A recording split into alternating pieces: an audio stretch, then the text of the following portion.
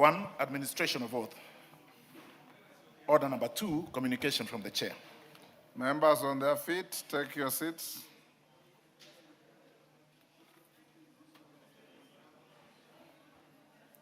Rafaeli, take your seat. Order members, take your seats. Honorable members, I have a communication on the withdrawal of the National Transport and Safety Authority Amendment Bill, National Assembly Bill number 24 of 2024. Order.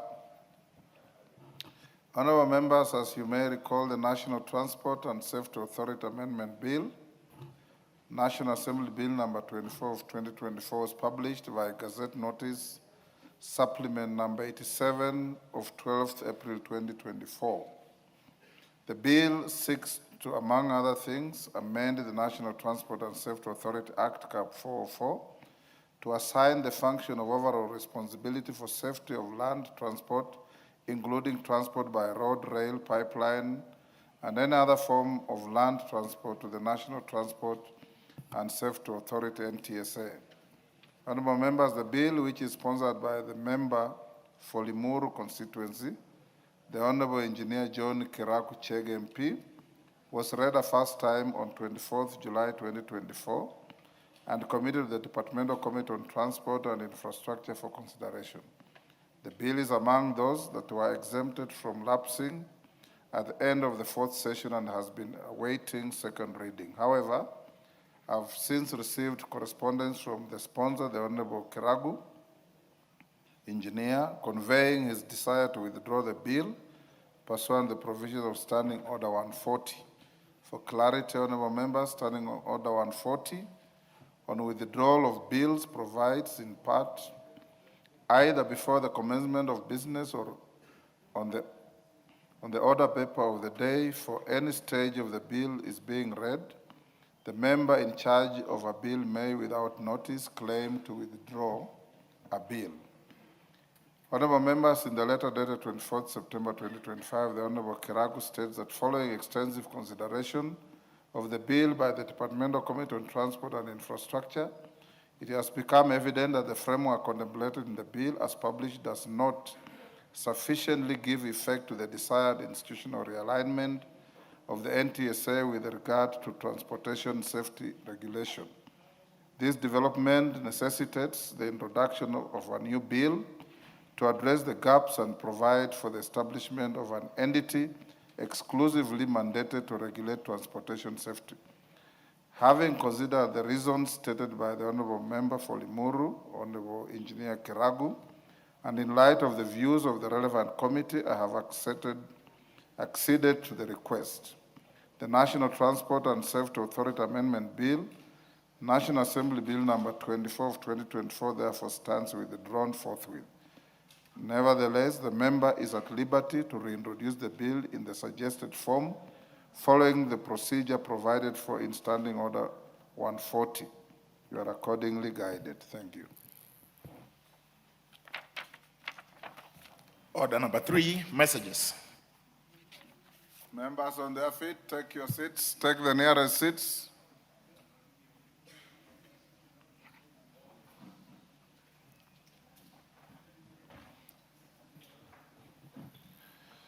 Honorable members, I have a message from His Excellency the President on nomination of a person for appointment to a state office. Honorable members, pursuant to the provision of Standing Order 42.1, I wish to report to the House that I have received a message from His Excellency the President seeking approval of a person nominated for appointment to the nation's foreign service. In the message, His Excellency the President conveys that in exercise of the powers conferred on him by the provisions of Article 132(2)(e) of the Constitution as read together with Section 22 and 22(2)(a) of the Foreign Service Act, Cap 185(e), he has nominated Mr. Kosiom Frank Alekiberekenya for appointment as ambassador to Copenhagen, the Kingdom of Denmark. Honorable members, the President now seeks the approval of the National Assembly for appointment of the nominee to the said office. Standing Order 45 provides that upon receipt of notification of nomination for appointment, such nomination shall stand committed to the relevant committee for consideration. In this regard, the name of the nominee, together with his CV and other testimonials, is hereby referred to the Departmental Committee on Defense, Intelligence, and Foreign Relations for consideration. Honorable members, it's important to note that the Foreign Service Act, Cap 185, does not provide any timelines to consider the nominee for appointment to foreign service. However, Section 8 of the Public Appointments Parliamentary Approval Act, Cap 7F, provides that the committee to which such nomination is referred shall consider the matter and table a report in the House for debate and decision within 28 days. Accordingly, the approval process shall proceed in accordance with the timelines provided for in the Public Appointments Parliamentary Approval Act, Cap 7F. Honorable members, in this regard, the Departmental Committee on Defense, Intelligence, and Foreign Relations is expected to immediately commence the approval process, notify the nominee and the general public of the time and place for holding the approval hearing, and thereafter table its report by Thursday, 12th March 2026, to enable the House consider the matter within the set timelines. I thank you. Order number 4, petitions. Order number 5, papers. Majority Leader.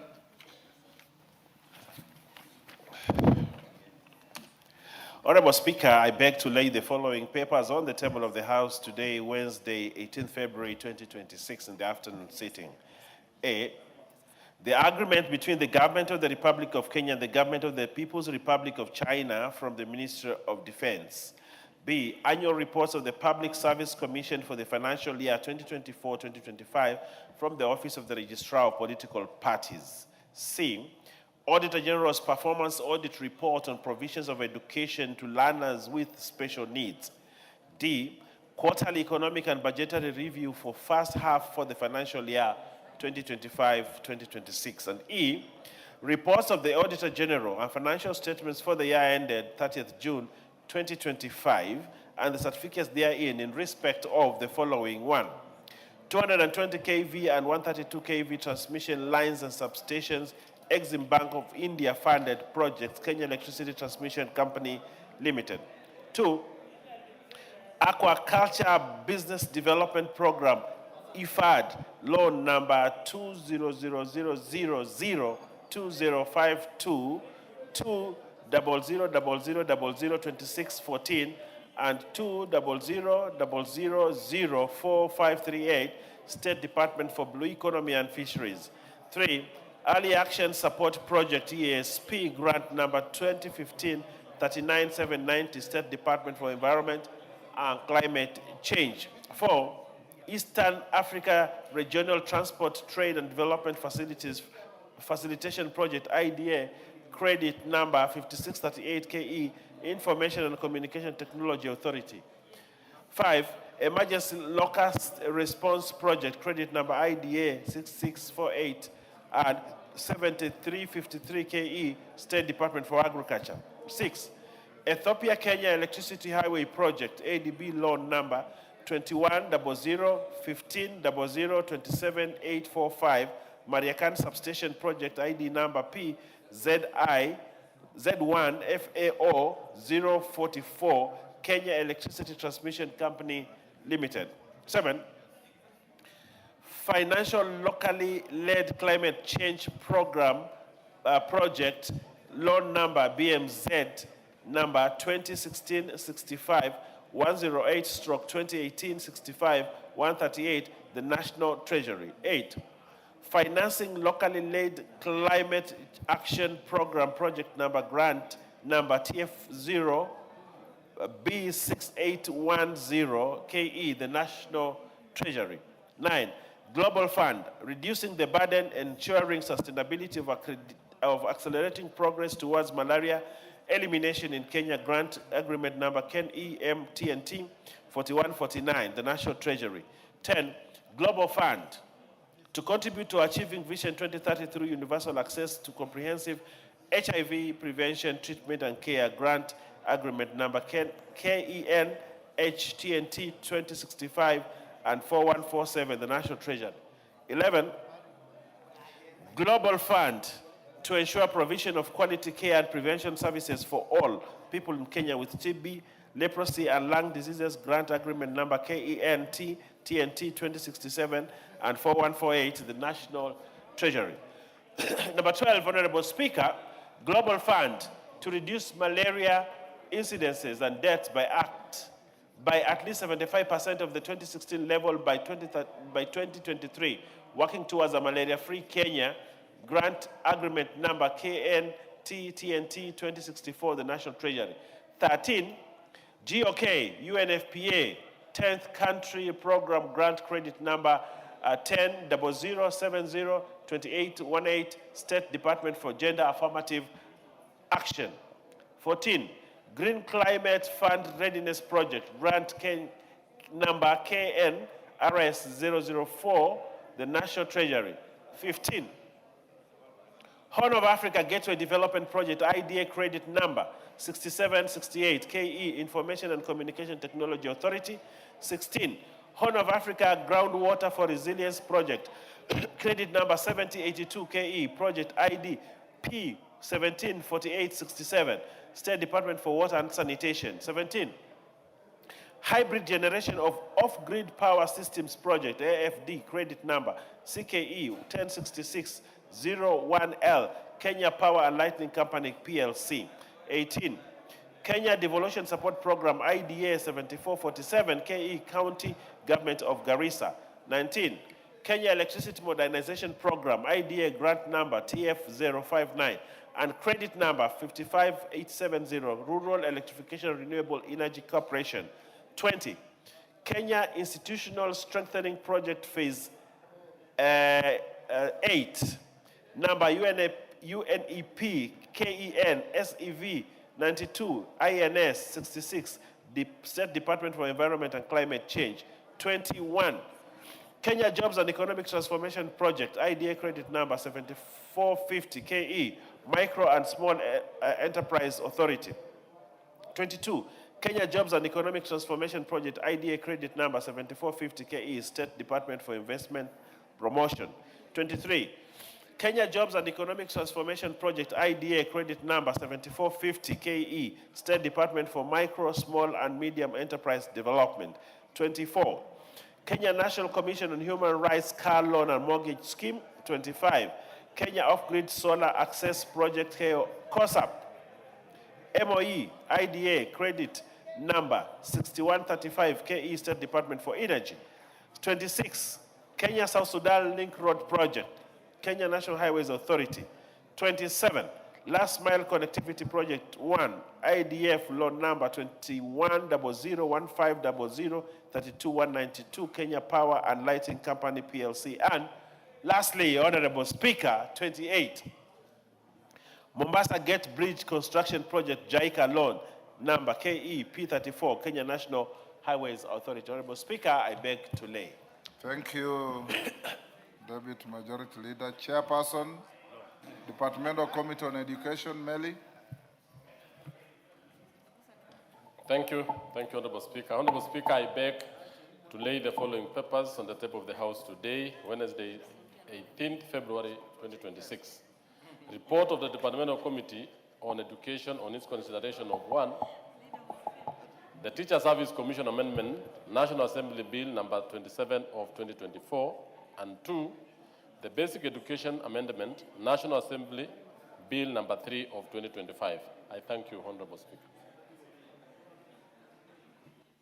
Thank you. Leader of the delegation to women meeting in New York, Wamshomba. Wamshomba is not in. Stay that to tomorrow. Next order.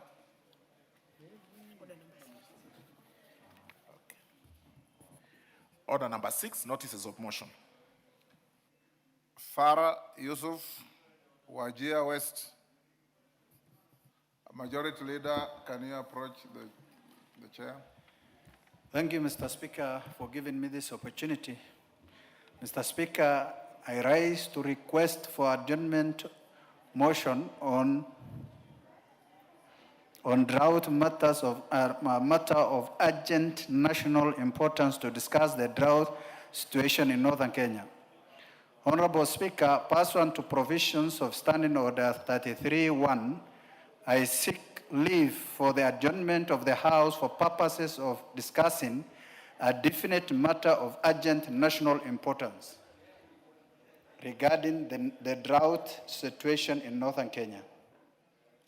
Honorable Speaker, the arid and semi-arid counties of Turkana, Marsabit, Mandera, Wajir, Garissa, Isiolo, Laikipia, and Samburu continue to experience a prolonged and severe drought occasioned by successive failed rainy seasons. This has resulted in acute food insecurity, rising levels of malnutrition, depletion of water resources, and loss of livestock, which remains the primary source of livelihood for pastoralist communities in this region. Honorable Speaker, there has been limited government intervention, particularly on distribution of relief food and cash transfer programs to the affected population.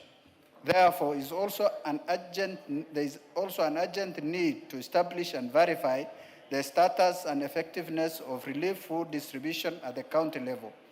This circumstance calls for coordinated and enhanced intervention by the national government and other stakeholders to mitigate the suffering of residents in the arid and semi-arid areas.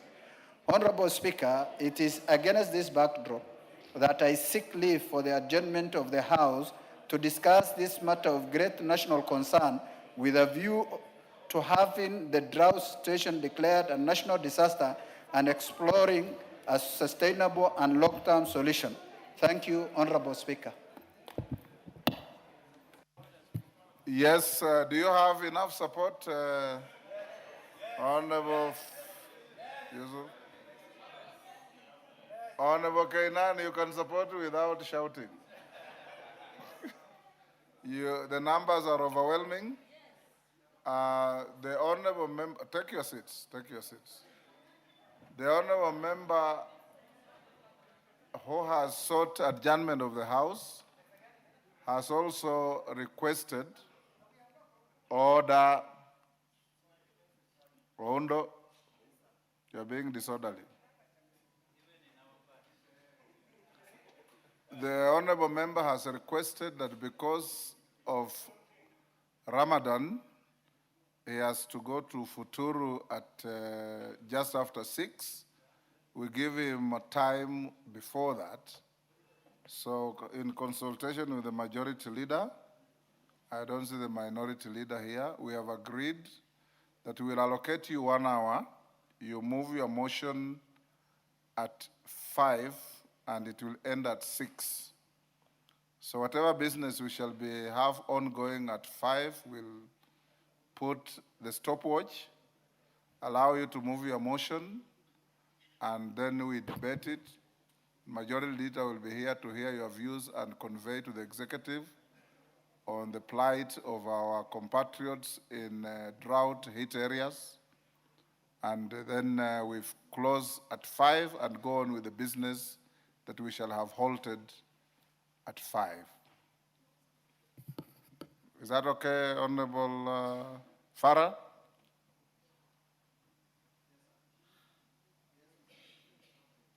Okay. And this is not a motion for members from Northern Kenya. It's a motion for Kenya. Because drought in Mandera is drought in Kisumu. Drought in Turkana is drought in Narok. Wherever a Kenyan is affected, we are all affected. And next, Chairperson, Select Committee on Regional Integration, Irene Mayaka. Thank you, Honorable Speaker. Honorable Speaker, I beg to give notice of the following motion, that this House adopts the report of the Select Committee on Regional Integration on its inspection visit on the East African Science and Technology Commission in Rwanda and the East African Health Research Commission in Burundi laid on the table of the House on the Wednesday, 5th November 2025. I thank you. You done? Don't you have to? Go on with the next one. Mheshimiwa Spika, naomba kutoa arifa ya hoja ifuatayo kwamba Bunge la Taifa liridhie ripoti ya kamati ya utangamano wa kikanda kuhusu ziara ya ukaguzi wa taasisi zisizo huru kikamilifu za Jumuiya ya Afrika Mashariki na Ushoroba wa Kati katika Jamhuri ya Muungano ya Tanzania iliyowasilishwa kwenye meza ya Bunge Jumatano tarehe 9 Aprili 2025. Shukran. Well done, Irene. I encourage some of the chairpersons of committees to also embrace our alternative national language. Majority Leader, unasikia? Wale ambao mnaweza kutoa hoja na arifa zenu kwa Kiswahili mnakaribishwa. Thank you, Irene. Next, Chairperson, Special Funds Accounts Committee, Mama Migori. Thank you, Honorable Speaker. Honorable Speaker, I beg to give notice of the following motion, that this House adopts the report of the Special Funds Accounts Committee on its consideration of the audited accounts for the Judiciary Mortgage Scheme Fund for the financial year 2011-2012, 2021-2022, laid on the table of this House on Thursday, 31st July 2025. Thank you, Honorable Speaker. Milemba.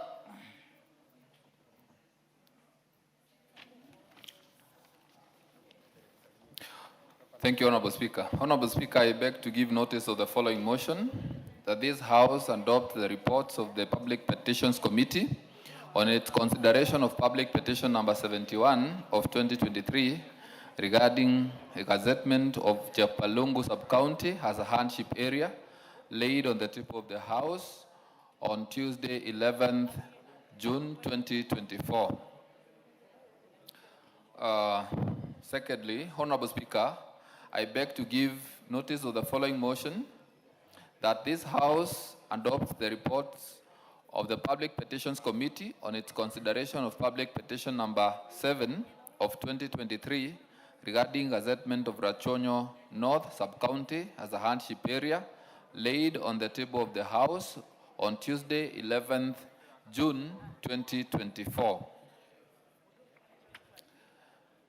3, Honorable Speaker, I beg to give notice of the following motion, that this House adopts the reports of the Public Petitions Committee on its consideration of Public Petition number 57 of 2023 regarding gazettement of Nyatike West, Nyatike North, Nyatike sub-counties as hardship areas, laid on the table of the House on Tuesday, 11th June 2024. And lastly, Honorable Speaker, I beg to give notice of the following motion, that this House adopts the reports of the Public Petitions Committee on its consideration of Public Petition number 70 of 2023 regarding hardship allowance and affirmative action for teachers in Chonyi Sub-County in Kilifi South constituency, laid on the table of the House on Tuesday, 11th June 2024. Thank you, Honorable Speaker. Thank you, Karumba. Honorable members, before we go to the next order, allow me to acknowledge in the Speaker's gallery this afternoon, Kiangua High School from Imendi South, Meru. On my behalf and on behalf of the House, we welcome the students, their teachers, and those accompanying them to the House of Parliament. I thank you. Next order. Yes. Yes, Jared. Yeah. I thank you very much, Honorable Speaker. I'm taking a cue from the report as presented by Honorable Karumba, Honorable Speaker. As you are aware, this has been my pet project on recategorization of areas as hardship areas, Honorable Speaker. And I'm happy that Kilifi, together with Nyatike, have been mentioned in the report, Honorable Speaker. Honorable Speaker, allow me to bring to your attention that even though you asked the PCS, the Prime Cabinet Secretary, to appear before us here and gave the classification of areas and the formula upon which they depended on, Honorable Speaker, up to now, nothing has been actualized. You remember, Honorable Speaker, that certain new areas were to be gazetted as hardship areas. In the report, which was commissioned by this same government, Honorable Speaker, up to now, that has not happened. We have been waiting in limbo for way too long, Honorable Speaker, and those who were to be beneficiaries of this, including teachers, Honorable Speaker, from the areas that were earmarked, have been pestering us. They are questioning what happened to the report and why it has not been actualized to this very day, Honorable Speaker. Whereas there was a proposal, Honorable Speaker, for other areas to be removed in that category, which is now the work of the government, Honorable Speaker, but there are those who are to be considered anew in that report, Honorable Speaker. So I personally do not advocate for people's removal because they have been benefiting out of this forever. But what then happens to those who were newly brought into the fray, Honorable Speaker? So I suggest, through your indulgence, Honorable Speaker, that the new areas ought not to be disenfranchised just because of other extraneous matters that would be beyond our comprehension, Honorable Speaker. Thank you. Are you sure that bracket is afraid? Yes. It can't be afraid. Majority Leader, you did promise when the PCS came here that he was going to furnish the House with a report or a statement in the categorization, recategorization, and removal of certain areas from the hardship bracket.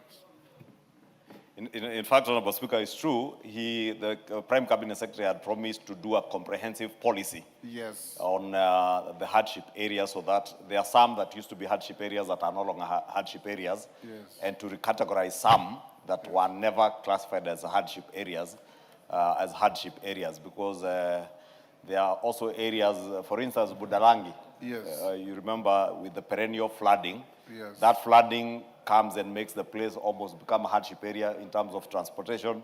People can't grow crops because every time you grow crops, they are washed away by floods. So allow me, probably I follow up with the Prime Cabinet Secretary to find out how far they are. You can give us a report back in 2 weeks? Yes. Thank you. Next order. Order number 7, questions and statements. Member for Ijara.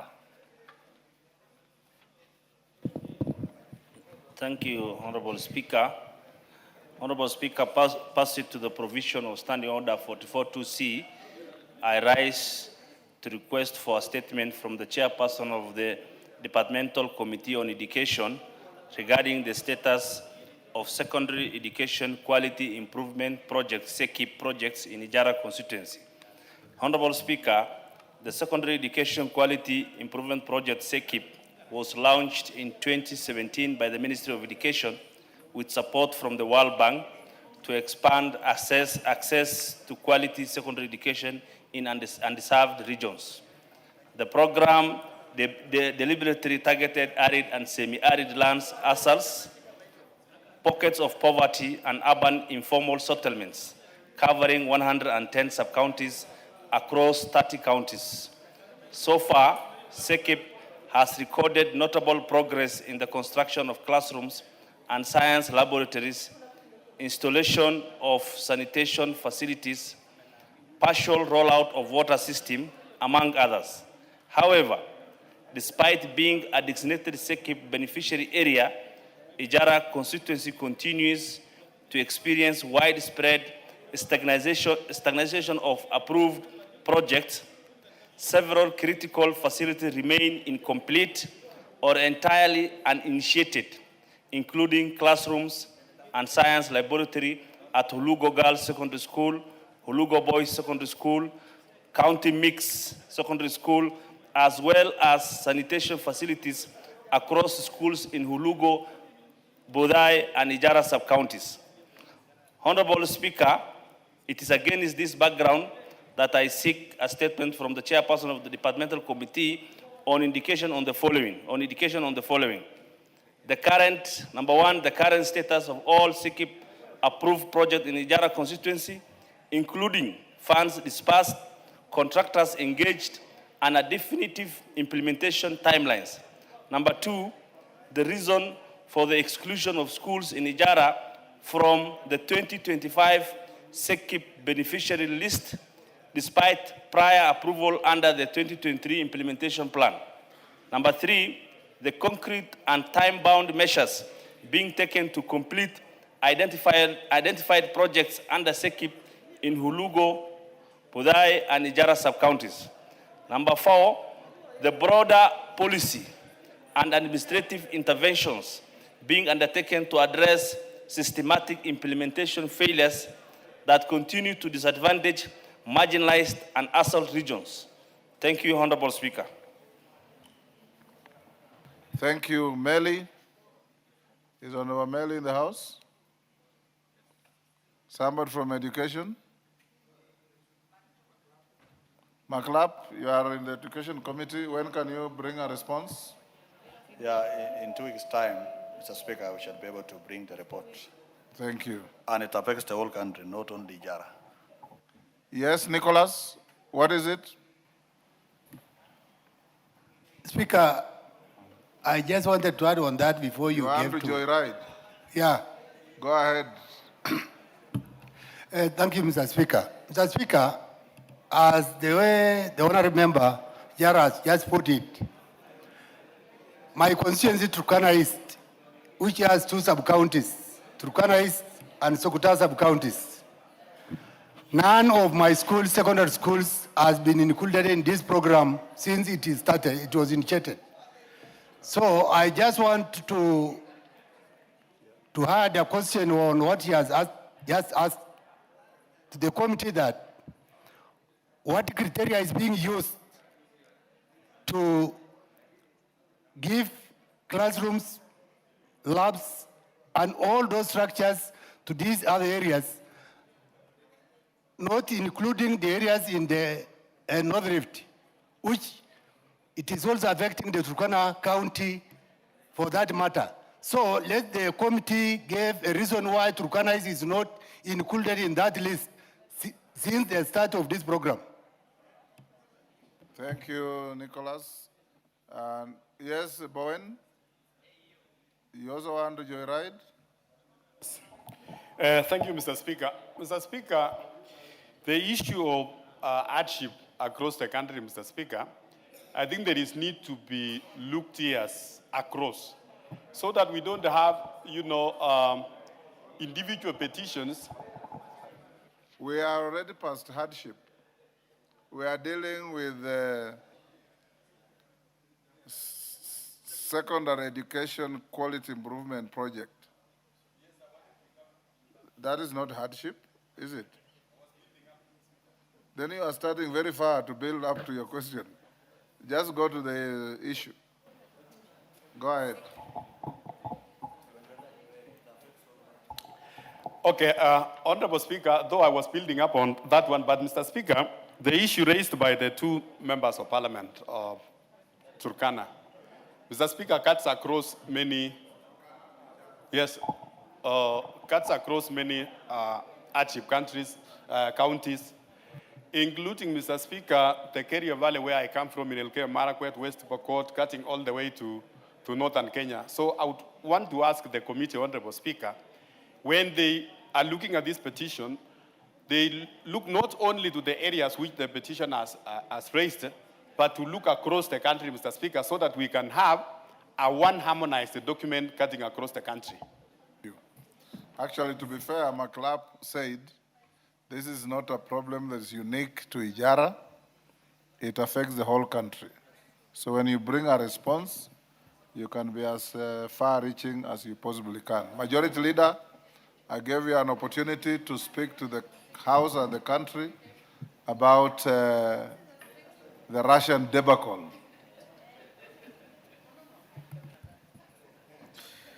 Thank you, Honorable Speaker. It is indeed true that you directed that I give an update from the National Intelligence Service and the Office of Directorate of Criminal Investigations, or the Director of Criminal Investigations, and they have since given an update, Honorable Speaker.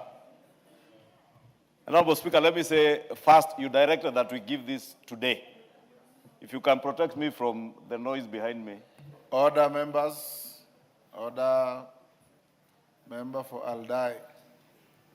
You know, Honorable Speaker, when we went for the retreat, we were reminding our committees of chairs, committee chairs, that every time a member rises in his place to ask for a statement or a question, the traditional answer is that that answer will be given in 2 weeks.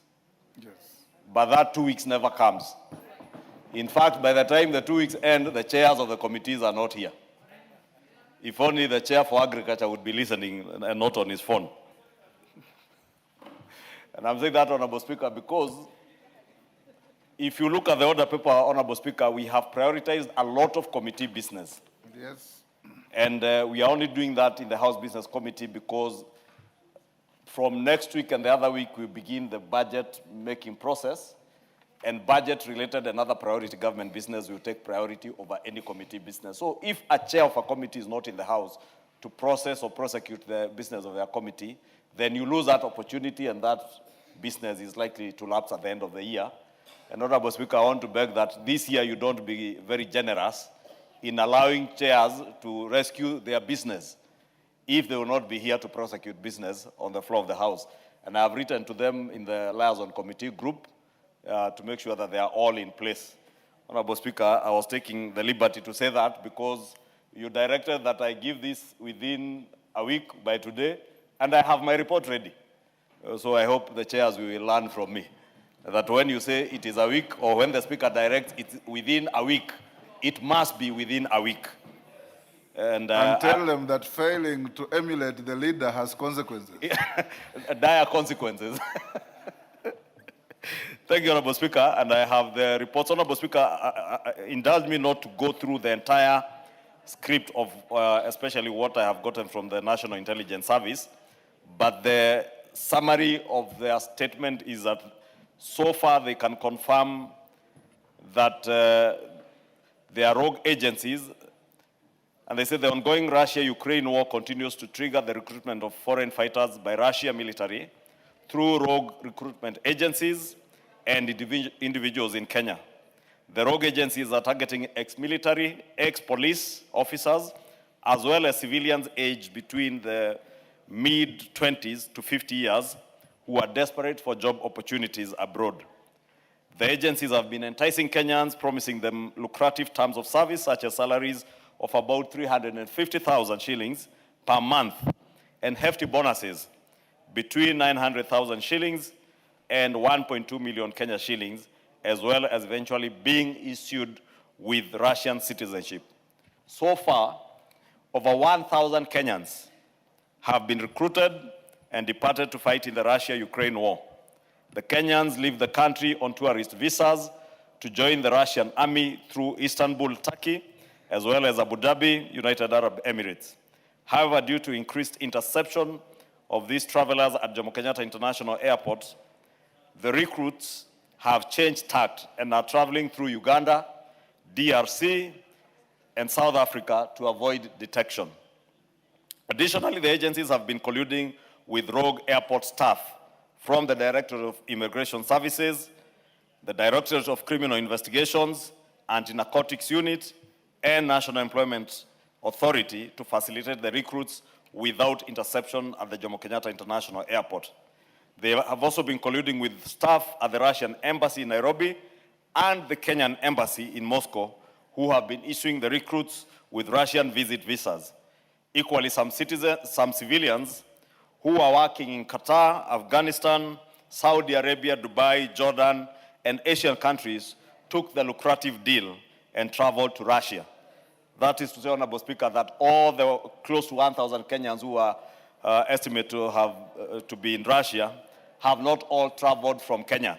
Some are those who are already in the diaspora in the countries aforementioned who have since moved to go and fight in Russia. Notably, as of February 2026, the following is the status of some of the Kenyans who went to Russia. 39 are hospitalized, 30 have been repatriated, 28 are missing in action, 35 deployed in camps or bases, 89 are on the front line, 1 is detained, and 1 has completed the contract. Global Face Human Resources Limited, a private recruitment agency located along Koinange Street in Nairobi, owned by one Festus Arasa Omwamba, and his number is given here. The agency is registered under a number that is given and was registered on the 15th of February 2024 and currently not accredited by the National Employment Authority. The agency has actively conducted recruitment drives in Kenya targeting skilled and semi-skilled youth for foreign employment as using the 𝗪𝗪𝗪𝗘 initiative to present itself as a legitimate government-endorsed recruiter. The recruits depart the country on tourist visas to clandestinely join the Russian military. Their travel routes are through Istanbul and Abu Dhabi in the UAE, as mentioned. Several victims have returned to Kenya either maimed or having managed to escape from the war zone through the assistance of the Kenyan embassy in Moscow. Majority of the recruited Kenyans indicated that they were made to sign contracts by the agency and an unnamed overseas employment support agency based in Moscow, Russia. Upon arrival in Moscow, they were taken to military camps, trained for 3 weeks, and subsequently deployed to the battlefields against Ukraine. They indicate that they have since shared intelligence with the Directorate of Criminal Investigations, who have since conducted a raid at one of the identified holding bases in Great Wall Apartments at the river on the 24th of September, where 22 victims, all aged between 24 and 38 years, were being held pending travel. They were under the care of a Mr. 𝗟𝗏𝗪𝗏 Gituku and a Mr. Joel Mushiri Ngugi, alias Caleb. It was further established that Mikhail Lyapin, alias 𝗟𝗏𝗪𝗧𝗑, a Russian national and holder of passport number given, is linked to Festus's trafficking activities. His social media presence under the handle at Mishayalpin identifies him as a founder of Mwaki Kenya and an African markets enthusiast. Mikhail was arrested on the 25th of September 2025 and repatriated to Russia on the 26th of September 2025. And an alert to monitor order placed against him. That is to make sure that if he attempts to get into the country again, they will be able to detect. And reports already indicate that he's planning to sneak back to Kenya. Inspo Care Health Limited, situated near Muthaiga Square along Thika Road, Superhighway, and Universal Trends Medical and Diagnostic Center, located near City Hall within Nairobi CBD, were being used to conduct medical examinations for the potential recruits. The recruitment of Kenyans to fight in the ongoing Russia-Ukraine war is exposing Kenya to various risks, endangering lives of innocent young people, and has the potential to cause diplomatic tiffs between Kenya and the two warring countries. The National Intelligence Service will continue to share actionable intelligence aimed at mitigating risks associated with Kenyans seeking overseas jobs. And they have already, as indicated, shared that with intelligence with the National Police Service through the Directorate of Criminal Investigations. And in the report that the DCI has filed, they have also collaborated what the National Intelligence Service is saying, that they indeed received intelligence in September of last year, and the DCI, through the Transnational Organized Crimes Unit, TOKU, received that intelligence that Kenyans were suspected to be victims of human trafficking, were being held at Great Wall Garden, Mavoko Sub-County. They arrested the people named, and Honorable Speaker, during the raid, they also recovered 39 unsigned employment contracts, 16 passports belonging to the victims, 2 mobile phones belonging to the suspect, and a cook, 2 laptops, 1 HP printer, and a motor vehicle whose registration number is given, believed to have been used to transport the victims. Court orders were subsequently obtained to exploit the mobile phones and laptops, and analysis ongoing. and also to acquire M-Pesa and Airtel money statements that have since been received, acquire bank statements from Equity and KCB, and responses from the banks have been received by the Directorate of Criminal Investigations. Honorable Speaker, they say that investigations established that recruitment was conducted through an agency named Global Face Human Resources, just as the National Intelligence Service has collaborated. And the other agency that was found to be conducting similar recruitment is Talent Shepherd Agency, which is, again, just like the first agency, not registered under the National Employment Authority. Several brokers and agents were identified and are all under active investigations. On financial investigations, Honorable Speaker, 17 victims confirmed payments via M-Pesa and bank transfers amounting to a total of 975,800 shillings. Additionally, 3 returnees confirmed to have paid Kenya shillings 640,000. Total confirmed payments so far are Kenya shillings 1.615800 million shillings. Bank accounts belonging to 𝗟𝗜𝗓𝗪𝗚𝗡𝗠𝗕𝗠𝗟𝗬 and 𝗏𝗏𝗪𝗏𝗪 Omwamba have since been frozen. On investigations, again, they have established the role of 𝗏𝗏𝗪𝗏𝗪 Omwamba, and that is a gentleman, the Honorable Member for 𝗪𝗪𝗃 furnished the House with last week. An investigation established that 𝗏𝗏𝗪𝗏𝗪 Omwamba is believed to be the Kenyan-based mastermind and is associated with the other agents in Moscow. 𝗏𝗏𝗪𝗏𝗪's organized accommodation, Russian bank accounts, and coordination with employers in Russia. Victims were promised bonuses ranging from Kenya shillings 910,000 to Kenya shillings 1.2 million shillings. Victims were required to open Russian bank accounts upon arrival. A stop order has been placed through immigration against 𝗏𝗏𝗪𝗏𝗪 Omwamba. However, he has filed an anticipatory bail under High Court case number HCCR, miscellaneous case E110/2025 at Milimani High Court. The matter is scheduled for directions on 30th March 2026.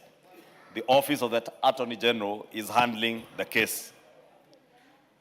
On return victims or returnees, they say 3 victims were rescued to Kenya: Mr. Vincent Odhiambo Awiti, Duncan Moogi, Stanley Mongai Kamau. From their statements, Russian bank accounts were opened in Moscow. They underwent 9 days of weapons and explosives training. Only 9 days. They were deployed to active war front areas. One Kenyan, Eric Korinko, was shot and unfortunately lost his life. Others remain injured or missing in Russia. The pending actions is 1, arrest of additional brokers and agents. 2 is collaboration with Ministry of Foreign Affairs and Diaspora Affairs to trace victims abroad. 3 is recording statement of mentally unstable returnees. 4 is completion of forensic analysis of the electronic devices that they have obtained court orders as indicated in the report by DCI. And 5 is receipt of the pending bank reports. The name of Simon Ndiema-Kitereswa has not featured in their investigations, but analysis of documents and intelligence continues. I think this Mr. Ndiema is the one the member for 𝗪𝗪𝗃 had asked about. On the challenges that the DCI notes, he says 2 medical facilities, Inspo Care Medical Center and Universal Trends Medical and Diagnostic Center obtained a High Court injunction restraining investigators from accessing victim medical records. Anticipatory bail application by 𝗏𝗏𝗪𝗏𝗪 Omwamba is pending determination. The matter against Mr. 𝗟𝗜𝗓𝗪𝗏𝗪𝗡𝗠𝗕𝗠𝗟𝗬 is active before Kahawa Law Courts and is scheduled for mention on the 19th of February 2026 for pre-trial conference and disclosure. And they conclude by saying investigations have established the existence of an organized transnational trafficking syndicate recruiting Kenyan citizens under false pretenses and deploying them to active conflict zones in Russia. While significant progress has been made, Investigations remain active, particularly regarding the arrest of additional suspects, forensic analysis of digital evidence, rescue of victims already trafficked, resolution of legal barriers affecting evidence collection. Your continued support and interagency cooperation in this matter is highly encouraged and recommended. Honorable Speaker, if you listen to those two reports, both by the National Intelligence Service and the Directorate of Criminal Investigations, clearly they seem to be on top of the game and have been able to track the agencies that are recruiting Kenyans. But notably, Honorable Speaker, is what they mentioned, that there has been collusion between officers from the Directorate of Criminal Investigation, the Directorate of Immigration Services, and the National Employment Authority. And I think, Honorable Speaker, what I would urge that you direct is, one, that the ministry is concerned, the Ministry of Interior, State Department for Immigration Services, must be able to pinpoint who are these particular officers and hold them to account. The same with DCI. They must be able to hold to account those officers who are colluding with criminals. Same with the National Employment Authority. And also, more telling is a collusion by officers at the Russian embassy and the Kenyan embassy in Moscow. Our ambassador in Moscow must be able to identify the officers within the embassy that may have colluded with these criminals to facilitate the travel of innocent Kenyans to be able to go and work in the front line in a battle area. And Honorable Speaker, you know, government offices are not to be used for criminal activities. And therefore, our embassy must be beyond reproach. It must be the place where Kenyans in that country or anywhere in the vicinity can seek refuge. But it can't be a place that a few officers within the ministry facilitate criminals to lie to innocent Kenyans who may not know the circumstances that are there in Russia. Therefore, I would urge, Honorable Speaker, that we direct the Directorate of Criminal Investigations and the National Intelligence Service, as they have indicated, to identify the particular officers, whether it is at the Russian embassy, our embassy in Moscow, or at JKIA, or within the ministries of immigration, the State Department of Immigration and the Ministry of Foreign Affairs, and hold those particular officers to account. Because they have made other Kenyans lose lives, others suffer in a battlefront. And of course, the emotional turmoil that the families of these young men, and I presume they're all young men, young men who have gone to Russia are going through. And we watch them every day, Honorable Speaker, on national TV, families crying out. To Honorable Speaker, is to ask the State Department for Immigration to be more vigilant. Because you see, when JKIA is closely monitored, you hear now they have moving through South Africa, Uganda, and other neighboring countries. And that explains, Honorable Speaker, why you see a number of the victims, many of them are from the western part of Kenya, because of the proximity of the border to Uganda and the other countries on the west of our country, where they can now get through, even those who are going to South Africa, to be able to leave the country. Lastly, Honorable Speaker, let me take this opportunity to urge Kenyans.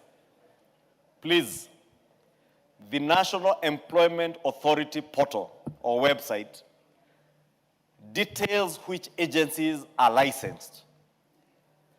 Whenever anybody seeks to recruit you for 𝗪𝗪𝗪𝗘, confirm with the National Employment Authority website on their portal, or just place a call to them and confirm whether that is a legitimately licensed agency. Because if you are recruited by an agency that is licensed, then the NEA is able to follow up with that agency. But if you go to rogue agencies, then they will call you, they will take your money, as you've heard, Kenyans have lost their money, and they will take you to those battlefronts. But those that are legitimate under NEA will never take you to battlefronts. They will take you for legit jobs or legitimate jobs abroad, or what is called 𝗪𝗪𝗪𝗘. And I have seen the Cabinet Secretary for Labor, the Honorable Mutua, in many occasions explain to Kenyans how to go about getting 𝗪𝗪𝗪𝗪𝗪. And it is never through these rogue agencies. So please just go through the NEA portal and use those legitimate agencies as you look for jobs outside the country. Otherwise, many people will take advantage of you, and you may end up in those battlefronts, end up getting maimed, hospitalized, like those 39 who are said to be hospitalized in Russia, or even lose your life. And that will leave your family and many of us in this country with a lot of emotional turmoil. Honorable Speaker, with that, I submit, and I hope Kenyans have heard that it is only them that can assist these investigative agencies by also collaborating with them and adhering to the set rules and standards on recruitment under 𝗪𝗪𝗪𝗘𝗠𝗕𝗟𝗬. Don't go to rogue agencies. Don't confirm with the ministry, either of Foreign Affairs or the Ministry of Labor, whether the person recruiting you is licensed and whether the jobs that they are promising you are actual jobs. Because many of these young people have been promised security jobs. They are told you are going to work as a guard. They don't tell you are going to work in the military.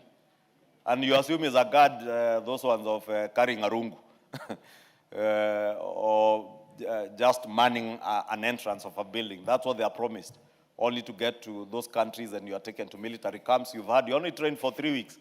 The military, nobody in the military, no military in the world trains people for 3 weeks. You've had some have been trained for only 9 days. Yes. They are basically just giving you a gun to go and die. Thank you, Honorable Speaker. Thank you, Majority Leader Haika.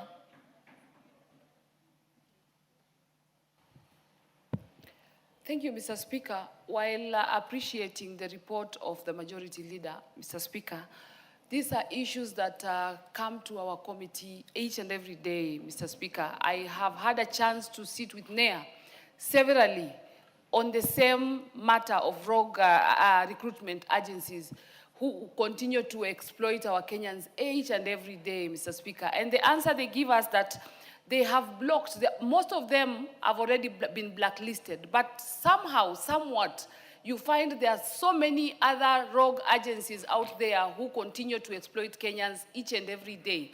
So I think, Mr. Speaker, NEA are a bit overwhelmed, and this one needs a collective government approach from different state departments just to come and assist, because this is one of the most serious cases that also we have it in the committee. We have received many complaints, but there are many more that Kenyans who are suffering out there because they have been given an opportunity to travel by these rogue agencies, and then they are not able to get the services that they went to do. Some of them have been taken to go and work, and only to realize that there are no jobs. They get there and they get stranded. Some of them pay and they never get there. Some of them get to many countries and they get to get mistreated and they never get help. So I'm happy that we are discussing this. All of us are taking keen interest on this because Kenyans really need to get hope. And I know, Mr. Speaker, it is the 𝗪𝗪𝗪𝗘𝗠𝗕𝗟𝗬 program. There are many Kenyans who have been assisted, the ones that have traveled through the right channels. We are not saying it is a bad program, but the Kenyans who are traveling using the rogue recruitment agencies are the ones who are suffering, and that is the issue that we really need to look at. Thank you, Mr. Speaker, for this opportunity. Thank you, Mr. Speaker. I am extremely shocked in the manner in which Kenyans can be actually taken all the way to Moscow to fight another sovereign country called Ukraine. Mr. Speaker, this is a chilling matter that we are so vulnerable to an extent that we are not able to manage this particular 𝗪𝗪𝗪𝗪𝗪𝗪 thing. The DCI now and the NIS need to go with swift to interrogate all these agencies that pretend to take labor outside this country. It is now upon our government to look back the same Kenyans who went to fight Ukrainians to come back and work in Kulalu farms, to work in Turkwel farms, create opportunities for them so that they can work in their country. So, Speaker, to an extent where they go through Uganda or South Africa because of desperation of jobs that are not known, is a serious matter. I also take this opportunity to call out parents and community leaders, the nyumba kumi. If a parent does not see his son for 2-3 weeks, does not come home, or says he wants to go to 𝗪𝗪𝗪𝗘𝗠𝗕𝗟𝗬, ask yourself, where is your son going? Because this is a serious matter that we must begin from parents to government to agencies that do investigation so that we can protect the sovereignty of this country, the people of Kenya, being butchered or murdered in areas that they do not know. Thank you. Even receiving training for 3 weeks, Mr. Speaker, even bandits receive training for more than 2 years.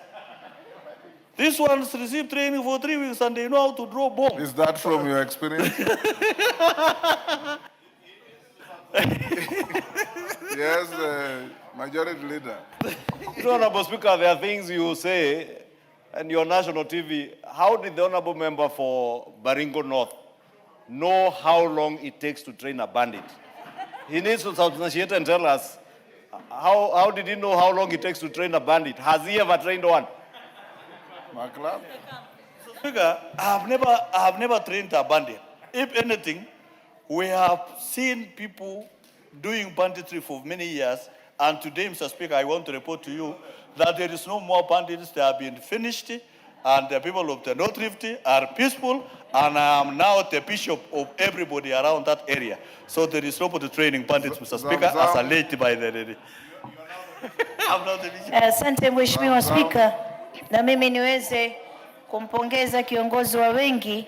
Mheshimiwa Spika, niko katika kamati ya diaspora kama alivyosema Mheshimiwa Haika. Na Mheshimiwa Spika, inasikitisha sana kuona kuwa Wakenya wanatolewa hapa, wanapita immigration, anapita anaenda Uganda, anaenda sehemu nyingine, kumbe anaenda katika taifa ambalo lina vita. Mheshimiwa Spika, hata kama kuna ukosefu wa ajira, lazima Wakenya waweze kujua haki zao za kimsingi, na Kenya hairuhusu Mkenya yoyote kutoka kwenda katika mataifa ambayo yana vita. Mheshimiwa Spika, na Mheshimiwa Spika, mimi napenda kusema mara nyingi wamekuja NEA, na niweze kusema Madam Okoki anafanya kazi nzuri sana pale, lakini hawa ambao wanachukua watoto wetu, na mimi nasikitishwa sana kwa sababu hizi kazi za majuu zilianzia Mombasa. Mheshimiwa Spika, lakini wale maagenti wetu wa Mombasa utapata wameachwa nyuma. Sasa wameingia hawa ambao wanapeleka watu tu mahali popote, hawaangalii sheria. Mheshimiwa Spika, na mimi nataka kusema migration, kwa sababu wako kwenye mipaka yote, hao ndio ambao wanafanya Wakenya wanapita kwa sababu wanahongwa huko. Mheshimiwa Spika,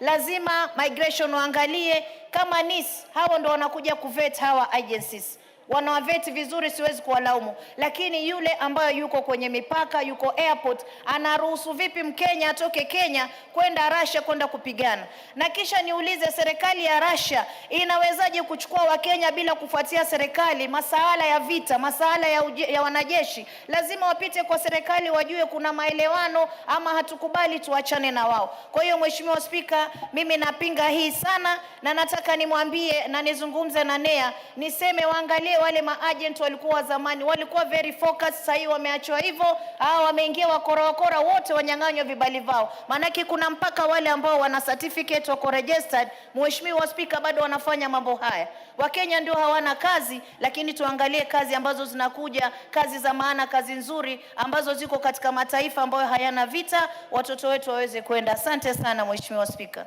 Wamshomba.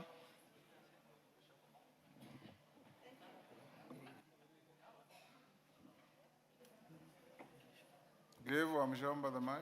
Thank you, Mr. Speaker. I want to take this opportunity to congratulate the report, the majority leader for the report he has tabled. Indeed, it is very clear, Mr. Speaker, that our people are really vulnerable, and we understand the need and the desire for them to improve their livelihoods through looking for jobs. But Mr. Speaker, a week ago we saw the same kind of exploitation. Today, the majority leader is telling us about labor exploitation. A week ago, Mr. Speaker, we witnessed sexual exploitation of women by a Russian character. And it is very, very embarrassing that, Mr. Speaker, as we speak right now, those women can hardly walk with pride and dignity as women in Kenya because their images are all over social media in Kenya. Mothers, our sisters, our daughters, being exposed by a character who is purportedly coming to exploit women sexually. Mr. Speaker, this thing is becoming very serious.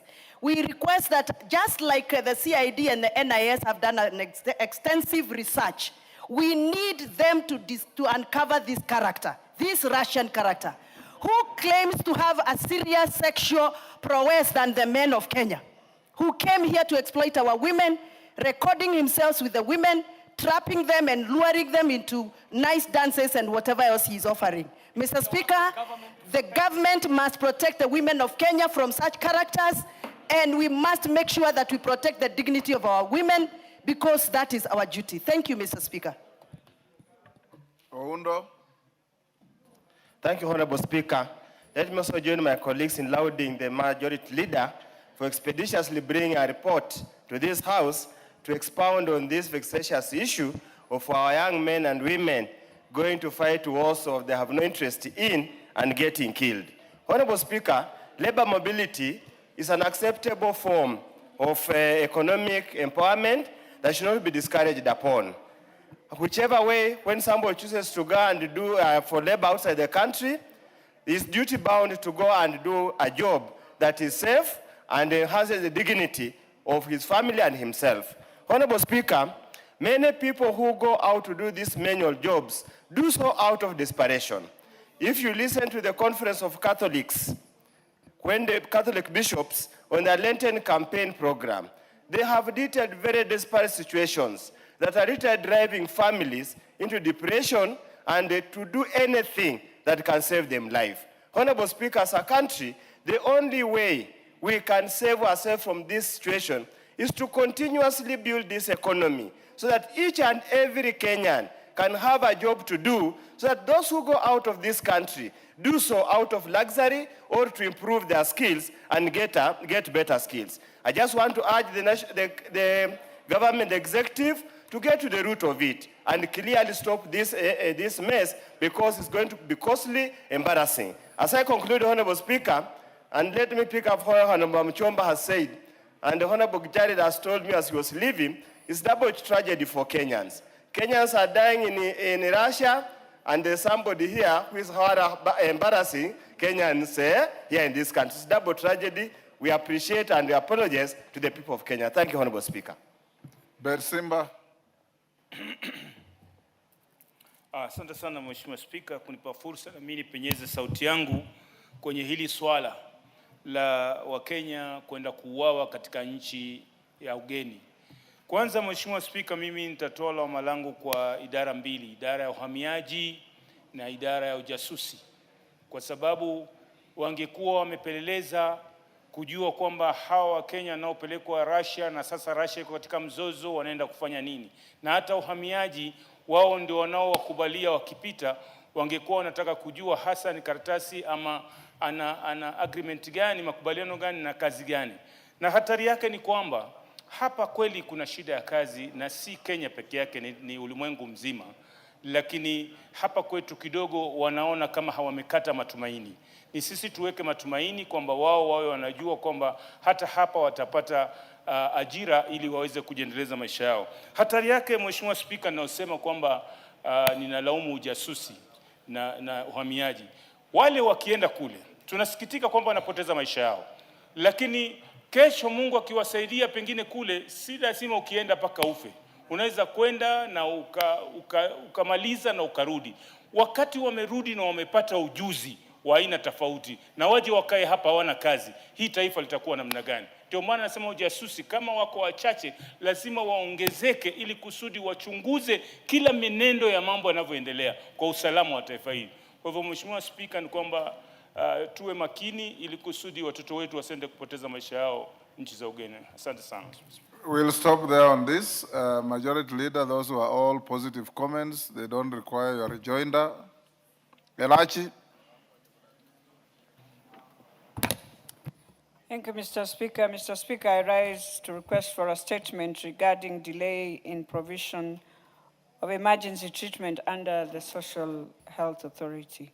Honorable Speaker, pursuant to the provisions of Standing Order 42C, I wish to request for a statement from the chairperson of the Departmental Committee on Health regarding the delay in provision of emergency treatment under the Social Health Authority. Honorable Speaker, in January 2026, 3 teachers, namely Ms. Faith Ndunge Nguma, Jacob Mwadi Kingo, and Mr. Nicholas Omondi Arema, tragically succumbed to injuries sustained following an accident that occurred outside City Primary School in Nairobi County. The deceased passed away due to delayed access to medical treatment occasioned by lack of funds required for admission. Notably, teachers across the country contribute towards the Social Health Authority Fund and are therefore entitled to timely and adequate medical care under the scheme. This unfortunate incident has raised grave concerns among teachers regarding the efficiency, responsiveness, and operational preparedness of the Social Health Authority (SHA) in handling emergency medical cases involving active contributors. Honorable Speaker, it is against this background that I request for a statement from the chairperson of the Departmental Committee on Health on the following.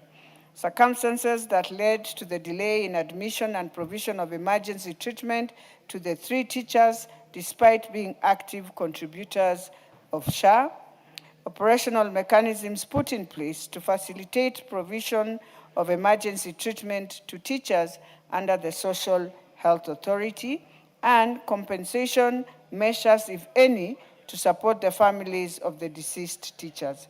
I thank you, Honorable Speaker. Thank you. Chair Health. Any member from the committee? Health. Majority Leader relay to them to bring a response in 2 weeks. Okay. Next order. Yes, hold 𝗟𝗓𝗓𝗘. Thank you, Honorable Speaker. Honorable Speaker, I just wanted to bring to the attention of the House that there is so much communication that comes to this House, be it from the ministers, the CSs, or from the committee chairpersons, that ends up being messages of just ensuring that time passes. Honorable Speaker, last year, on the issues of KERA, we had the CS here, and there was an agreement that all the funds going to constituencies will remain untouched. But, Honorable Speaker, I would like to notify the House that the regional engineers have gotten communication of a deduction of up to 13 million per constituencies. That is being, for the 22%, reduced from 42 million to 35 million, and for 10%, reduced from 21 million to 5 million. Honorable Speaker, I would like your indulgence to try and ensure that these monies come as promised by the CS, because it's the rainy season and we are really struggling to have roads in our constituencies. Indeed, 𝗟𝗓𝗓𝗘, that matter came to the House Business Committee yesterday, and we tasked the Majority Leader to liaise with the Executive and bring a response. Probably we can give him time either tomorrow or next week. Majority Leader, when can you? Next week? Yes, Tuesday next week. Tuesday next week, he will give a response to that. In the House Business Committee, the matter was raised by Honorable Mwalio and Honorable Kainan. I also have copies of those letters you are quoting, and Majority Leader will respond. Next order. Order number 8, the Fire and Rescue Services Professionals Bill, Senate Bill number 55 of 2023, second reading. Question to be put. Members on their feet, take your seats.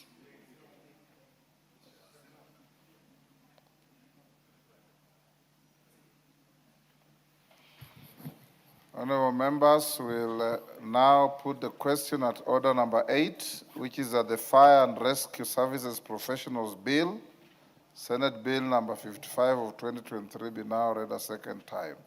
As members of that opinion say aye. Will those of the contrary opinion say nay? Nay. The nays have it.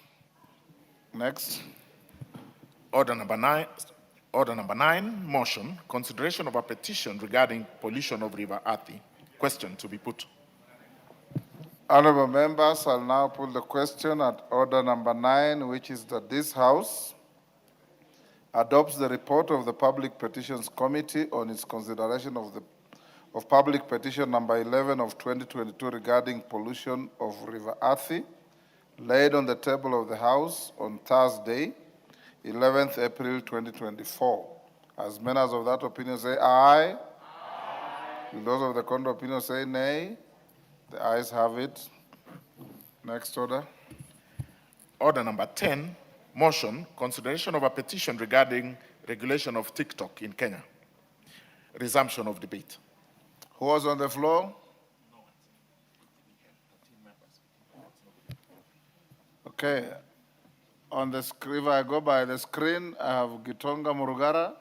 Are you queuing for this? No. Wilberforce Oundo, are you queuing for this? Adan Haji Mandera West, are you queuing for this? Mangale Chiforomondo. Rindikiri Mugambi. Beatrice Elachi, go ahead. Thank you, Mr. Speaker. Mr. Speaker, I also want to rise and support the report.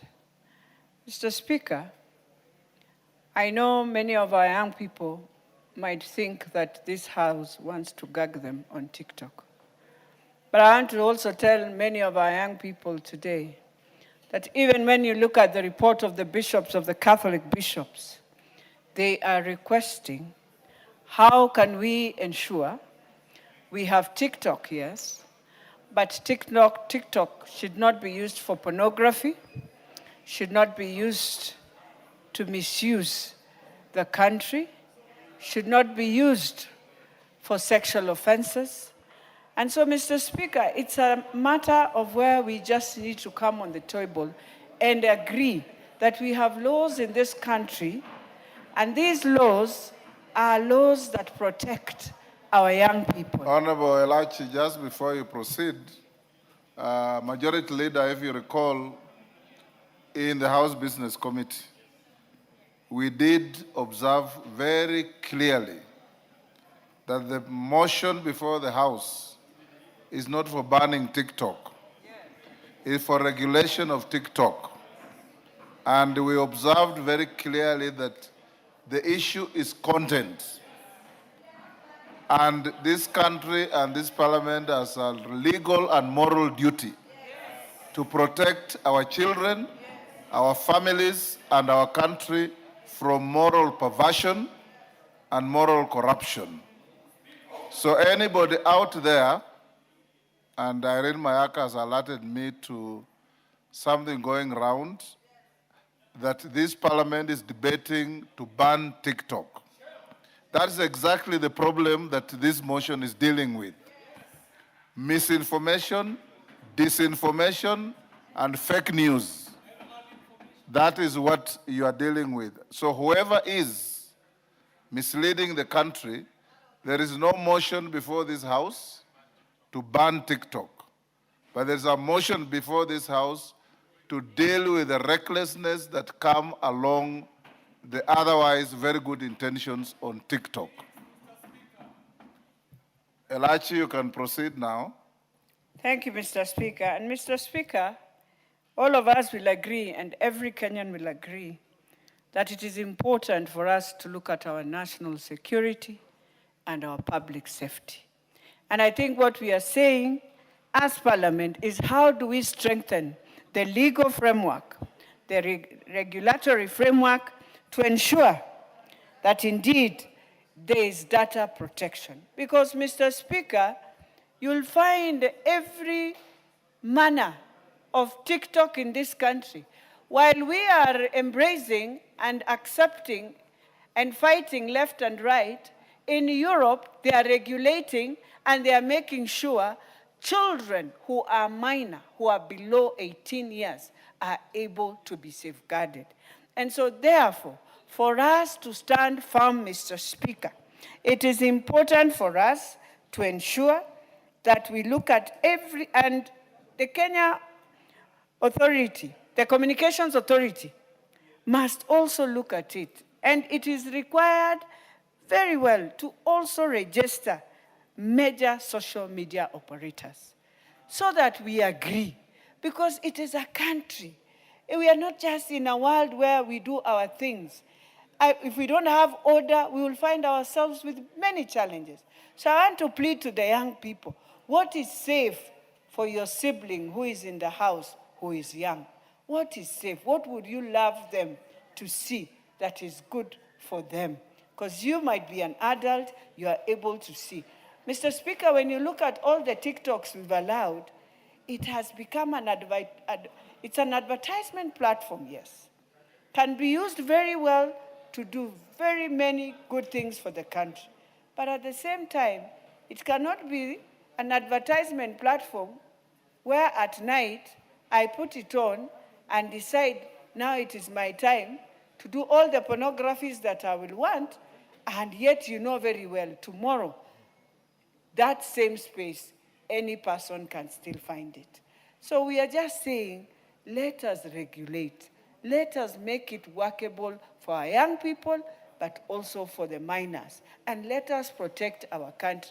That is why this Russian man decided to land on us, because he found a place where Kenya, we have democracy beyond democracy, where you can do anything and you can also decide. That's why he's using the same TikTok to spread all the women.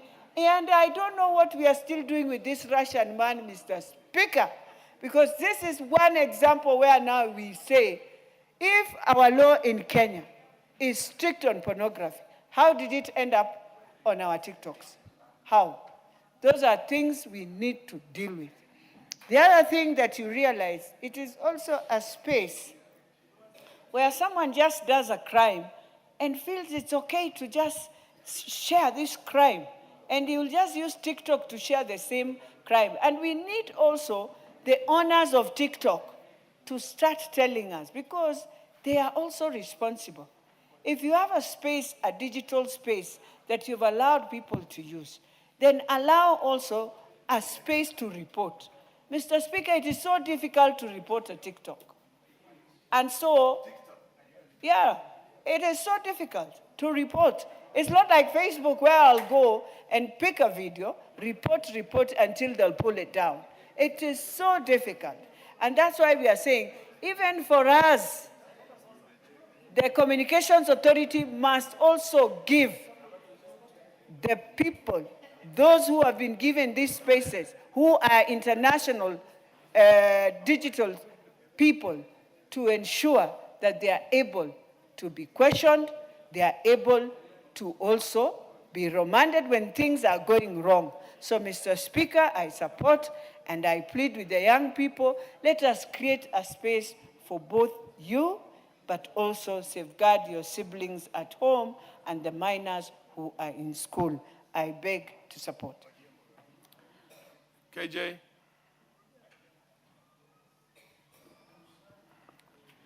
Mr. Speaker, I thank you. And I do stand here well cognizant of what direction the chair has given on this debate. That, Mr. Speaker, this debate does not hinge on a banning. We are talking as a country about the regulation of a platform that is in the hands not only of adults in this country, but also very vulnerable young children, Mr. Speaker.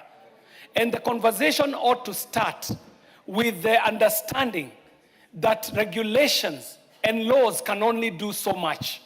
That even families, parents, teachers, older brothers and sisters also have a place in this debate, Mr. Speaker. And so the debate that comes to the floor of this House today, Mr. Speaker, must be seen as a policy debate, not a moral panic. Kenya is not in any moral panic, but we must have a conversation around the policies that speak to this technology that is taking us into the fourth industrial revolution and beyond, Mr. Speaker. We also all must remind ourselves that some of these applications are not engineered. They're not made in this country, Mr. Speaker. And so when you get onto a platform and start working with algorithms that are set by somebody out there, the algorithms could be set for pushing marketing, Mr. Speaker, for pushing business, and in the same time, not conscious to the African traditional values that we answer to, Mr. Speaker. And Mr. Speaker, my point is that one, regulation must protect without strangling innovation. That these innovations are useful for a time such as this, Mr. Speaker.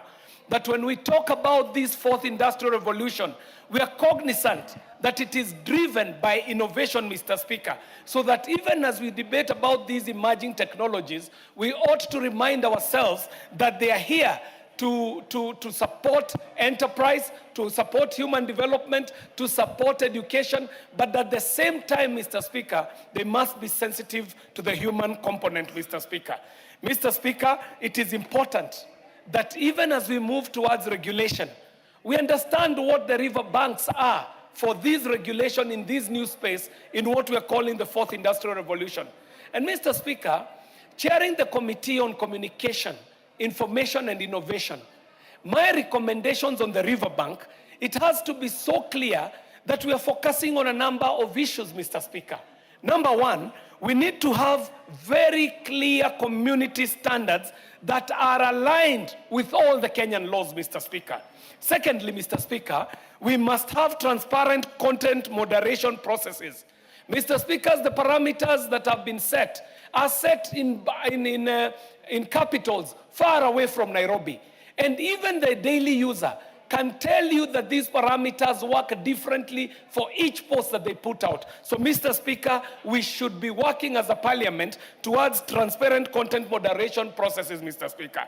Thirdly, Mr. Speaker, there is a need for local accountability and representation in the country, Mr. Speaker, so that every entity that is doing business in this country must follow the old company laws that allow for them to be registered locally so that what they are doing is also answerable to the laws of the land, Mr. Speaker. We must also have a right of appeal for content takedowns, Mr. Speaker, so that it is not just an algorithm or a computer somewhere deciding on what stays up and what comes down.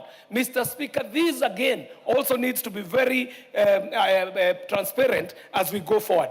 Secondly, Mr. Speaker, I'd like to say that there is a key need in this country for child safety and mental health, which should be non-negotiable, Mr. Speaker. Mr. Speaker, we all know how trends on social media work on the brain of a human being. As it is, we know the effect it can have on an adult.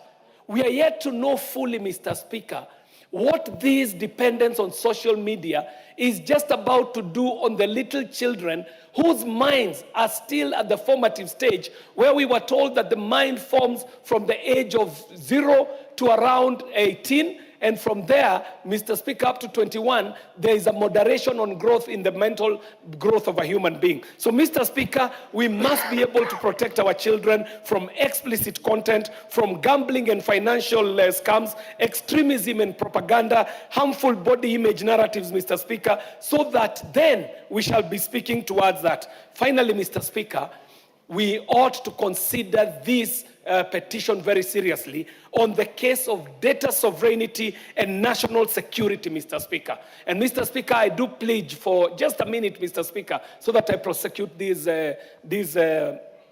point. Thank you very much, Mr. Speaker, for according me that 1 minute. Mr. Speaker, we need to come very strongly on the issue of data sovereignty and national security. Mr. Speaker, the committee that I chair, the Committee on Communication, Information and Innovation, started with its first order of business in this parliament by interrogating an individual who had landed in this country with an orb-shaped equipment, which they were collecting human data out of Kenyans by just incentivizing them with a few thousand Kenya shillings, which were not even fiat money. They were being induced using money that they ought to have redeemed using cyber money, Mr. Speaker. And that case alone opened the Pandora's box on what is happening in terms of exploitation of data and data sovereignty against laws that have been passed by this parliament. Because, Mr. Speaker, Kenya leads on the part of data protection. What we're looking for is compliance, adherence, and also policing, Mr. Speaker. So, Mr. Speaker, I need to complete by saying that any regulatory framework must insist on compliance with the Kenyan data protection standards. It must be clear disclosure of cross-border data transfers, and it must also speak to the cooperation with Kenyan authorities in lawful investigations. And I want to thank Mr. Bob Ndolo profusely for bringing this to the floor of the House so that we can have a conversation that is fit for a time such as this. That even as Kenya walks into the new land that is digital, we also must protect our people, our children, our women, and the entire populace, Mr. Speaker. And I do thank you, and I support with those very pointed support points that can be fed into this petition, so that as we are prosecuting it as Parliament, we will be very sensitive to what already we have done as a Parliament. I thank you, Mr. Speaker. Russell. Thank you very much, Honorable Speaker. Speaker, I beg to support this particular report. This is a lawmaking house, and if we fail to make the laws for this land, then we are not just destroying the current generation, we'll be destroying the future generation. The attempt of this particular bill in the report is to regulate. And by regulating, you are protecting two sides. It's a double-edged sword. That I'm protecting you, but at the same time, I'm giving you leeway to do what you are supposed to do, but within the limits of confines that the law says do not exceed. Honorable Speaker, there are content creators on TikTok who make a lot of money and they make good living. But that should not come at the expense of the social regulation that is needed in this country. And us, we are Africans. We are still not Europeans, or we don't live in the West. We still have a lot of traditions that we want to protect. It is the other generations who can decide either way. But for us today, living in Kenya and being leaders for this country, we have teenagers. And we must go out there to tell them, yes, this is good, but if you go beyond this limit, this will affect you. Mr. Speaker, TikTok is accessed by everybody, from the old, the young, the male, the female. And because of that accessibility, you must look at what is the content. Is it good for a youngster? Is it good for an adult? Because sometimes somebody flashes, even within Parliament, somebody all of a sudden sees the phone ringing and then he says, oh, what is this? So, Mr. Speaker, we have a moral duty as lawmakers of this country to say that what is not right for this country or what is not right for any generation should not be allowed in this country. Mr. Speaker, I agree with KJ when he says that a lot of these TikTok algorithms is done by other people in Europe, in China, in America, but we are just consumers. In a black box. Yeah, it is given to us in a coded language, and we just think that it is a simple thing. So when this committee of ICT sit, they must not sit on their hands. They must be brave men and women to say that you have crossed the red line.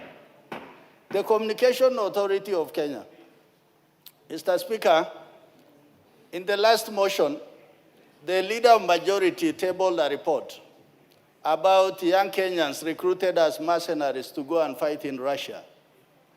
It is indicative of people sleeping on their jobs. These are not 1 or 2 Kenyans who are being taken outside.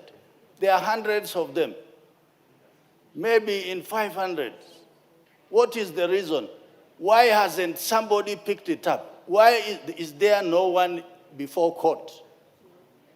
Because many of them are innocent youngsters who are seeking for a good living, greener pastures, but somebody else is spying on them, sending them to a foreign war so that they just become fodder for those wars. So for that reason, Mr. Speaker, even this TikTok, those organizations that are watchdog for the country must not sit on their hands, must put their hands on the button to say, no, you have crossed a red line. With those remarks, thank you, Mr. Speaker. Asante sana Mheshimiwa Spika, na mimi niweze kuchangia masala ya TikTok Mheshimiwa Spika. Vijana wengi hata naona kwenye mtandao wamepeleka habari ambazo sizo kuwa bunge hili linataka kuban kabisa TikTok Mheshimiwa Spika.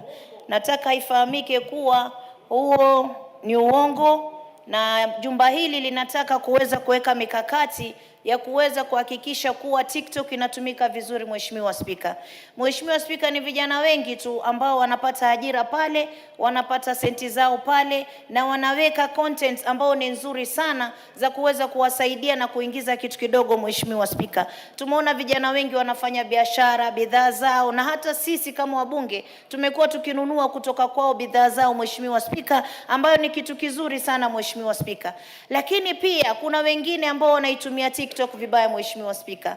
Utapata mama ya mtu pengine amewekwa uchi kwenye TikTok, anachekwa, mtu ampigwa picha bila kujua, bila idhini yake, imetumika kutumia content ambao si nzuri Mheshimiwa Spika, na watoto wadogo wakifika pale wanakutana na picha na video ambazo ni za kutamausha sana, ambazo zinawaharibu pia akili zao Mheshimiwa Spika. Kwa hiyo mimi nataka niwaambie vijana wa Kenya, sio kuwa nyinyi mnanyimwa kutumia TikTok lakini nataka iwekwe mikakati ambayo kwamba mtatumia TikTok vizuri ili muweze kujifaidi na kuendeleza maisha yenu Mheshimiwa Spika. Lakini Mheshimiwa Spika, ikumbukwe kuwa China mpaka wa leo wameban kwao TikTok kwa sababu walijua ina madhara gani. Mimi ningependa niseme taifa hili kabla tungekuwa tumeanza kutumia TikTok ingekuwa tumeweka mikakati.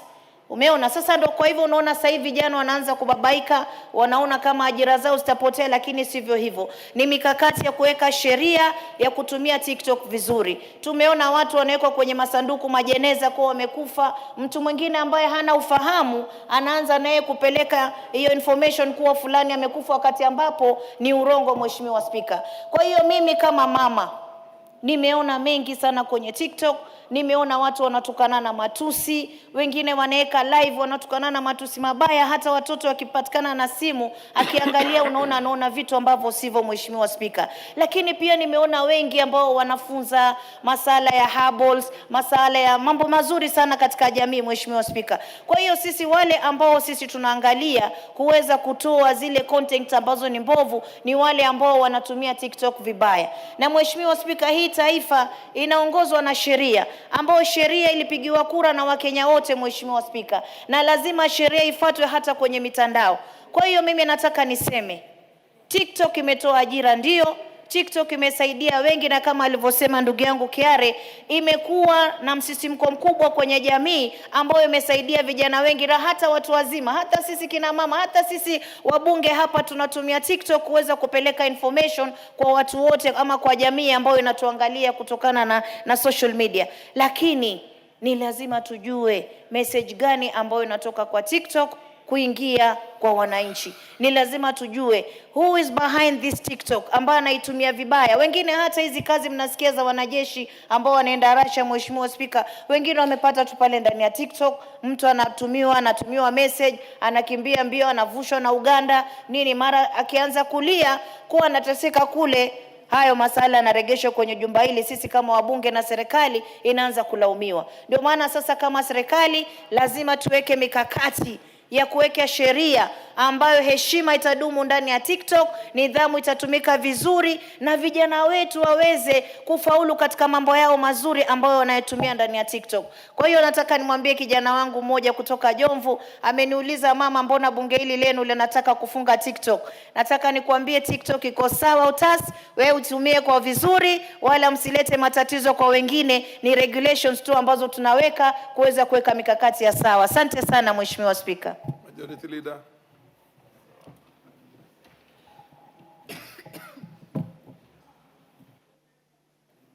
Thank you, Honorable Speaker. Honorable Speaker, I rise to support this motion for adoption of this report by the Petitions Committee.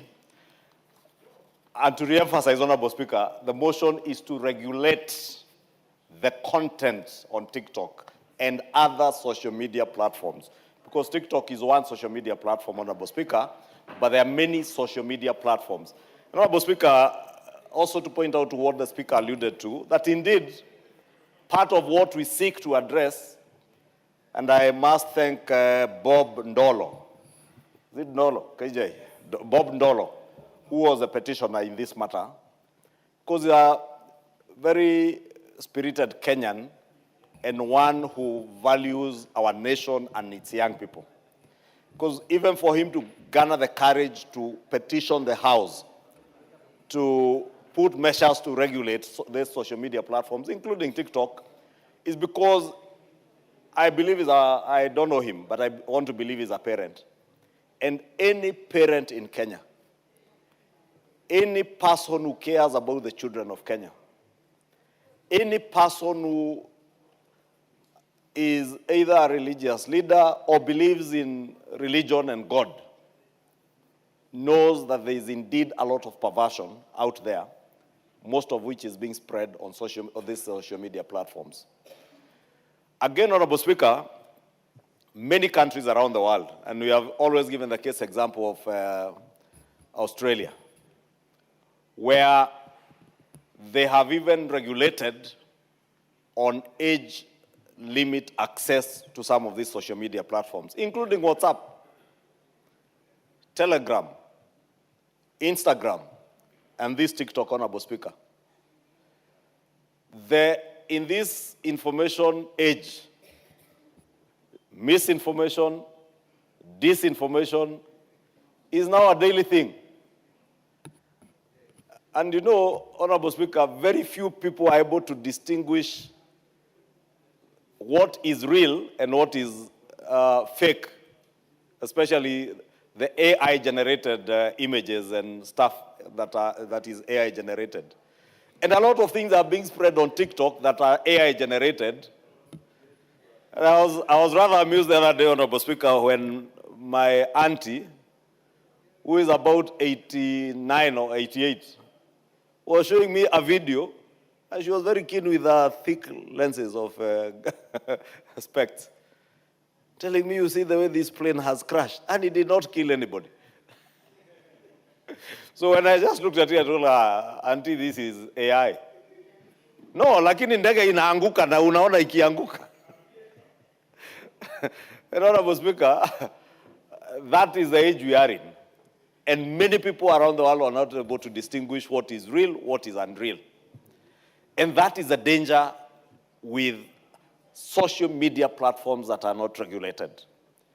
Because young, vulnerable children of Kenya will not be able to tell what is true, what is untrue. What is immoral, what is not. Because they imagine that the things they are watching on those platforms are things that other people are doing and they want to copy. And they think those who are doing those things are their heroes. Indeed, Honorable Speaker, look at the young Kenyans who are following the young man who was here the other day from the US. 𝗪𝗓𝗡𝗪. How many of you knew who 𝗪𝗓𝗡𝗪 is? Because I must confess, I never knew who he is. I never knew until he was in Kenya. But my daughters, including my 8-year-old daughter, knew who 𝗪𝗓𝗡𝗪 is from these social media platforms, Honorable Speaker.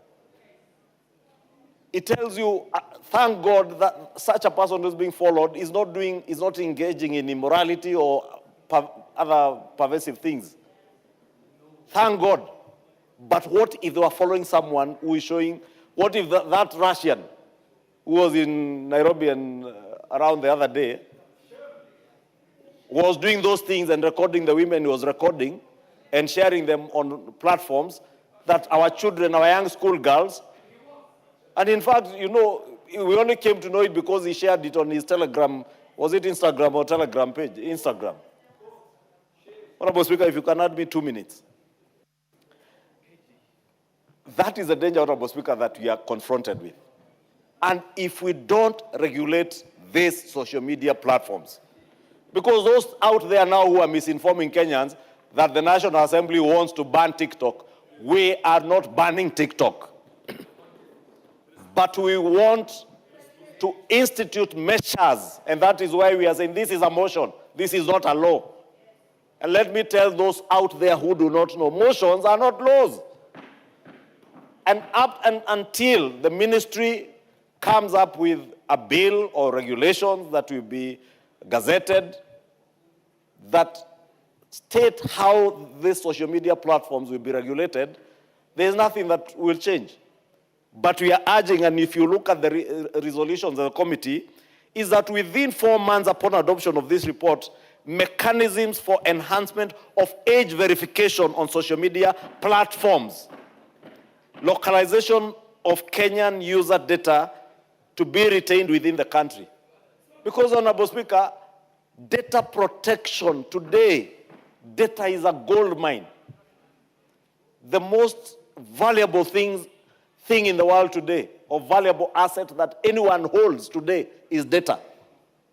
And we must protect our data that is being mined using these social media platforms, including TikTok. Honorable Speaker, you may have noticed, if today you are watching a video on use of private jets, these phones are able to profile you, and tomorrow you will keep seeing very many videos showing you various forms of jets. Or even if you are looking for a car online, it will keep sending you reels showing the kind of car you are looking for. Therefore, it is data, your data that has been mined. How do you protect yourself and your children from that, Honorable Speaker? That is what we are dealing with. And Honorable Speaker, people are earning from your data. And all of us. Therefore, we must protect. The other thing we are saying is to ensure that 4 months upon adoption of this report on digital literacy programs to create awareness on data privacy, processing and storage and community guidelines by social media platforms, including TikTok, Honorable Speaker. Therefore, let it be clear, we have no intention to ban TikTok, but we have every intention and we have a moral obligation and national duty that we owe to ourselves, to our children, and even to God, who has bestowed us with the ability to raise children, to protect them, Honorable Speaker. We have that national duty to regulate the content that is on all social media platforms, including TikTok, Honorable Speaker. Because if we don't do that, we will have failed our nation, we will have failed our children, and we will raise up a nation that has no morals, that has no ethics, and if we want to raise a nation that is moving towards a first world nation, if the first world nations are regulating the content on their social media platforms, why not us who are aspiring to get to the first world? We must follow suit, we must regulate, Honorable Speaker, and I want to beg to support this motion and thank the committee for the immense work they put in. Thank Mr. Bob Ndolo, who petitioned the House. Indeed, his petition was a call for action because we are a bit late. Many other countries have done it, and we must do. We must also regulate on the age limits that are in this report, Honorable Speaker. It is not fair that our 8-year-olds, our 4-year-olds are able to view everything that they can view on their social media platforms, Honorable Speaker. We must protect our children, and I want to urge everybody in the country to support this endeavor to regulate the content on TikTok and other social media platforms without banning it. And I insist, TikTok and other social media platforms are not being banned. They will never be banned in this country. But we must protect the country and our children. Thank you.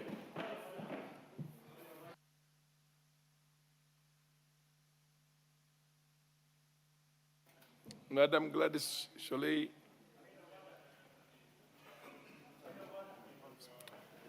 What's your point of order, Honorable Nzengu?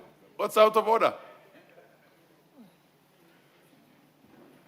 Honorable Speaker, I stand on standing order number 97, noting that this debate started yesterday and members more or less were saying the same thing. The message is the same. I wanted to beg the House that we terminate the debate, considering the fact that there are other items on the order paper, and we have allowed a motion of interfering with today's business. Order, Honorable Nzengu.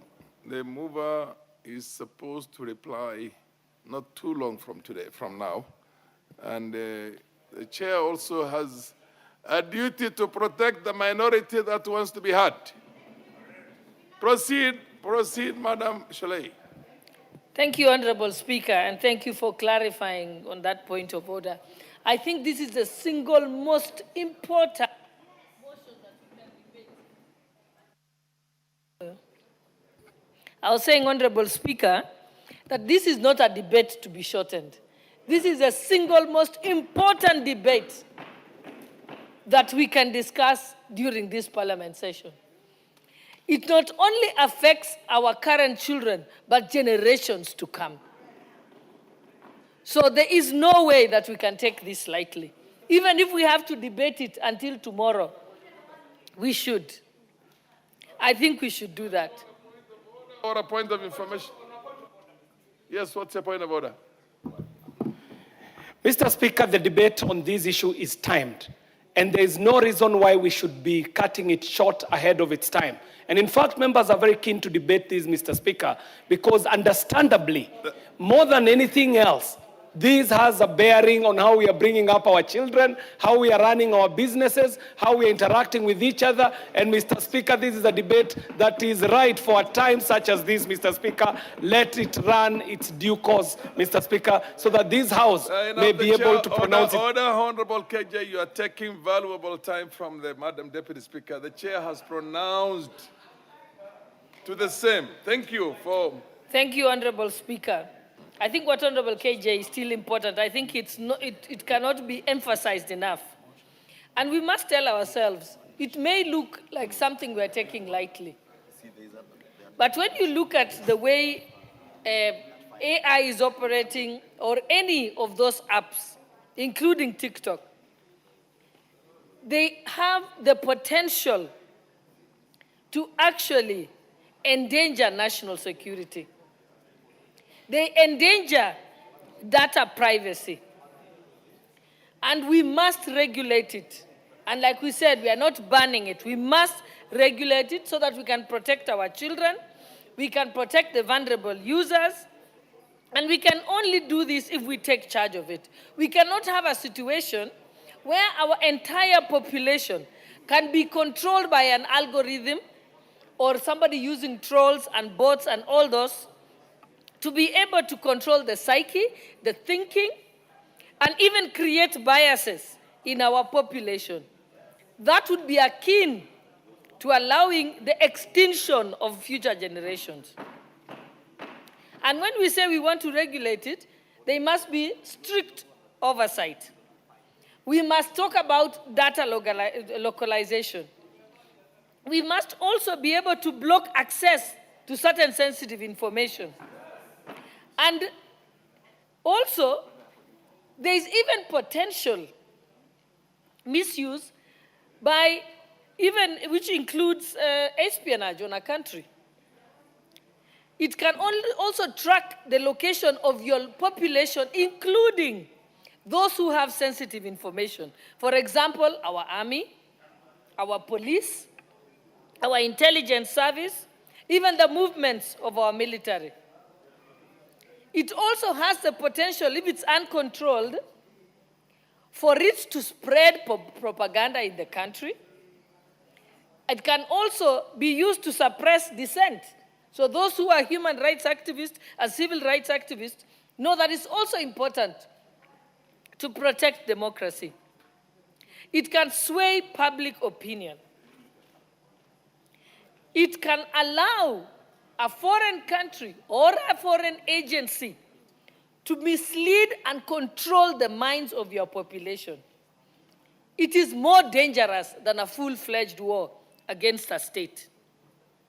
And when we talk about regulating it, we are telling ourselves, we'll regulate it by regulating the content, we'll regulate the misuse and abuse, we will regulate the disinformation and misinformation, we will regulate even through fines, so that if one is involved in deep fakes, in misinformation, we can then fine that country. And we've seen debates that have gone on in the US where they're saying they can fine the organization up to 20% of its turnover so that we can deter the allowing of this.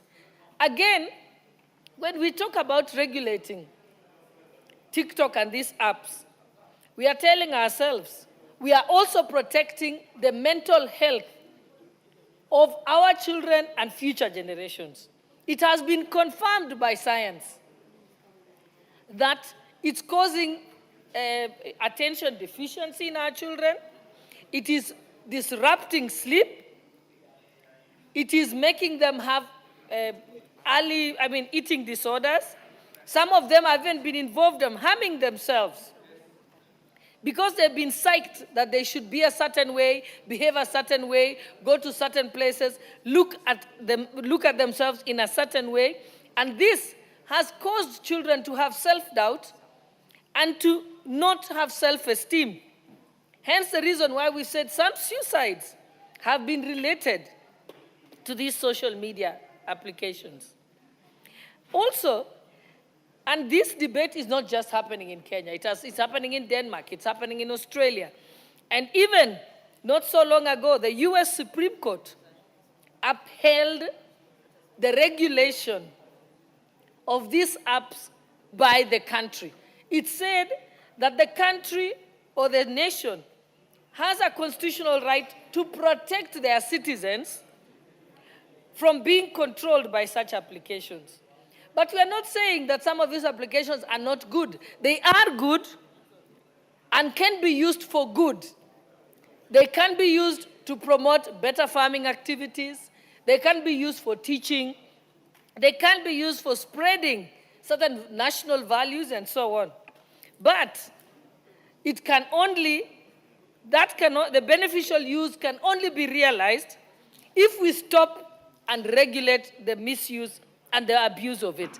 And in closing, I'd like to say, anybody can look at what happened in Romania last year.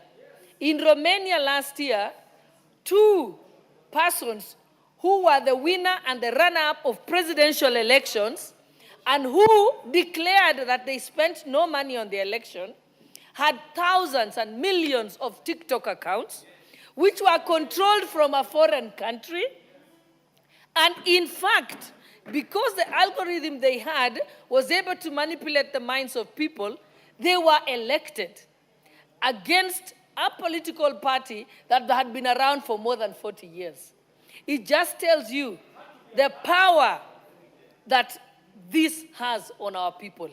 And when people were interviewed and asked, do you know this person? Have you ever met them? Have you ever heard them speak? They said no. They just were seeing it on TikTok that was flooding. So if people are in a farming region, allow her to and those who are in farming regions, they were getting messages that were skewed to catch their attention. If people were in the city, they were getting messages that were skewed to that. It was so bad that that election had to be nullified. And the entire European Union rallied behind Romania. And they managed, thanks to their Supreme Court, to nullify it, and they went to the extent of the European Court of Justice, and it was declared that that election was null and void because it was won through misinformation and disinformation campaigns and not by telling people the truth. So as Kenyans, we must be very, very, very afraid. Thank you, Honorable Speaker. Honorable Bowen. Mr. Speaker, thank you for giving me the opportunity, Honorable Speaker, to join my colleagues and to support the motion that, Mr. Speaker, the social media platforms in the country, Mr. Speaker, has become the source of misinformation and disinformation. And therefore, Mr. Speaker, there is need to regulate, Mr. Speaker. Mr. Speaker, as a country, Kenya is not a lawless country, Mr. Speaker. And this House, Mr. Speaker, as the Legislative House, Mr. Speaker, we need to come up with the laws, with policies and regulations, Mr. Speaker, that will guide our society and guide our generation, Mr. Speaker, in terms of the use of social media. Mr. Speaker, we cannot say the social media, to an extent, it's good, Mr. Speaker. We have many young people who have earned their living through the social media in terms of marketing and many other positive things, Mr. Speaker. But, Mr. Speaker, the negative effects brought by the social media, Mr. Speaker, especially the TikTok, Mr. Speaker, is so immense, Mr. Speaker, that as a country we need to come up with the regulations so that, Mr. Speaker, as we use this, because, Mr. Speaker, we cannot run away from technology. Technology, Mr. Speaker, we need to move as the world moves with the technology, Mr. Speaker. As a country also, we should not be left behind. And these are the technological issues, Mr. Speaker, which we need to deal with, and we need to deal through regulations. Mr. Speaker, if you check many of the content you see in TikTok, Mr. Speaker, and you know, it exposes our young people, the school-going children, Mr. Speaker, to a very bad things.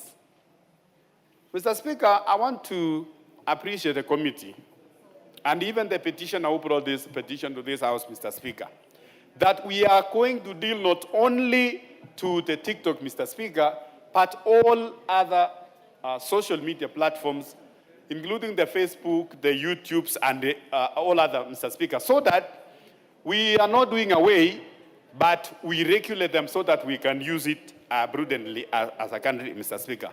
Mr. Speaker, the recently photos we saw on the TikTok, which is through the Russian fellow, Mr. Speaker, if we had a regulations as a country, through our laws, through the CAK, Mr. Speaker, those contents should have been blocked out. It should not be exposed, Mr. Speaker. Mr. Speaker, the social media and even the data, Mr. Speaker, is now a security concern. It is a security issue in our country, Mr. Speaker. So, which we cannot allow, Mr. Speaker, to just be run freely without any regulations.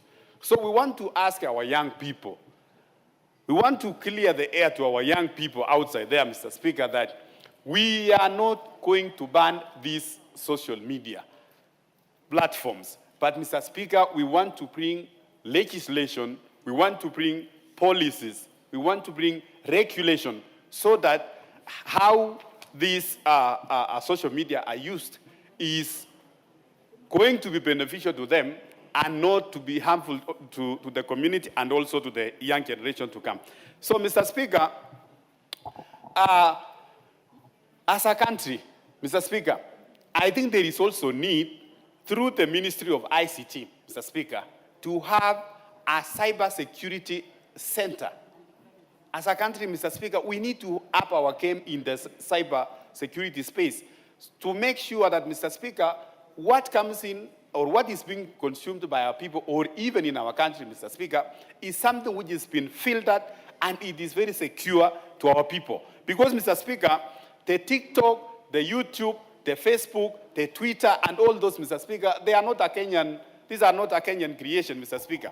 These are things which are beyond our borders. They are beyond us because they are beyond our control. It's controlled elsewhere.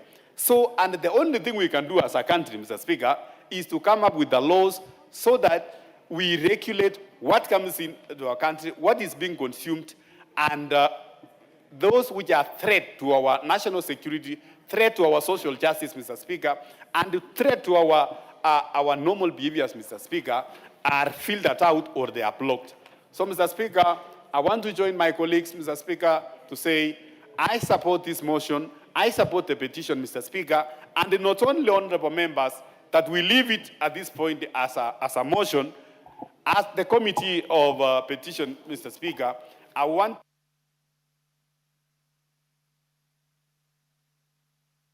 You have half a minute. Yes. I was concluding saying, Mr. Speaker, we should not leave it here, even as we approve as a motion, Mr. Speaker. I want to ask the chair of the committee or petition, Mr. Speaker, to enhance this motion, Mr. Speaker, to a legislation, so that now our debate here cannot be just an exercise in futility, but we translate it to a legislation which is going to manage all this social media. Thank you, Honorable Speaker. Madam Wamuchomba, followed by the MP for Yatta. Thank you, Mr. Speaker. I am very, very excited to get this opportunity to support this report. I have listened to the report submissions. I have read the report, Mr. Speaker. And I am happy that the member for Runyenjes and his committee have done a fantastic job to recommend the regulations of social media, including TikTok. Mr. Speaker, I participated in the making of the law that oversees the dissemination, the design, the development of communication messages in this country. The Computer Misuse and Cybercrime Act is one of the bills that I am proud as a member of parliament in the previous parliament, having participated in the making of the Data Protection Act. Mr. Speaker, let me tell you, TikTok is one of the social media platforms, has built personalities, has built celebrities, has built musicians, but on the same measure, it has demolished homes, crumbled down people's businesses, broken marriages, forced people to commit suicide, and many other adverse effects of negative publicity, Mr. Speaker. If this House cannot provide a solution on how we are going to move forward with TikTok and other social media, we are going to crumble churches, we are going to crumble mosques, we are going to finish and tear down the social fabric of this country. Mr. Speaker, I don't know whether you know how many women have lost their families, their husbands, their children out of the publicity. In my community in the mountain, people call it chai. Chai is tea, where people publish fake news and they use every available social platform to defame members of parliament, to defame musicians, to defame bishops. Right now in my county, Mr. Speaker, there is a bishop who is under attack because of those fake news. One bishop in my county who started small, God has blessed him. He has risen to the levels of a bishop. And let me tell you, Mr. Speaker, people are now getting even into his bedroom. You can imagine when your children are watching their father being teared down on social platforms without control. Mr. Speaker, we cannot continue this way. I am a victim of the same social bullying. People have bullied me. They have drawn me with funny dresses which I don't wear. They have called me names. They have branded me names. They have occupied my private space. But I thank God because I'm a strong girl, and I'm sure you know that, Mr. Speaker. I'm sure, Mr. Speaker, you know I am one of those. Yes, Mr. Speaker knows Madam Wamuchomba is a strong girl. There's no question about that. Very, very strong daughter of the mountain. But not every woman who is attacked like Wamuchomba will overcome. Not every bishop who is going to be attacked like Wamuchomba will overcome. Yes. Not every family man who is attacked like that bishop from my county will overcome. Right. Mr. Speaker, this molestation of social media must come to an end. Yeah. I have allowed them to molest me because I'm strong, but I'm not going to allow them to molest bishops who are doing very good work. Like that bishop I'm talking about, Mr. Speaker, just the other day, he paid school fees for over 500 children, getting to grade 10. And this is somebody who is doing something. Every Sunday, that bishop is feeding thousands of families in his church. He gives them unga every Sunday. But because there are people who want to use social media to bring him down, they create fake news around his family, his wife, his children, and it is trending all over. Mr. Speaker, this house is the only solution that is going to provide sobriety in social media. Mr. Speaker, as one of those who made the data protection law in the previous parliament, one of those who participated in making of Cybercrime Act with KJ here, we are now supporting this report, mandating the committee relevant to come up with the proposals on how we are going to regulate social media. We are not banning, but we must regulate. Mr. Speaker, do you know how many carpenters have lost jobs because of social media? I have a case of somebody who went into TikTok and ordered a table from a certain carpenter and paid a deposit to that fake carpenter. And the TikTok page was actually branded the real carpenter, but this was a broker, a thief. So this guy was walking in the street and he was accosted by the customer. He was being asked to refund money he has never even received. How many businesses are coming down because of those fake brokers who use your company image on TikTok, on Instagram, but you're not the person who is actually marketing that? People have been conned online. Deliveries, people create delivery pages. I order a blouse. Somebody tells me, pay this, you're going to deliver the blouse. You are thinking you're trading with a real outlet, shop, only to realize that you're being conned on social media. Mr. Speaker, to sustain a sober business community online, social media must be regulated. To protect our families and our marriages, those of us that are married, social media must be regulated.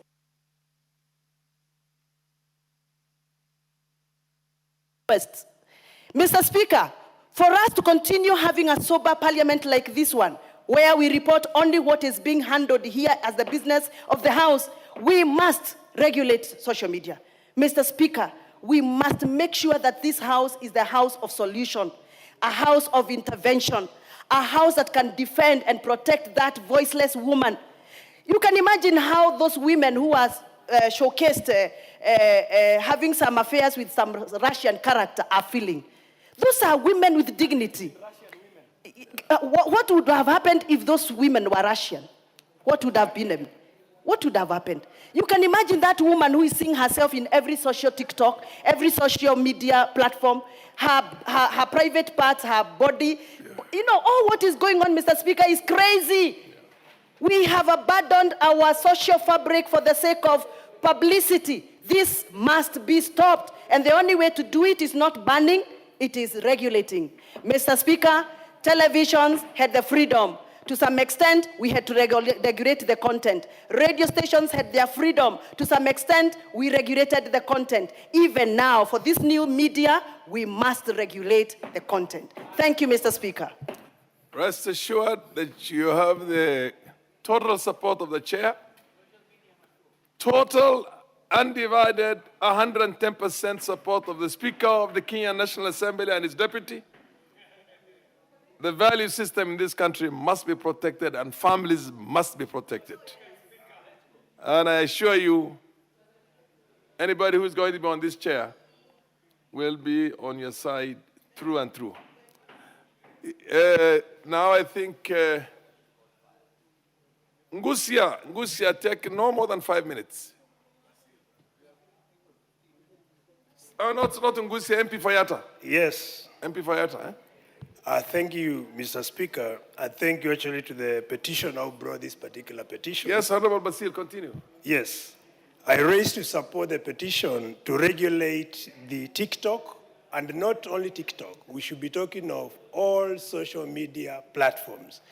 Mr. Speaker, Kenya is not the first to do this level of legislation and the regulation of social media platforms. We have the United Kingdom, which started, the European Union, Ireland, Portugal, and many other countries globally that have taken the center stage to regulate social media platforms, Mr. Speaker. If you look at what is happening currently, we know for sure we are in an exponential age, what we refer as technology age. And young people, we talk of Gen Zs, Gen Alpha, the Beta, Gen Beta, and many other generations to come. All this will be glued to social media, Mr. Speaker.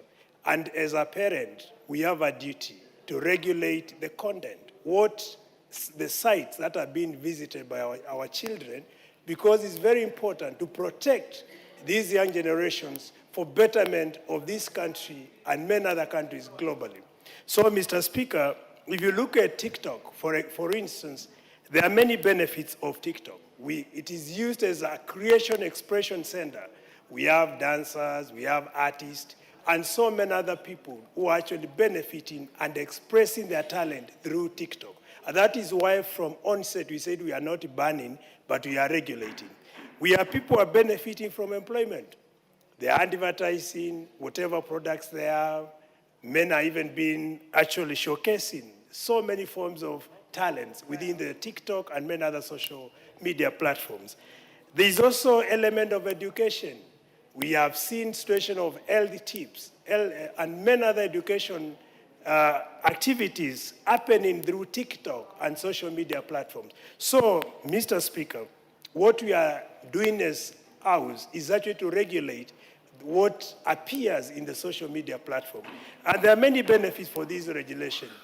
Mr. Speaker, one is to enhance data protection. We have seen a situation of data transfer, but through regulation of what happens within the social media platforms, we'll be able to limit the data transfer and enhance privacy of what is being shared in the social media platforms. Mr. Speaker, we have seen potential foreign influence through TikToks, Instagram, and other social media platforms. So through regulation, we are going to minimize foreign interference in TikTok and social media platform, which could actually have a potential risk on the country, sovereignty, and intelligence, which we have to protect as a House, Mr. Speaker. Importantly, there is element of misinformation, fake news happening through TikTok and other social media platforms. So through regulation, we are going to reduce misinformation, we are going to reduce elements of fake news and other information which have been misused or abuse of information through TikTok and social media platforms. And then consumer protection, Mr. Speaker.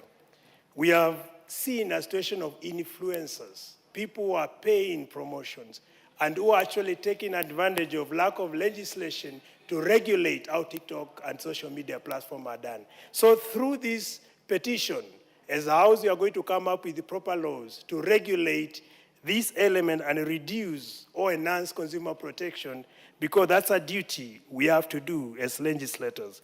So in summary, to summarize my only summary, Mr. Speaker, this particular petition, through the petitioner who brought it forward, we are going to strengthen the privacy of data. We will be able to support or promote national security, because as I said, there is foreign interference which has a potential risk on intelligence of this particular country, Mr. Speaker. We are going to promote child protection, because as parents we have a duty to protect our children for current and future generations, Mr. Speaker. And then finally, transparency and accountability, because through regulation on TikTok and other social media platforms, we'll be able to attain high level of transparency and accountability, which will be an ultimate goal that we are all championing to see. So with those few remarks, I support and I rest my case, Mr. Speaker. Where is the mover of this motion? The chairperson. Actually, we had allotted 1 hour, and I think we have already anti-corruption. Anti-corruption on social media regulation.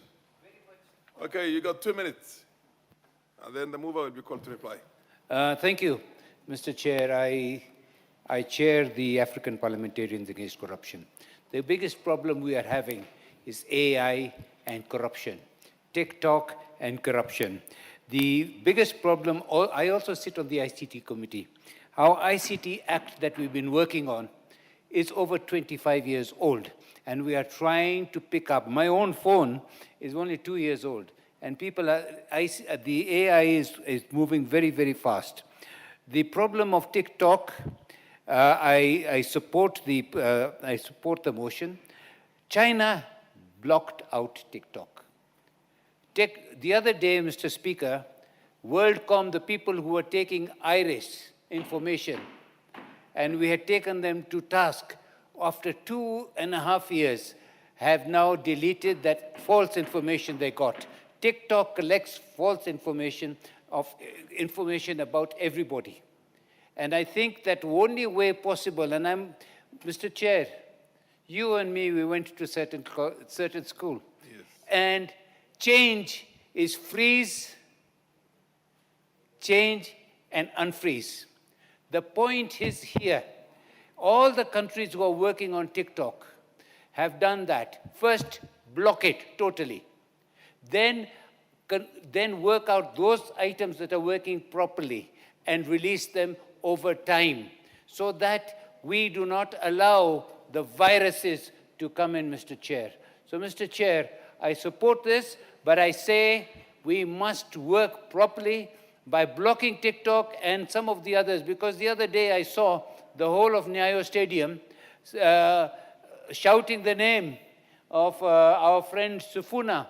So I was so excited when I saw this, that the rugby people, when I found out it was wrong. Mr. Chair, there are TikTok going around in Kisumu, and people have actually told me, and I'm apparently told my wife has divorced me.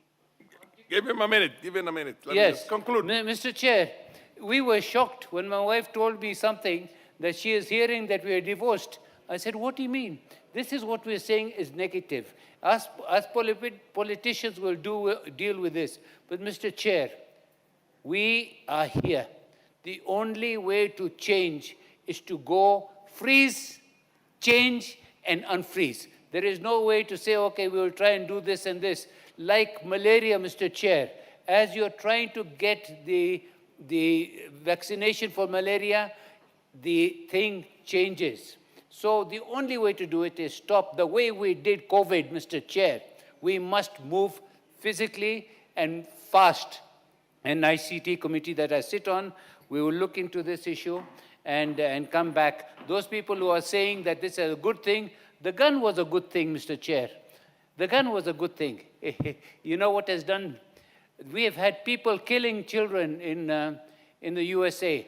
We have had children here being violated. We have the dark web, Mr. Chair. And I think these are the things that we must attend to. Thank you for the 2 minutes, Mr. Chair. The mover. Thank you, Honorable Chair. Mover to reply. Yes. Proceed. Thank you, Honorable Speaker. If I may be allowed, I would want to donate a minute to my Vice Chair, and then I'll finish. Fair enough. Who is your Vice Chair? Honorable Janet CTNA. Proceed, Honorable Janet. Thank you, Honorable Speaker. I also wish to add my voice to this very important motion, and on the outset agree that TikTok should not be banned, but it should be regulated. Should be regulated to be able to safeguard Kenyans from the negative effects arising from the use of social media platforms. It should also be regulated to safeguard our children and protect our children from accessing such contents that pollute their minds. Otherwise, TikTok is a very good platform that can actually earn income and be monetized to be able to empower our youth. We should also regulate this particular TikTok in order to provide for age verification and content filtering. Through the Data Protection Office, Ministry of ICT and Digital Economy, they must compel the TikTok people to localize their offices in our country so that we are able to access and report any issues that pertain to TikTok. We need to compel them to put their offices within our locality to protect our data, privacy, and also our national security. ICT should also look at the content moderators to provide adequate psychosocial support to them because they are no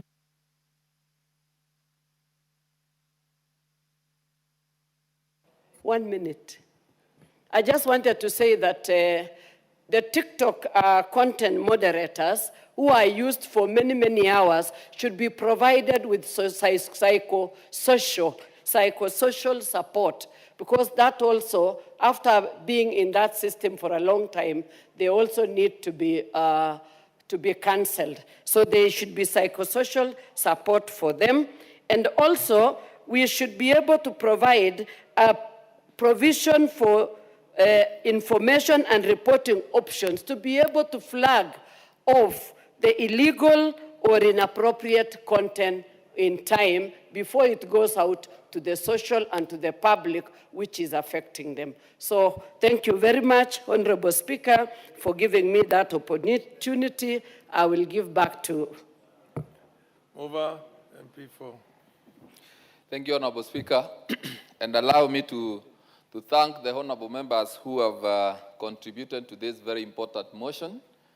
And Honorable Speaker, I am also shocked at the level of misinformation, distortion of information, propaganda, and also fake news that spreads very fast in this country.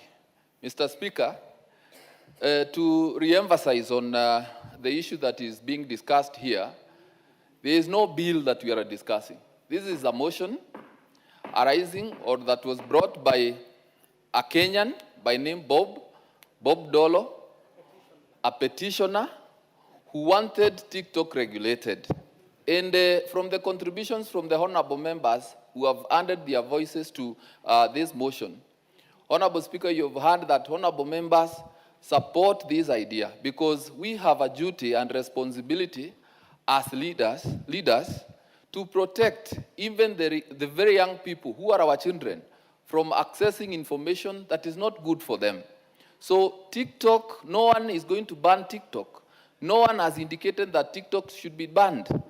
What the petitioner has prayed this House to do or to push for is for regulation of TikTok so that only good information is shared on those platforms. And Honorable Speaker, no one is disputing that TikTok is a good platform. Many of us, and most of us actually, are in those platforms, are in TikTok. And there we consume good information. There we learn a lot, we get entertained. We are witnesses that TikTok has really employed indirectly so many young people. So the idea of having it banned is neither here nor there. The issue is TikTok being regulated and other social media spaces so that only correct or other good information is shared for the consumption by the Kenyan public. But Honorable Speaker, also allow me to call out people and also honorable members of this House who have misinformed the people.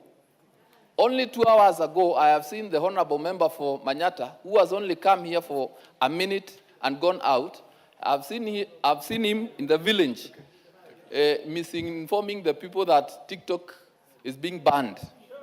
And he has promised the people that he would come to Parliament and oppose the motion. But surprisingly, he has come here, listened to the contributions, heard that there is nothing to do with banning, and he has quietly left. So I ask myself, is it not irresponsible for a leader to go and misinform the people and that he'll come here and oppose a motion, and then he comes here and chickens out without uttering a word?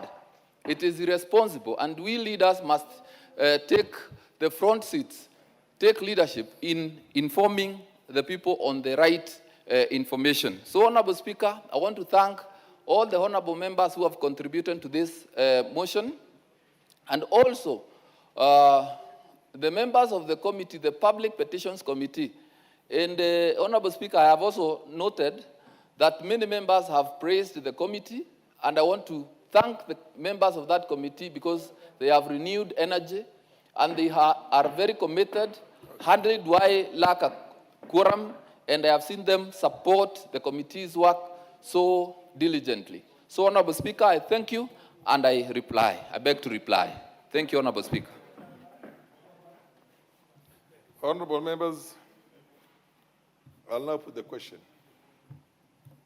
that this House adopts the report of the Public Petitions Committee on its consideration of a public petition number 41 of 2023 regarding regulation of TikTok in Kenya, laid on the table of the House on Wednesday, the 25th September, the year 2024.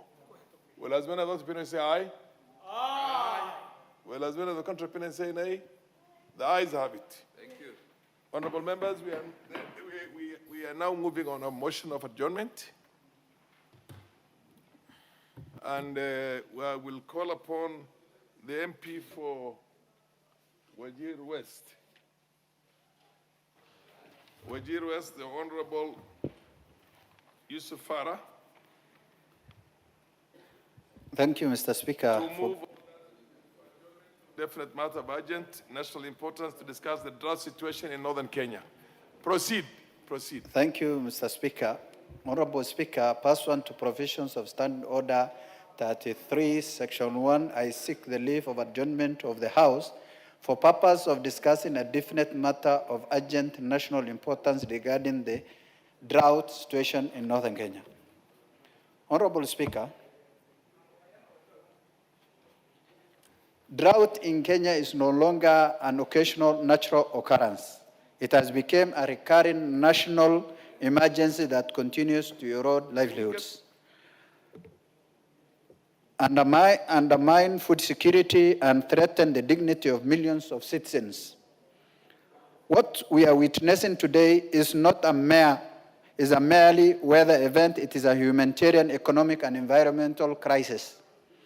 According to reports from the National Drought Management Authority, several counties are in emergency phase, particularly in our arid and semi-arid lands. Counties such as Turkana, Marsabit, Wajir, Mandera, Garissa, Isiolo, and Samburu continue to experience acute water shortage and pasture depletion. In these regions, livestock, which form the backbone of household economies, are dying in alarming numbers. For pastoralist communities, livestock is not just wealth. It is food, school fees, healthcare, and dignity. Honorable Speaker, women and children are walking as far as 80 kilometers in search of water. Water ponds have dried up, boreholes are overstretched, schools are reporting increased absenteeism as families migrate in search of pasture and water. Health facilities are witnessing rising cases of malnutrition, especially among children under 5 and pregnant mothers. This House must appreciate the drought has far-reaching consequences. First, on food security. Reduced crop yields and livestock losses have significantly diminished households' food supplies. Food prices in many local markets have increased beyond the reach of ordinary Kenyans. Hunger is not just a statistic, it is a daily reality for millions in northern Kenya and semi-arid areas. Second, on the economy, the livestock sector contributes subsequently to our GDP. Repeated drought cycles are wiping out years of investment. Pastoralists who lost entire herds are pushed into a chronic poverty. Third, on social stability. Competition over scarce water and pasture resources has led to increased conflict between communities. Displacement, insecurity, and school dropouts are becoming common features in drought-affected areas. Honorable Speaker, while the government has made some efforts through relief food distribution, cash transfer programs, and coordination with county governments, serious gaps remain. Relief efforts are sometimes delayed and even scarce. Logistics challenges limit equitable distribution. Most importantly, we continue to treat drought as emergency response issue rather than a long-term structural challenge. Kenya is highly vulnerable to climate variability. Climate change has made drought cycles more frequent and severe, yet our agricultural system remains heavily dependent on rain-fed farming. Our water harvesting capacity remains inadequate. Honorable KJ and the Honorable Member for Manyata. Degradation of forest. We have a motion of adjournment to deliberate on the effects of drought in the country, where the livelihoods of millions of Kenyans are affected. The least I expect from the House is to be silent, listen, and participate very well. Proceed. Degradation of forest and water catchment areas have further compounded the crisis. Honorable Speaker, drought should not surprise us. It is predictable. Early warning system exists under the National Drought Management Authority. What is often lacking is timely action and sufficient resource allocation. I therefore propose the following urgent measures. The government should declare severally affected regions as a disaster zone to unlock additional emergency funding. Scale up and fast-track emergency food and water interventions. Expand livestock offtake programs to caution before herds are completely wiped out. Accelerate drilling, rehabilitation, and solarization of boreholes in ASAL counties. Honorable Speaker, protect me from my friends here. Order, honorable members, the MP for Runyenjes. Honorable Menje is making... I thought you also come from an area where the effects of drought is devastating to some of your constituents. Cash transfer programs should protect vulnerable households. However, Honorable Speaker, emergency measures alone are not enough. We must adopt long-term sustainable solutions. First, we must invest heavily in water infrastructure, dams, water pans, irrigation schemes, and water harvesting technologies. Second, we must expand irrigation-based agriculture to reduce our reliance on rainfall. Third, we must promote climate-smart agriculture and drought-resistant crops. Fifth, we must protect and restore our water towers and forest ecosystem to enhance environmental resilience. Honorable Speaker, drought management requires coordinated multi-sectoral approach. National government, county government, development partners, humanitarian agencies, the private sector and civil society must work in synergy. Agencies such as the Kenya Red Cross Society and the World Food Programme have continued to support affected communities, but humanitarian assistance should not substitute sustainable policy solutions. As Parliament, we must also strengthen oversight to ensure that funds allocated for drought response are used prudently, transparently, and reach the intended beneficiaries. Accountability is critical if public trust is to be maintained. Honorable Speaker, drought is not just an environmental issue. It's a matter of human rights, economic justice, national stability. The lives of our people, especially those in ASAL counties, matter just as much as those in urban centers. Equity demands that we invest proportionately in regions that are most vulnerable. Let us move from active crisis management to proactive resilience building. Let us shift from relief dependency to sustainable development. Let us ensure that no Kenyan dies of hunger in a country placed with a vast potential.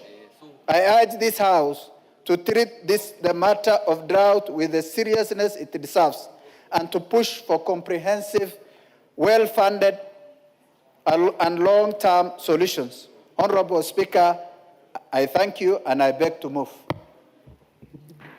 The Honorable MP for Garissa Township.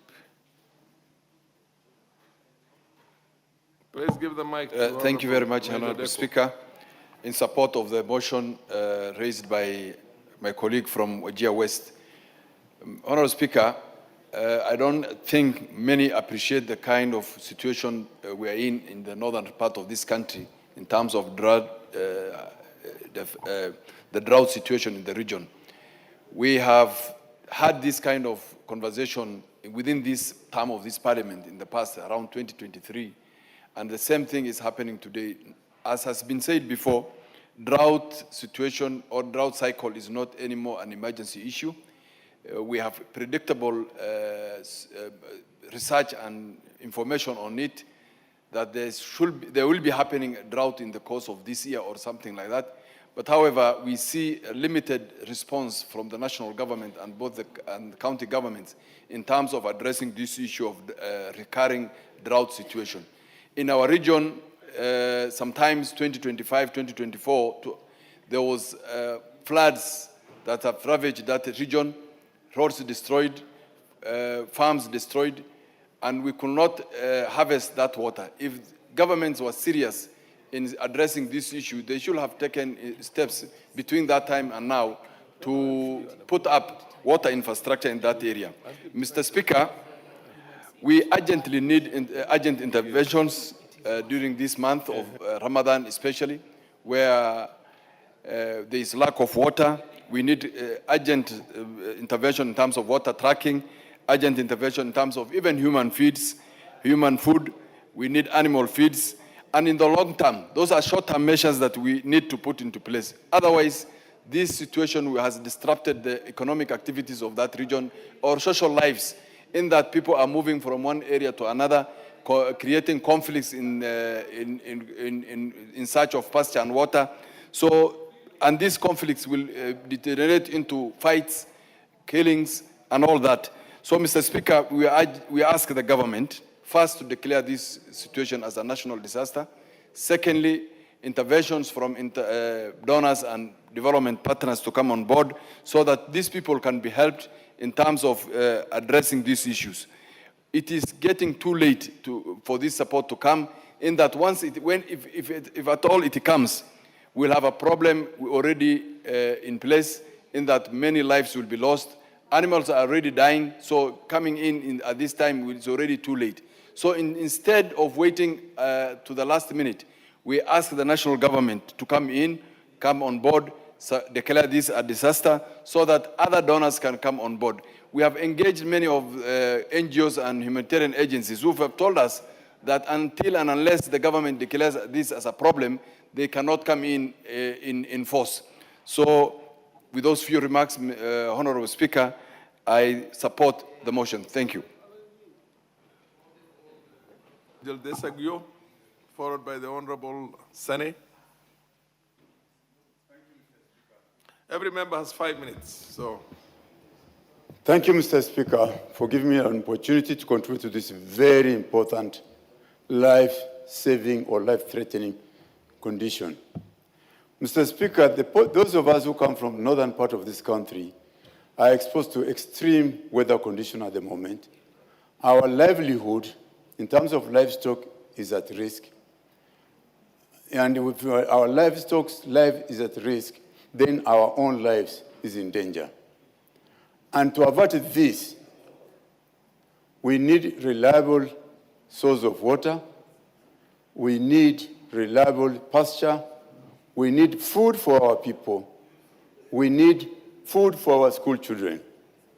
Mr. Speaker, in areas where we come from, because wherever there's a small water source somewhere or some small pasture somewhere, people crowd there from all over the country, all over the region.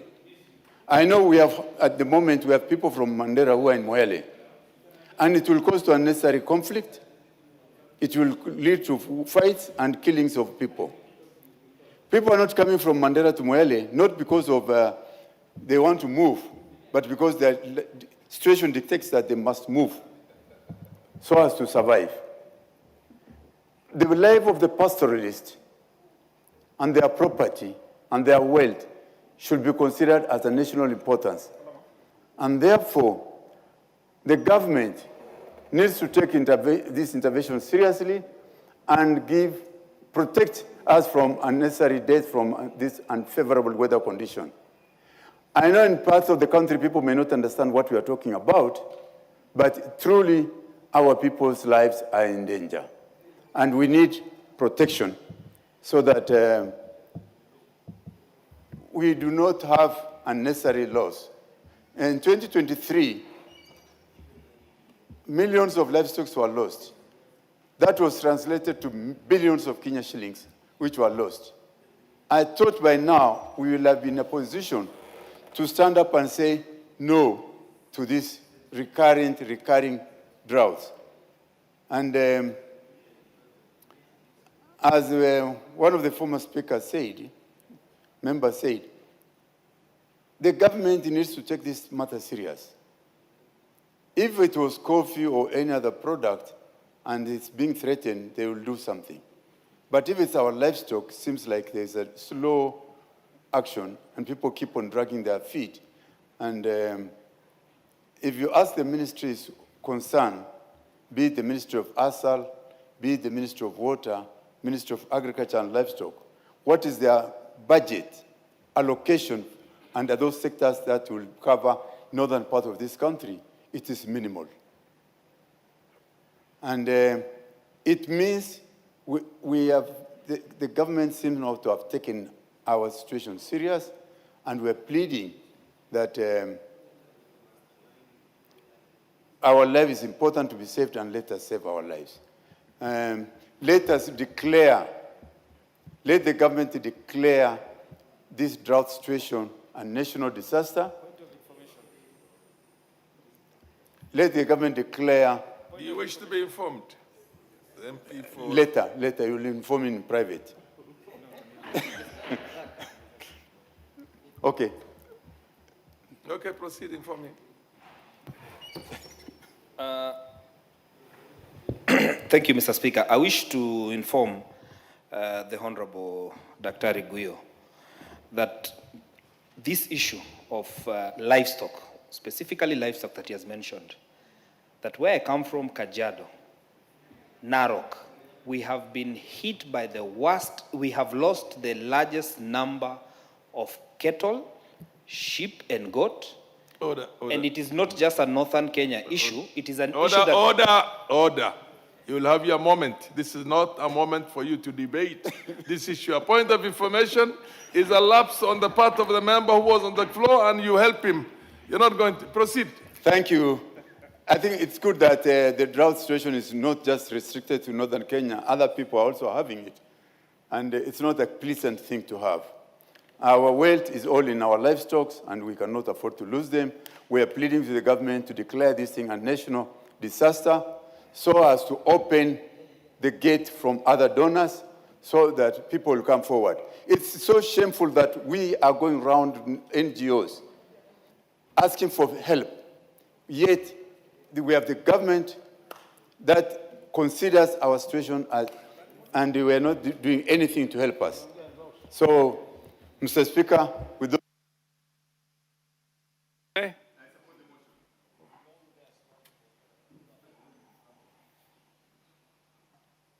Proceed, give the mic to Honorable Sene. Thank you, Mr. Speaker. Mr. Speaker, drought has been with us since I was born. It's not something new. It is not comparable to disasters that just come like earthquake. It is something that can be predicted. It is cyclic. Its trends can be established in a very scientific way. There are early warning systems that foretell the situation as it comes. So the need to declare it an emergency, for me, doesn't augur well. It is about governing drought, Mr. Speaker. It is governance part of the drought that matters than the mere declaration or the political declaration of drought as an emergency, Mr. Speaker. We don't need knee-jerk, ad hoc, impulsive actions in managing droughts. We are in a drought right now, and for sure I can predict, at most, in 2 years, there will be a similar drought. So this habit of always requesting, saying, trying to beg that a declaration of an emergency shall emancipate the people who keep livestock is neither here nor there, Mr. Speaker.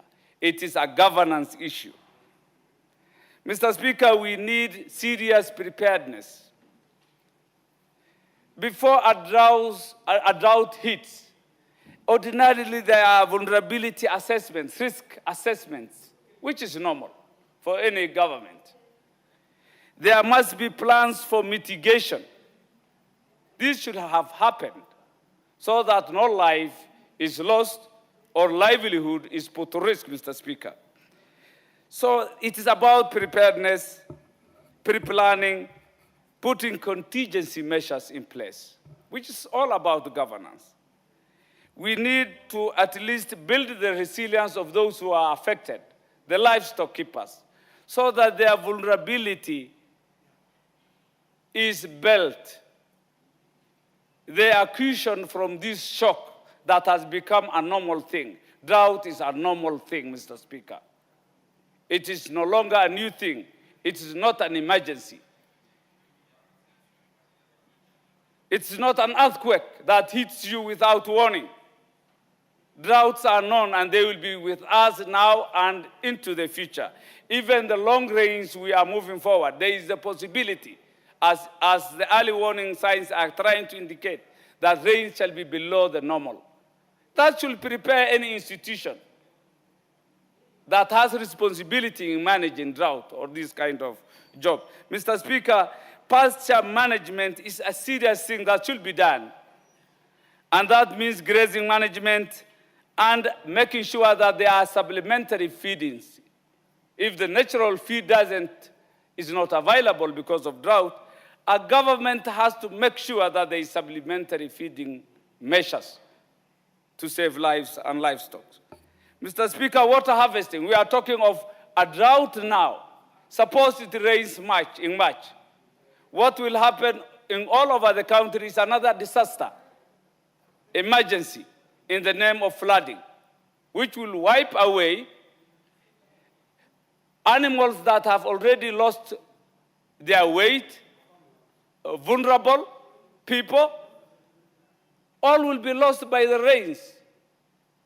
So we are talking of a disaster while we have in mind it will beget a disaster. A drought begetting flooding.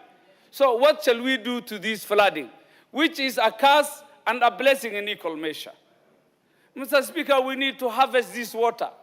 We import our waters to the Indian Ocean, when the same waters can be useful to human life, to wildlife, to livestock and wildlife, and equally turn turbines to generate electricity.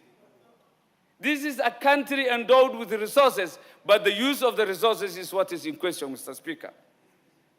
So are we talking of a natural drought, or it is an artificial drought in essence?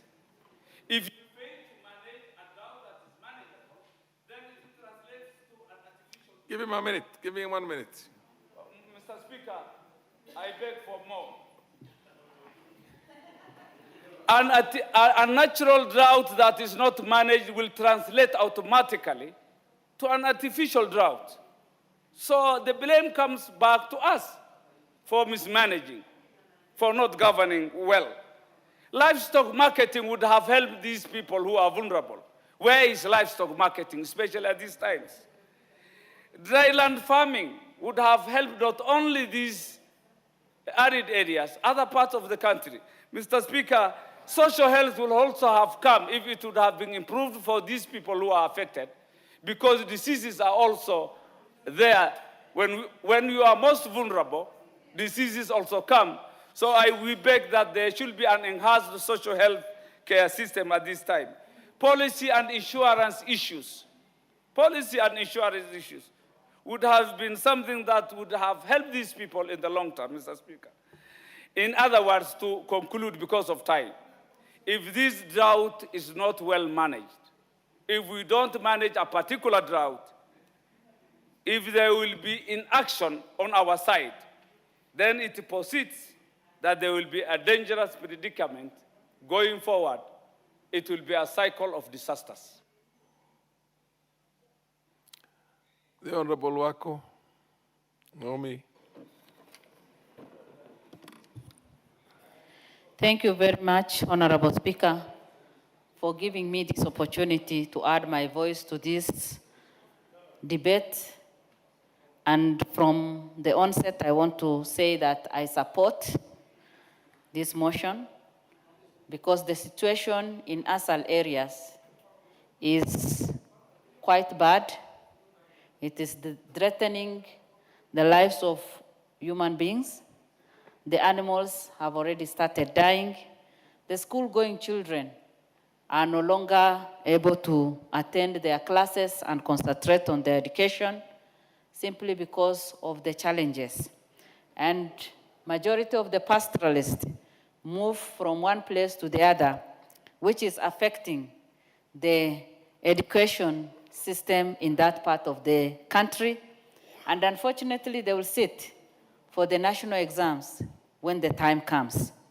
Honorable Speaker, again, we know very well that the drought situation in Kenya is something that has been there, something that even the other leaders who have been there before us have debated on.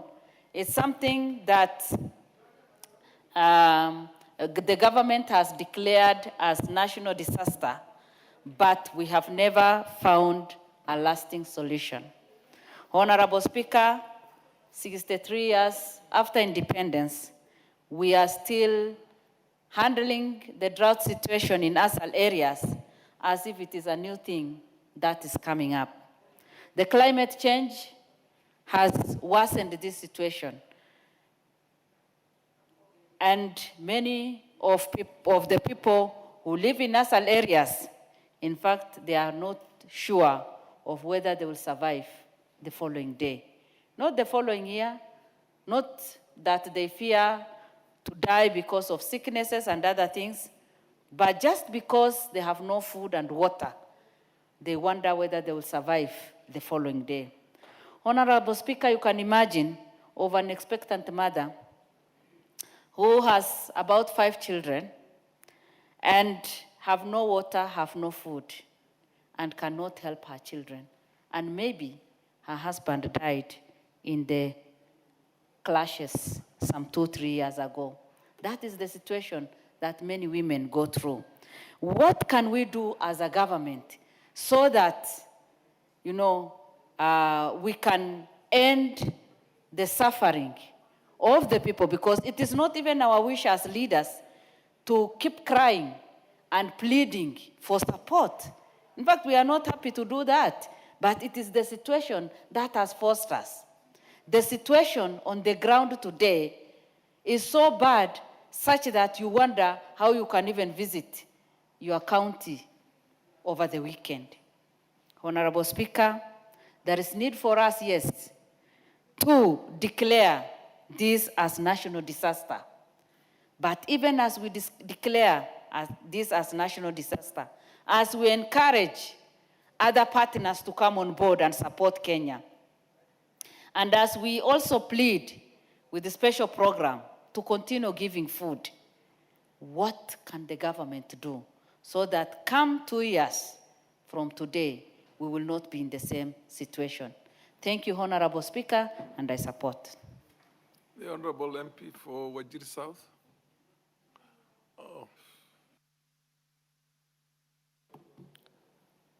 Thank you very much, Honorable Speaker. I'd like to contribute to the motion and declare that the current drought has laid bare the soft underbelly of Kenya when it comes to disaster preparedness. We all know that drought is cyclical.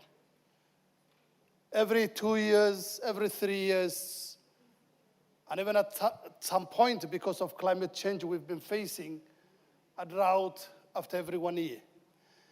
Yet, we were caught flat-footed we were not prepared for what the people of most parts of northern Kenya are facing today.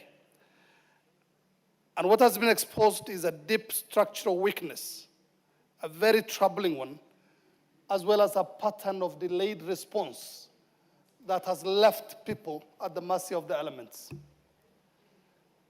We've seen places where people are facing shortages of water and food, and who have not seen any authority whatsoever come to them.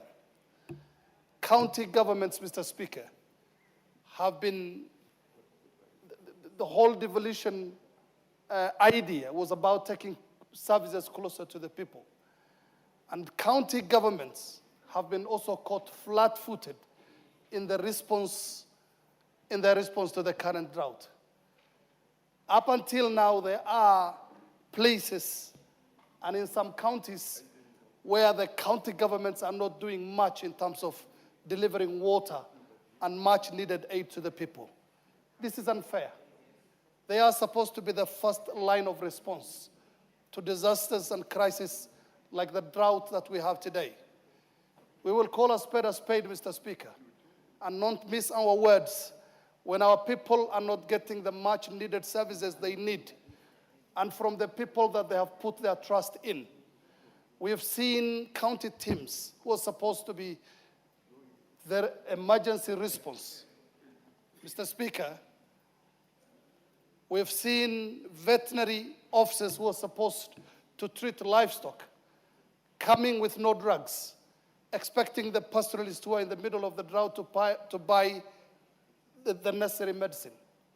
At the same time, expect them to pay their allowances. This is happening in Kenya. This is happening in some part of Kenya. We've seen county water mechanics and maintenance workers coming to a broken down borehole and asking the people to buy the parts that should be used to repair those boreholes. This is unfair. And on top of that, expect the people to pay their allowances. Mr. Speaker, we can be better than this. And one other thing that has really been a source of concern for us is how abundant our livestock keepers are. And not just our livestock keepers, policies on livestock, largely abundant and only on paper. Sometimes you wonder if what is happening in northern Kenya today in terms of the drought was happening in other parts of the country in the form of troubles for the tea farmers, troubles for the coffee farmers and sugarcane farmers. Would we face the same level of lackluster response that we are seeing in northern Kenya? Why are livestock and livestock keepers not being given the importance they deserve in this country? They can earn foreign exchange too. Is it just because of the corner of the country that they are in, or the people who are keeping them and rearing them? It's time we started looking at things differently. It's time we started to be more prepared in our disaster management services. And it's time we started looking at some people who live in some parts of the country as more human than we feel they are. Thank you very much, Mr. Speaker. MP for Kajiado North.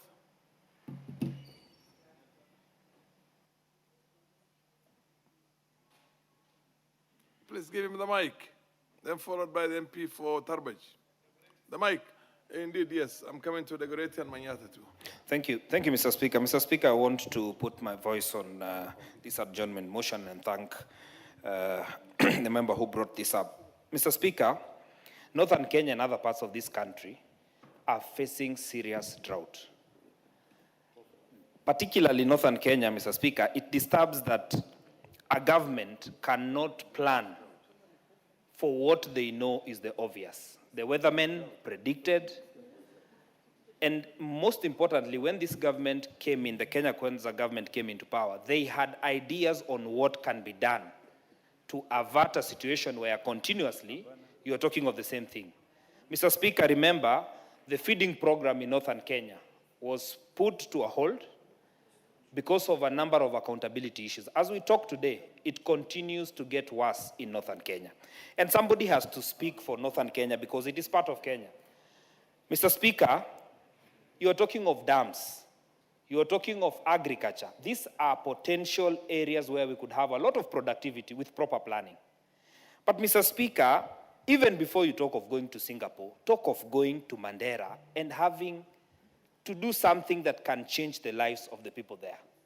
Mr. Speaker, when you talk about you want to do mega dams, in my estimation, we should have Mandera, Wajir, Marsabit as part of the counties that are targeted, not only for their livestock, but for farming, for their water to drink. Mr. Speaker, these are areas that must be targeted intentionally.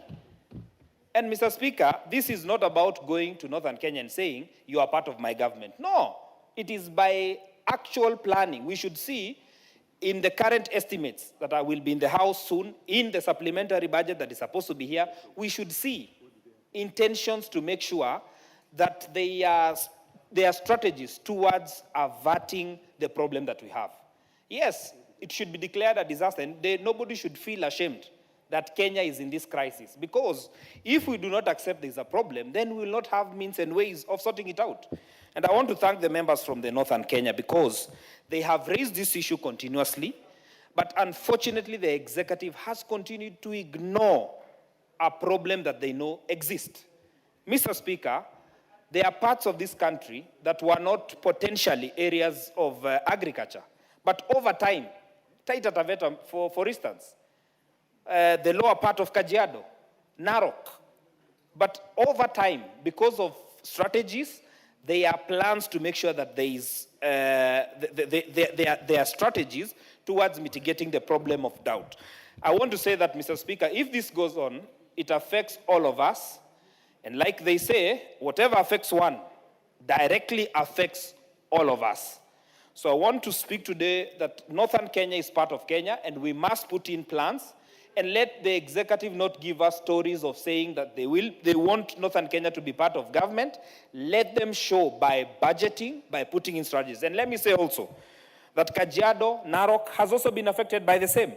Our livestock, we might not have meat in Nairobi because the livestock that comes, the meat that people get in Nairobi comes, which is largely consumed in Nairobi, comes from the northern Kenya, comes from Kajiado, from Narok. And as we talk today, our livestock has been affected heavily. And I want to say that today, we must all speak on behalf of the drought-hit areas, and specifically northern Kenya, and the good people out there, like His Excellency Rigathi Gachagua, who speak on behalf of northern Kenya, must continue doing the good job. Thank you very much.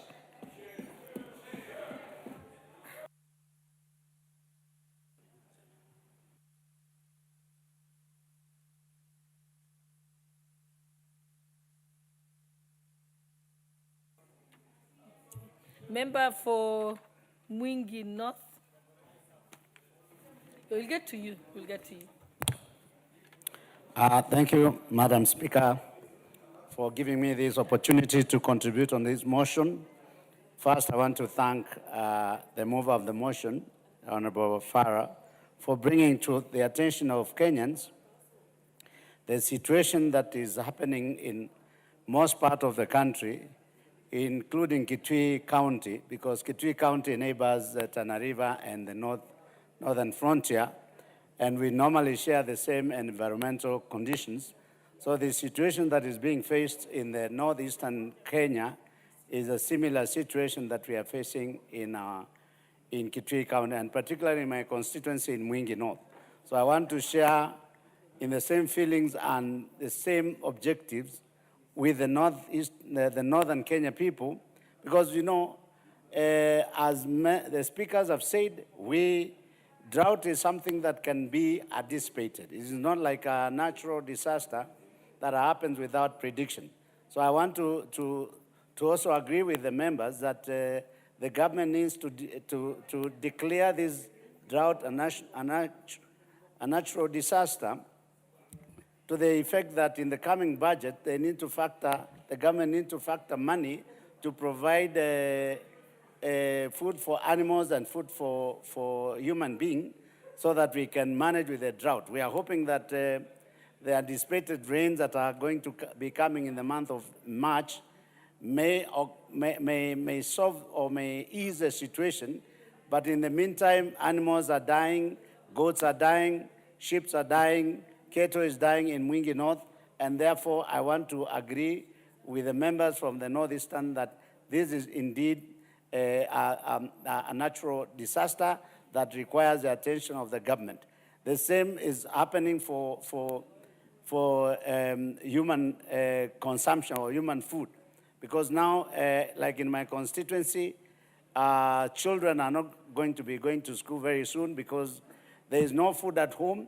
And therefore, I'm asking that the government of Kenya should also, under the program of school feeding program, provide food to primary and secondary schools so that even when at home there is no food, then children can always be guaranteed of a meal from the school so that even if they take a meal per day, then they can continue to go to school and continue with their education. Otherwise, they are going to be disadvantaged compared to the rest of Kenya. So I just agree and support the proposal by the honorable member. Thank you.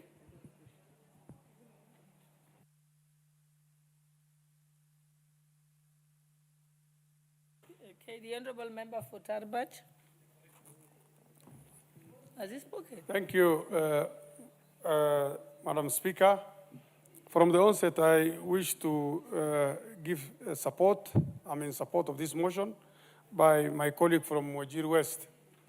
Madam Speaker, the situation in these drought-hit areas, especially in northern Kenya, is quite dire, is quite devastating, and the response from all levels of government is quite discouraging.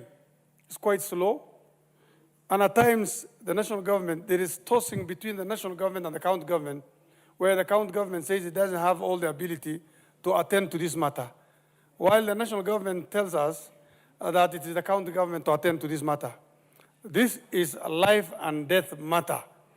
This is not something that is going to affect that region or the country just for a month or two. This is something that will leave behind a print that will economically, socially, and even politically, the whole country and the region for quite a while. The situation, the response we see can be likened to a doctor treating sick people for quite some time, such that when the ordinary person brings somebody who has been hit by a car, he will tell you to just drop it there. He will attend to that person for a while. Just the same way when we present as MPs affected by this drought to the executive, they'll tell us we will attend to them, or we will attend to them, but they don't attend to them. My position, or a resolution from this House, I request is, let's have another committee visiting those areas so that they can have a picture of what's happening. Secondly, at the disposal of the constituents as CDF, I request the Treasury or this House should reach a resolution such that besides the bursaries, the MPs from these hard-hit areas should be allowed to use CDF to attend to the drought situation in their constituencies. Thank you. Majority Leader. Thank you, Honorable Speaker. Honorable Speaker, first let me thank the member for raising this issue, because it is indeed a matter of great concern, not just to the people of his constituency, but to all Kenyans, because as the Speaker said, when one Kenyan or one part of Kenya is afflicted by drought, we all are. And this is a natural phenomenon, Honorable Speaker, that we must use all concerted effort that we can use to alleviate human suffering for those people who are affected in one way or the other by this drought. Honorable Speaker, when we speak about climate change, people think it's just a lot of English. But climate change is real, and the effects of this climate change are here with us, and probably is a challenge to us as policymakers and as lawmakers that even in a house like this that is a budget-making house, as we prepare for our budget, to make sure that we budget in a way that we also anticipate such occurrences as drought, floods, because now some parts of the country, Nairobi and environs, we've started experiencing a bit of rains. And you never know how it's going to go, because unlike in the past when it was predictable that this is a rainy season, in the past, February would never have been a rainy month. Now it's raining in Nairobi and parts of our highlands. In the same spirit, you never know. Probably when we expect the rains and farmers have planted, they don't get the rains. And that is why it's important, and I want to agree with the member of Kajiado North, the Honorable Ngogoyo, when he says that as we budget, we must ensure that we have planned in a way that we do not continue to depend on rain-fed agriculture, that we have dams in the northern parts of Kenya. And that is the reason why I want to invite the Honorable Member for Kajiado North and others in this House. We are in the process of doing public participation now on the National Infrastructure Fund. That is a fund, Honorable Ngogoyo, that will transform in a big way how you do budgeting for such capital-intensive projects. Because building the dams that you need to make sure that we are food secure in this country is not something you'll be able to do from your taxes, from your tax revenue. It is not something you'll be able to borrow to do without injuring future generations. That is why I want to plead with all of us, and I'm not just addressing the member for Kajiado North, that politics aside, let us focus on doing what is right and good for this country. Politics aside. Because today, out of politics, you will hear very many people pontificate now about, oh, there is drought ravaging the northern part of Kenya. Where the other day, they were demonizing the same people from northern Kenya. Even saying they should not attend schools in my constituency, like the Alliance High School. The same people. The same people. Not knowing that the Alliance High School and other national schools have been built by Kenyans from all parts of this country. And I dare tell those Minyo people that our national schools were not built from CDF, NGCDF. I was born and brought up in Maihe village, Gikambura, the village that hosts the Alliance High School. Honorable Speaker, if you'll allow me 5 minutes to just complete this. That the people of Kikuyu, other than our ancestral land, have never invested a shilling into the Alliance High School. Fact of life. It is the alliance of missionaries that built the Alliance High School. It is the government of Kenya that has invested. I've been member of parliament, Ngogoyo, in Kikuyu for the last 13, almost 14 years. I have never sent a shilling to the Alliance High School because that school educates children from around the country. And I have my local issues and my local schools to address. Therefore, when we deal with issues that touch on parts of Kenya that have been marginalized over the years, let us be sensitive to other Kenyans. Let us not politicize everything, including the National Infrastructure Fund. Because it is cheap politics to just dismiss things for the sake of dismissing. Some of those who are dismissing... Just let him finish, please. You know, Honorable Speaker, you need to advise this member for Ngogoyo, the member for Kajiado North. He's saying time up. You are not the Speaker. And if that's the way you used to behave in the Kajiado County Assembly, you're in the National Assembly now. Behave like someone in the National Assembly. Two, Honorable Speaker. Honorable Ngogoyo, you're out of order. Yes. Two, Honorable Speaker, when the National Infrastructure Fund, I'm saying some of those people you hear pontificating out there, they were with us in the campaign. I know some of them didn't have the temerity to read and conceptualize what we were selling to the people of Kenya during the campaign because they said it was too complicated for them.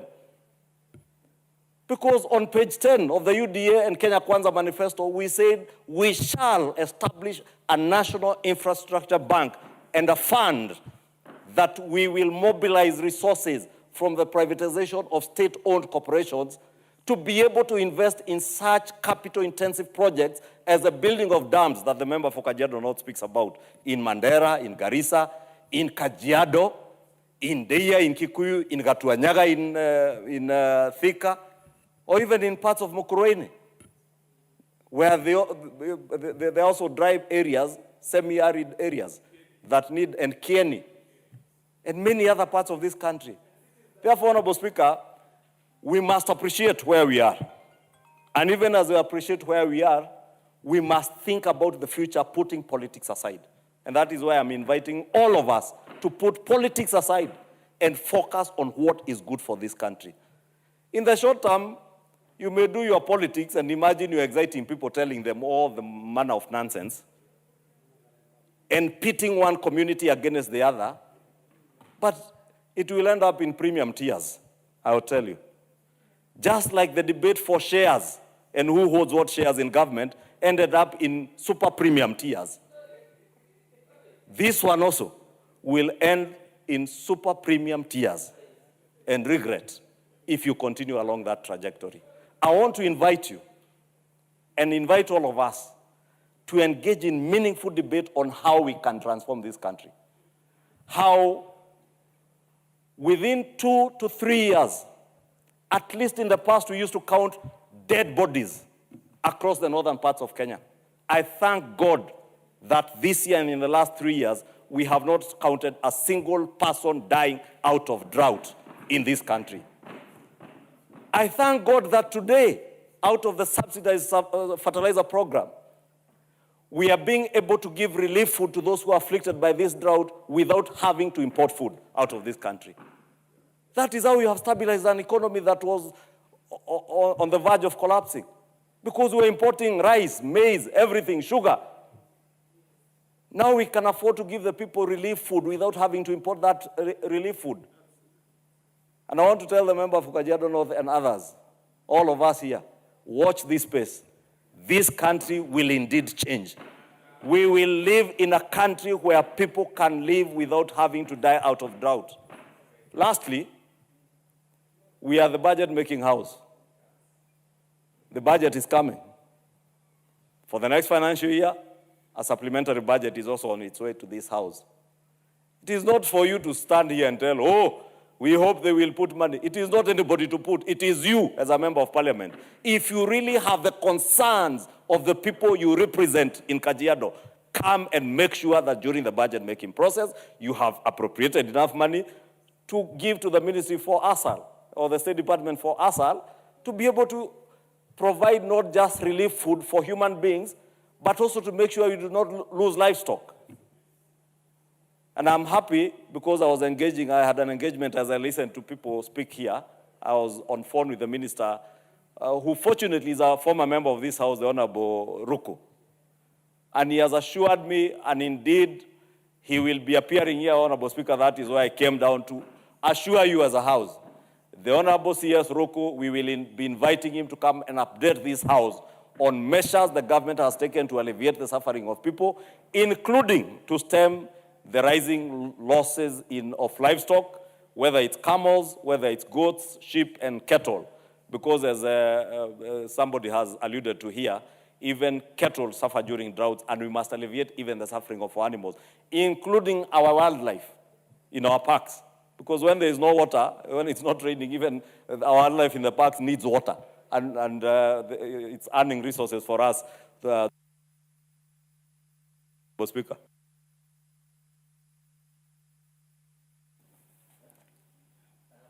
I think we have another two. Yes, Honorable Farah Malim, please, you may proceed. Just giving him a chance because he had been waiting for me to take the chair so he can speak. Then we'll come to member for Dagoretti. Yeah. Honorable Mwenje, I know you had shown interest. Honorable Eva. So let's try and make it 2 minutes. Honorable. Everybody, we have enough time for all of you. Madam Speaker. Including you, Honorable Ounda and Honorable Makali. Madam Speaker, I want to thank very much the honorable mover of this motion and all the members who have contributed. The MP for Kajiado North included,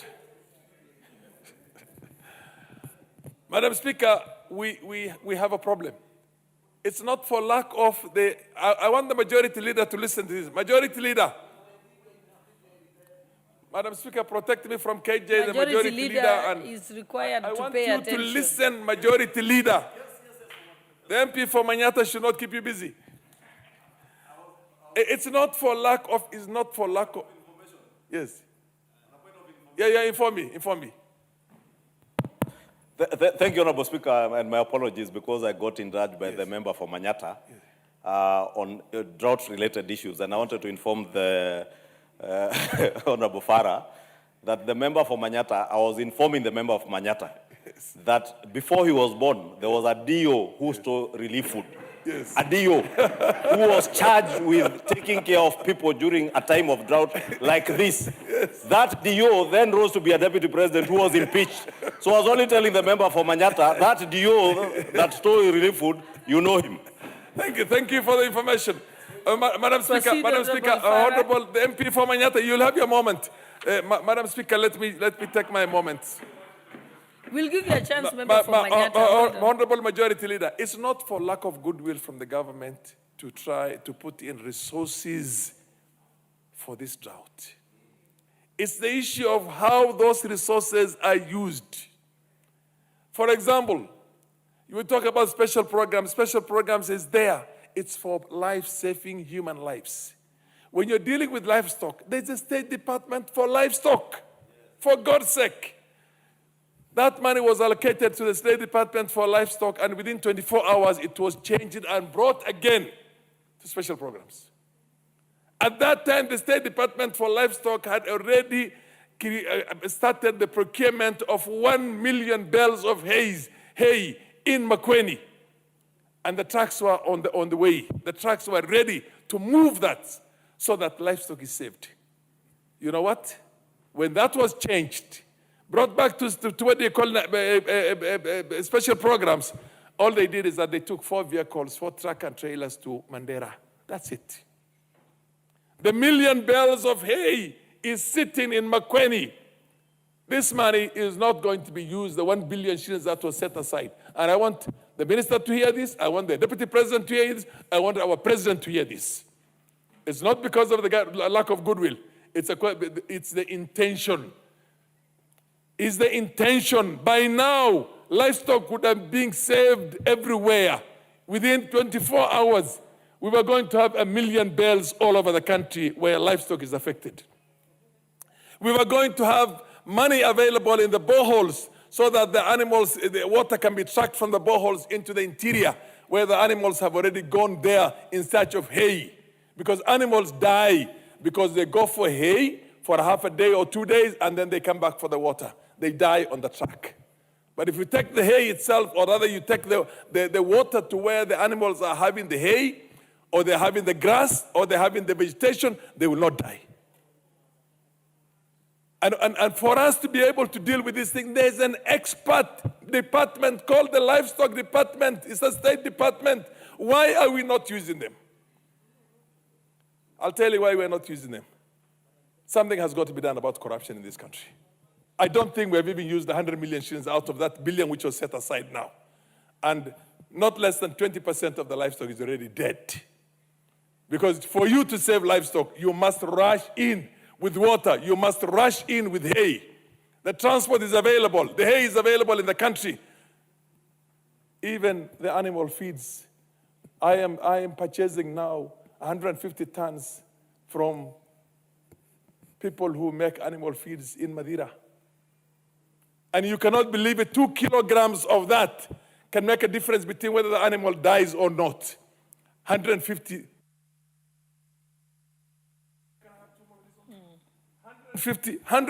tons is 150,000 kilograms.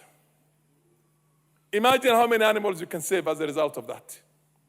We're asking for a declaration of a state of emergency so that the military and all government vehicles, tankers, water boozers, all of them could be put on the road to make sure that we save our livestock. We save our livestock. Madam Speaker, it's not just intentions that are good enough. Action has to be seen. We are not seeing action. We are not seeing action. Off-take. I remember what was called the livestock marketing division used to go to these places, go and buy all those animals which are about to die, move them all and bring them to the Agricultural Development Corporation, where they call farms engineer, fatten them and make billions, hundreds of millions out of it. But save the livestock owners. Give them something for them to be able to keep on taking care of the balance of their livestock. We don't have that. Nobody is doing any off-take right now. Nobody's trying to save the livestock. So we have a problem. We have a problem. It's an emergency, and I want this parliament to sit. Somebody said that members of parliament should travel around to see what's happening. I agree with that. Members of parliament, our National Assembly members of parliament care about the four corners of this country. And when I see everybody talking about, when I see what the majority leader is saying, talking from his own heart, I see KJ. I even see the MP for Kajiado North. People think he's playing politics, but for once, I have seen him talk from his heart. We need to save. We belong to one country. If your finger is sick and paining you, the head will pain you. Everybody, the eyes will pain you. We cannot have one part of the country dying and the other part of the country living. No. We can't have a half dead and half living nation. We need to move with the speed. And I want the majority leader to communicate this, convey this to His Excellency, the Deputy President Kindiki, because he's the one who put together all those donor community, government departments, all of them, and I attended that breakfast meeting in his own house there. For God's sake, make sure that this hay goes to the livestock there so that we don't lose any more livestock. Make sure you put on a full scale all the companies that are making animal feed so that we can take that fortified animal feed that has the capacity to even revive emaciated cows and camels and goats and sheep. Once they're given that for 2 kilos or 3 kilos, it makes all the difference. It won't cost us much.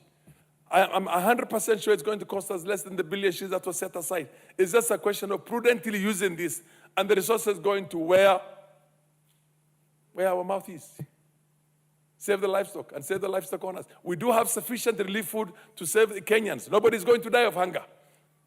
Nobody's going to die, but the livestock is going to perish. We don't want the wild livestock to perish and then we have poverty all over. We don't want that to happen. So I'm depending on my majority leader, the able majority leader, one Kimani Ichung'wah.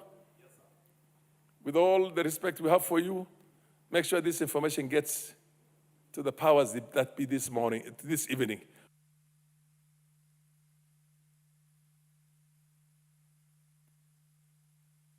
Honorable KJ.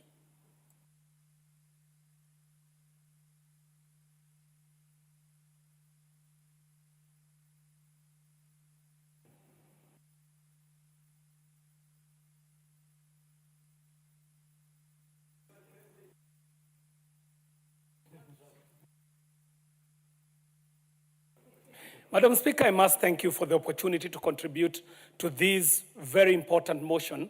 And we must thank the Honorable Farah Yusuf Mohammed for bringing to the floor of the House such a matter of great national concern, Madam Speaker. And from the offset, Madam Speaker, it must be said that this conversation cannot be domiciled just in the plains and the deserts of northern Kenya. Madam Speaker, when we have a situation of national emergency like we are talking about, it affects even those who are city dwellers, Madam Speaker. We ought to remind ourselves that when foods come from the farms, when the foods come from the rural areas, they end up in places where they are feeding people who do not even have shambas, Madam Speaker. So that when we speak about a crisis situation in the country, it affects all Kenyans, up to and including those who are living in the city, Madam Speaker. And so I must thank Honorable Farah Yusuf Mohammed for bringing this to the floor of the House so that we may be able to discuss the situation as is, not only in northern Kenya, but in this country, Madam Speaker. And Madam Speaker, it is clear and it has been observed that reduced yields and livestock losses have significantly diminish the household food supplies, Mr. Speaker. And Mr. Speaker, these repeated drought cycles have been wiping out years of investment, so that that which is hit is not only the current stock in the farms, but Mr. Speaker, it must be noted that these are wiping out entire years of investment. But most importantly, Mr. Speaker, it also speaks to the topic of social stability. That, Mr. Speaker, when we have competition on scarce water and even feeding resources, they lead to conflicts between communities, because it is, as it has been said very well, a hungry man is an angry man. So this parliament is rightly in its place to address the issues that have been brought by the Honorable Farah Yusuf Mohammed, and to take the conversation further, even beyond the emergency.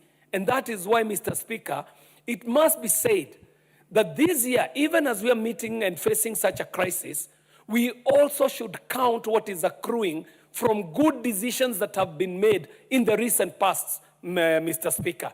That it is this government that decided in its own motion that it is going to revolutionize agriculture and farming and food production, and the results are showing, Mr. Speaker, that what we are seeing happening in places like Galana Kulalu, well explaining why this time round, Mr. Speaker, the situation has not gotten to a place of loss of lives, Mr. Speaker.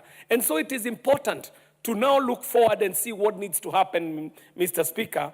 And to my mind, and to the aid of the honorable member who brought this to the floor of the House, I think there is a solution here in scaling up and fast-tracking emergency food and water interventions to those who are affected. And this is a matter of national emergency, should be attended to promptly, Mr. Speaker. Secondly, the acceleration of the drilling and rehabilitation and solarization of boreholes in these affected areas, Mr. Speaker, so that this water is available not only for humans, but also for the animals.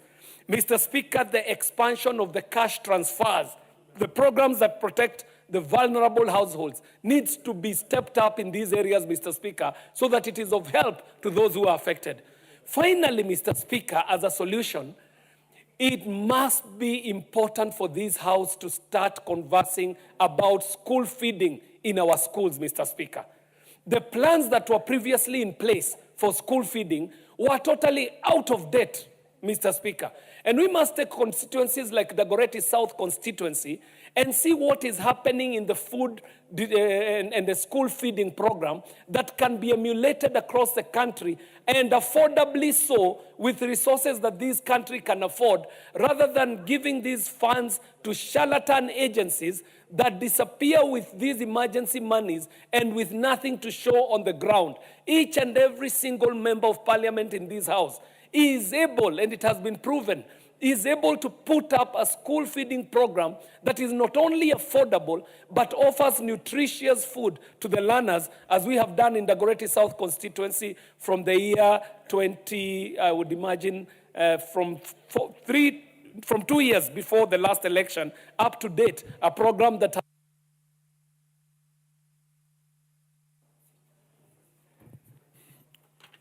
No, you have had your bites, Honorable. And given that this motion was actually given a time frame, it was supposed to end at 6:10. Looking up on our watches, you notice that we are already doing 6:14. And therefore, I'm only giving one chance, and that's to Eve Obara, 2 minutes, after which we stop and move back to the order paper. Proceed, Eve Obara.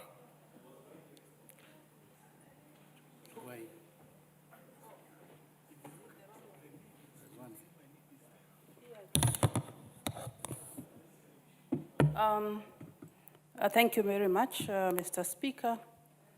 And let me add my voice to support the motion by my member from Wajir. Mr. Speaker, as much as we empathize with the situation in the northeastern Kenya, Mr. Speaker, we are aware that this is not the first time. And over the years, this has been happening year in, year out, when we have drought and disaster of a similar nature. Mr. Speaker, this is a time when we appreciate the role of social media, because it has made it possible for us to see real time what is happening to our colleagues and our country in the northern Kenya. Mr. Speaker, there is an agency called Kenya National Drought Management Authority that was set up in this country. Mr. Speaker, the mandate of the authority was that the agency is responsible for coordinating and implementing measures for disaster management in the country.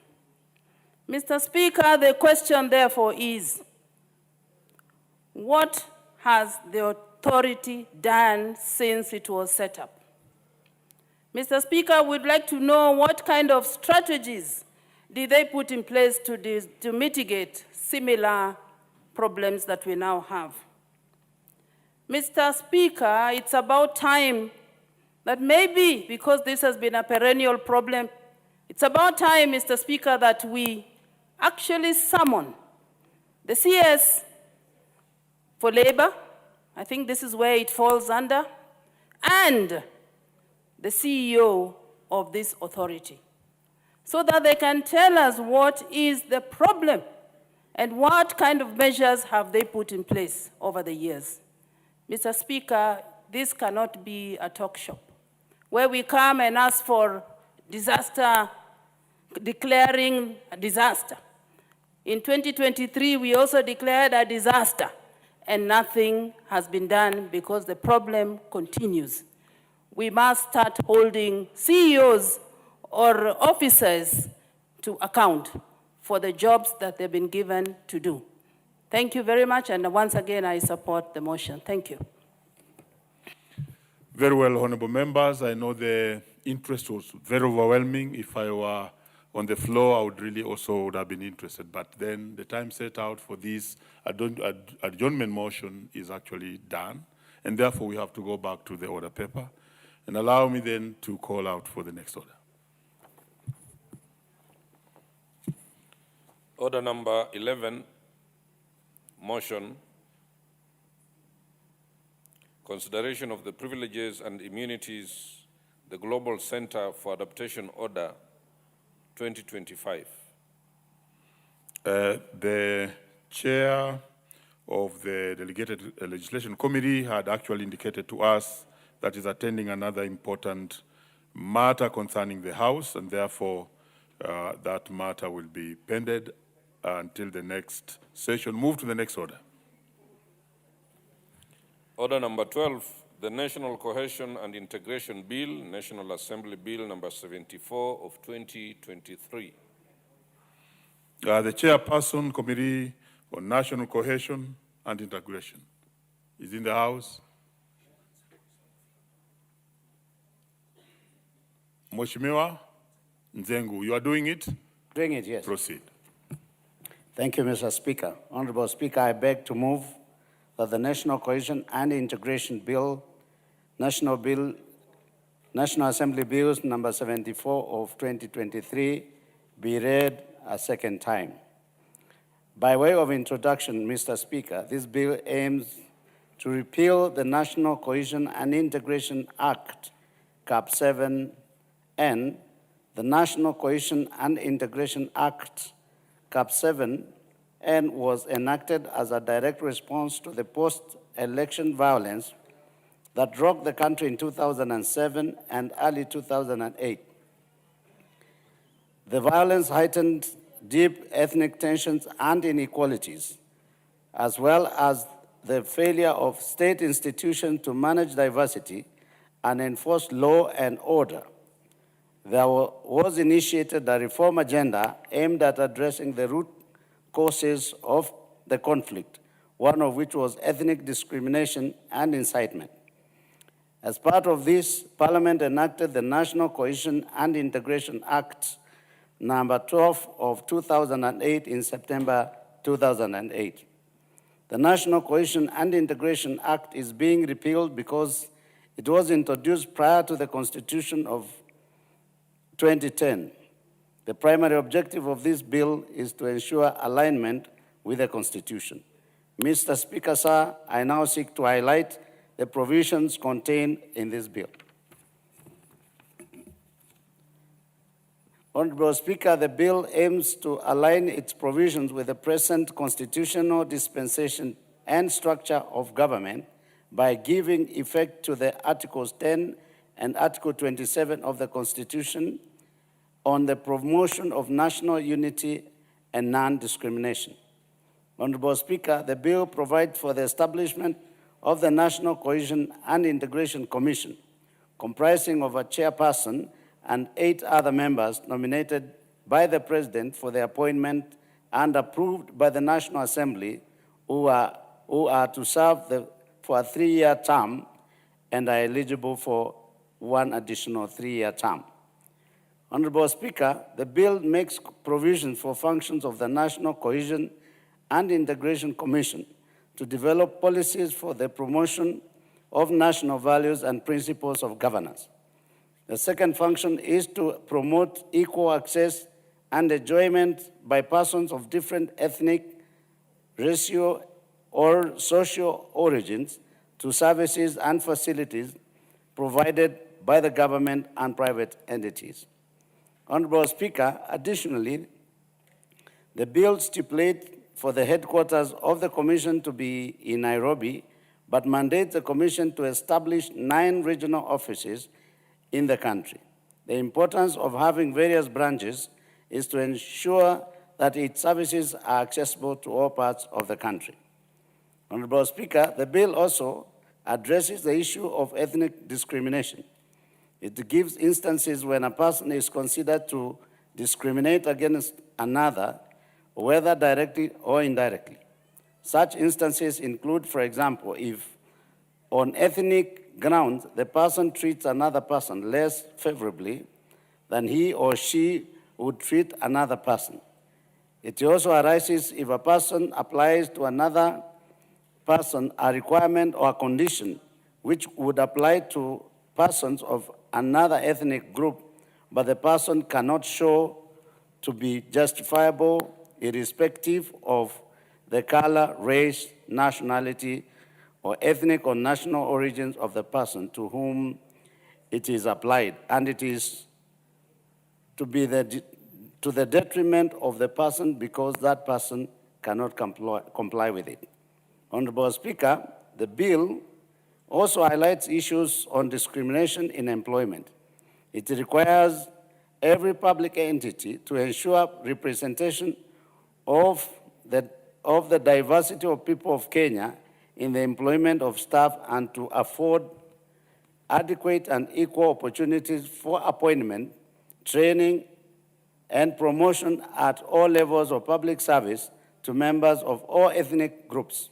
It bars public entity from recruiting or having in its employment more than 1/5 of its staff from the same ethnic community. It further prohibits an employer or a potential employer or their representatives from discriminating against another person in arrangements made for the purpose of determining who should be offered the employment and in the terms that the employer offers the employment.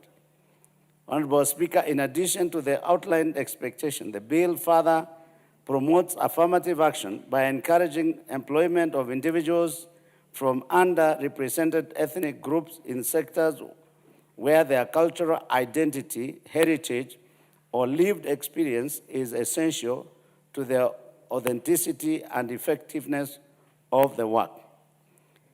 This includes roles in cultural entertainment, artistic expression, and the provisions of culturally responsive personal services.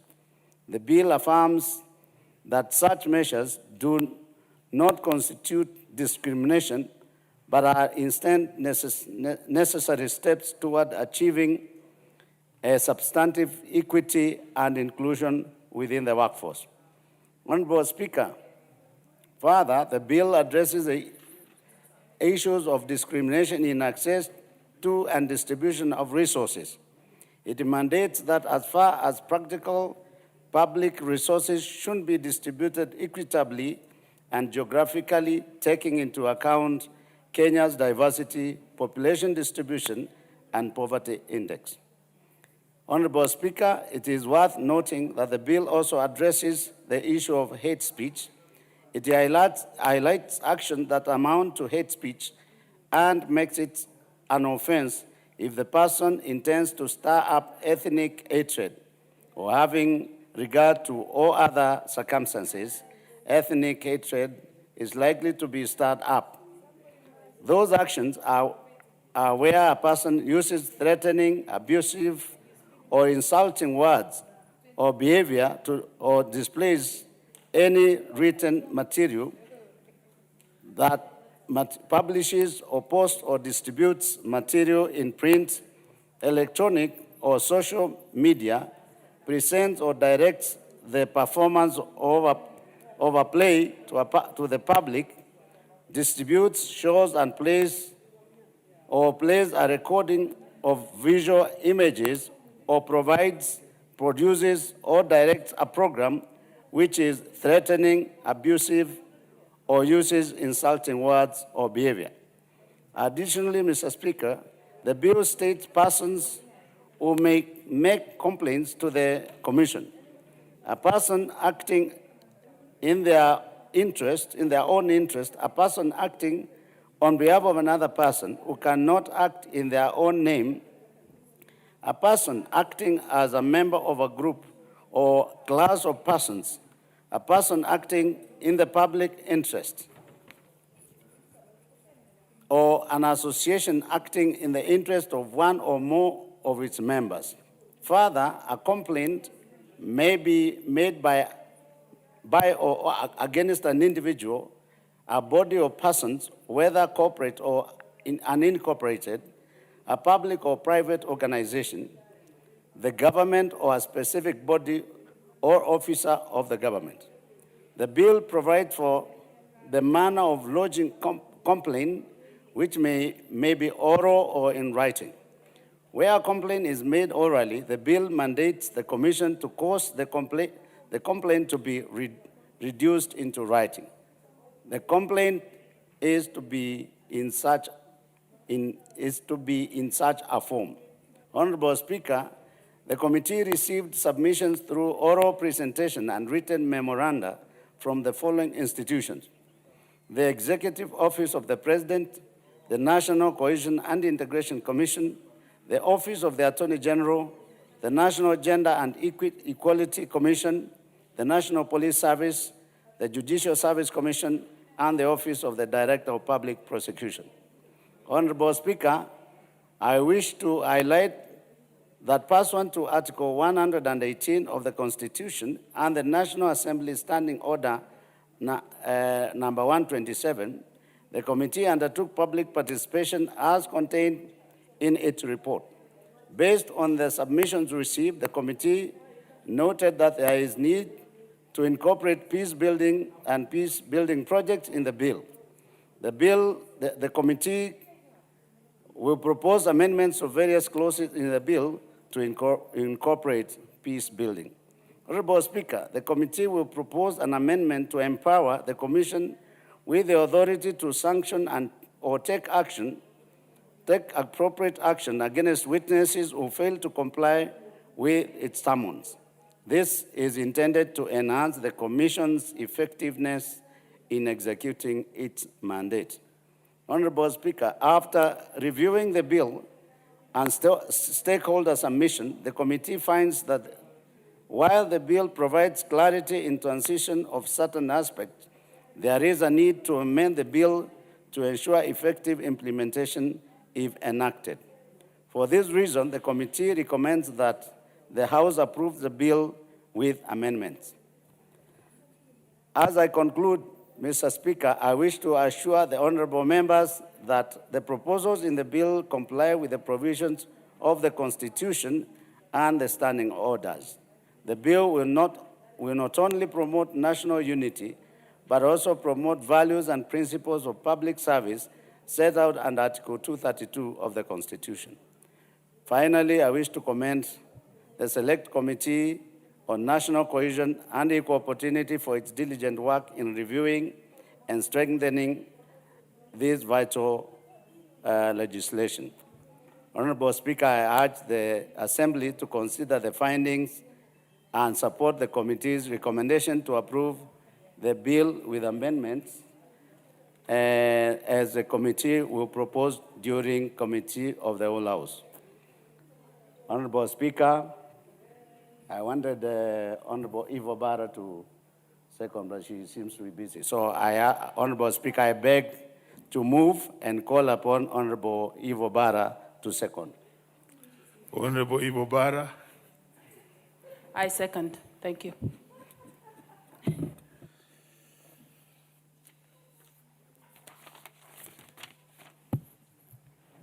Very well, honorable members.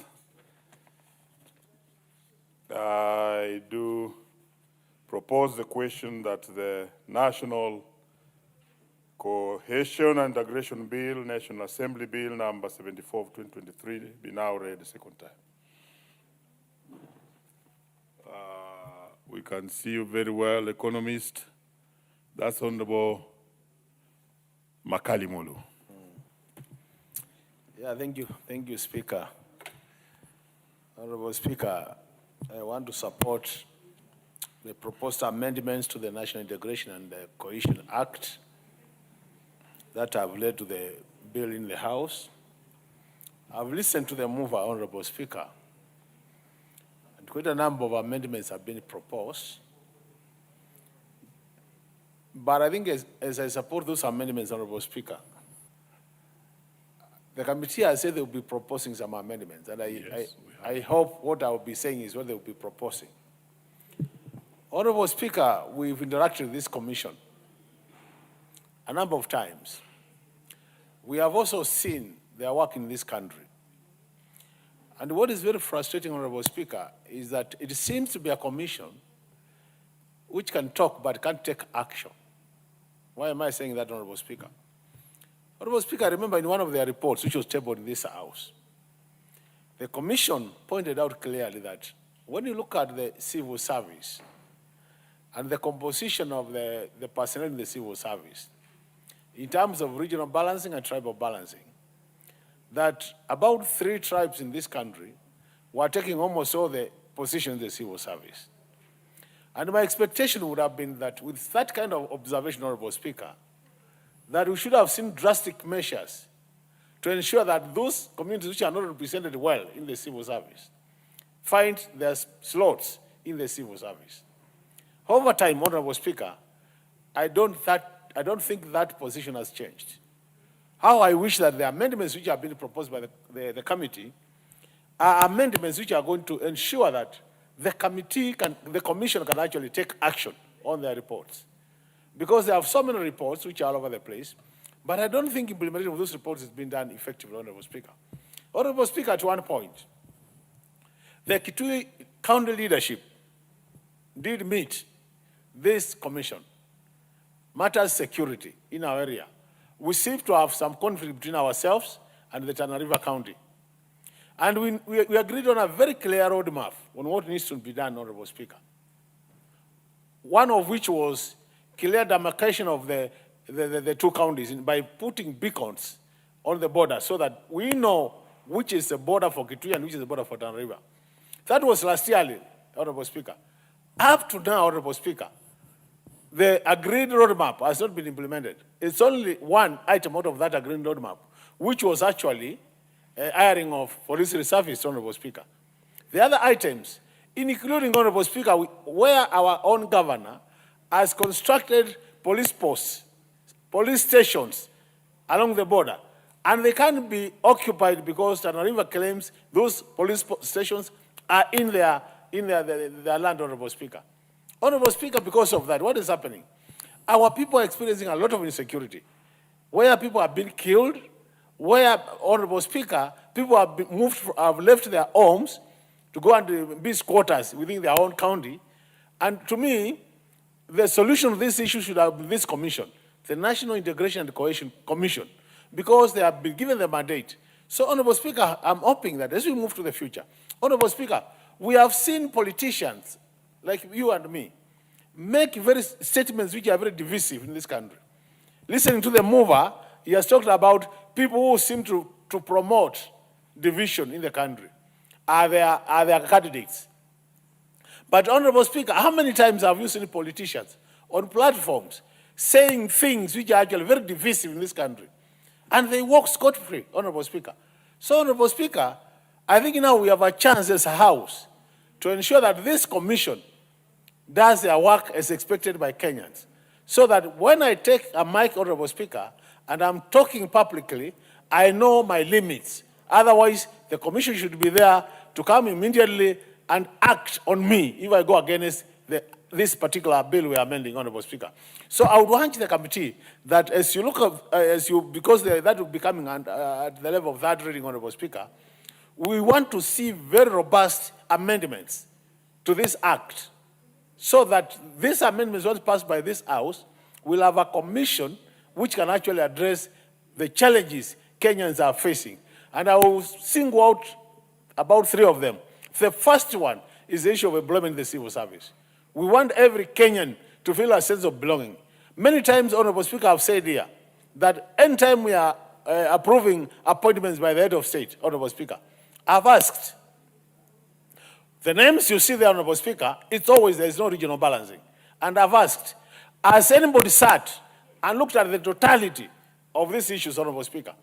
Has anybody sat and looked at the totality of this commission to say what is the proportion of each of these regions in these commissions? I don't think that has been done. The other thing, Honorable Speaker, we have the marginalized groups in this country who also need their slots in this public service. We have just been discussing about drought, Honorable Speaker. Honorable Speaker, you cannot have a united country when some people are dying of famine and others have access food. And there is no clear strategy on how to move food from one area to the other. We have been talking about drought in this country, Honorable Speaker, since I was born. And even before I was born, I used to talk to my grandfather, Honorable Speaker, and I would ask my grandfather, when were you born? And the only thing he could remember is I was born when there was this drought or when there was this famine. Because we are not recording, Honorable Speaker, which means this thing has been there for long. It is self-deficit, Honorable Speaker, with all the technology, with all the knowledge we have, that we can't plan well. We have early warning signs, Honorable Speaker, where you can know by this, possibly next year, there will be a drought. And despite all this information, Honorable Speaker, we are not using it. So this commission has a lot of work to do. And how I wish, Honorable Speaker, this House can fast track the amendments so that very soon we have an act of parliament which will enable this commission to act. I always symbolize my friend, Kobia.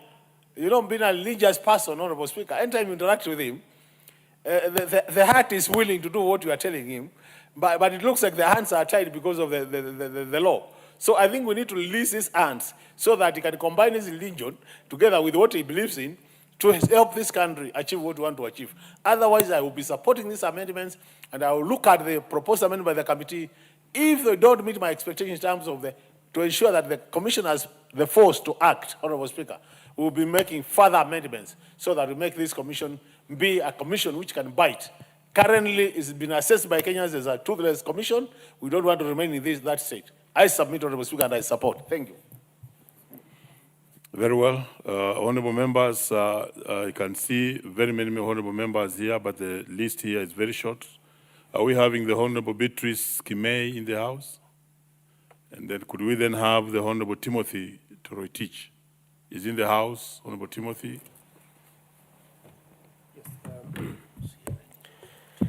Thank you, Honorable Speaker, for giving me an opportunity to contribute on this very, very important bill. That is the National Cohesion and Integration Bill of 2023. Honorable Speaker, first of all, I am impressed because I was looking whether there was a clause on repeal of the previous 2008 legislation.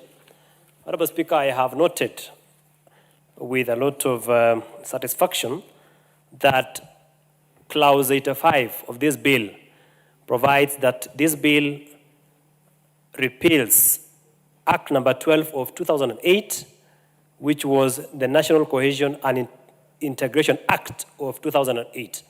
Honorable Speaker, however, having looked at this bill in its entirety,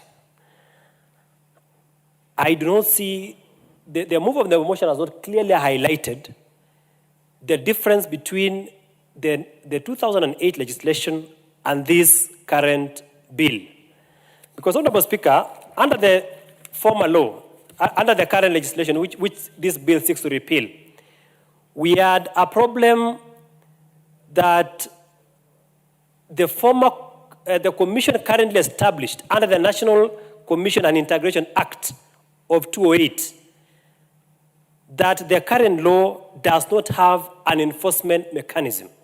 Honorable Speaker, I have looked at this bill. I have not seen that issue being addressed where the commission has been given teeth to bite. It looks to me as if it is still a toothless bulldog. And I think when we come and when we retire and look at the substance of this bill, we should look for a way of having this bill. We must have the bill contain some provisions on enforcement, because as it looks, it doesn't provide any provisions on enforcement. Number two, Honorable Speaker, there has been a perception in this country that there has been selective prosecutions or selective accusations because of political patronage.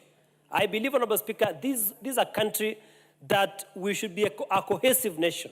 From every corner of this country, we must be able to be bound together as a nation that, and the law must apply without any element of, it should not be there should be no selective application of the law.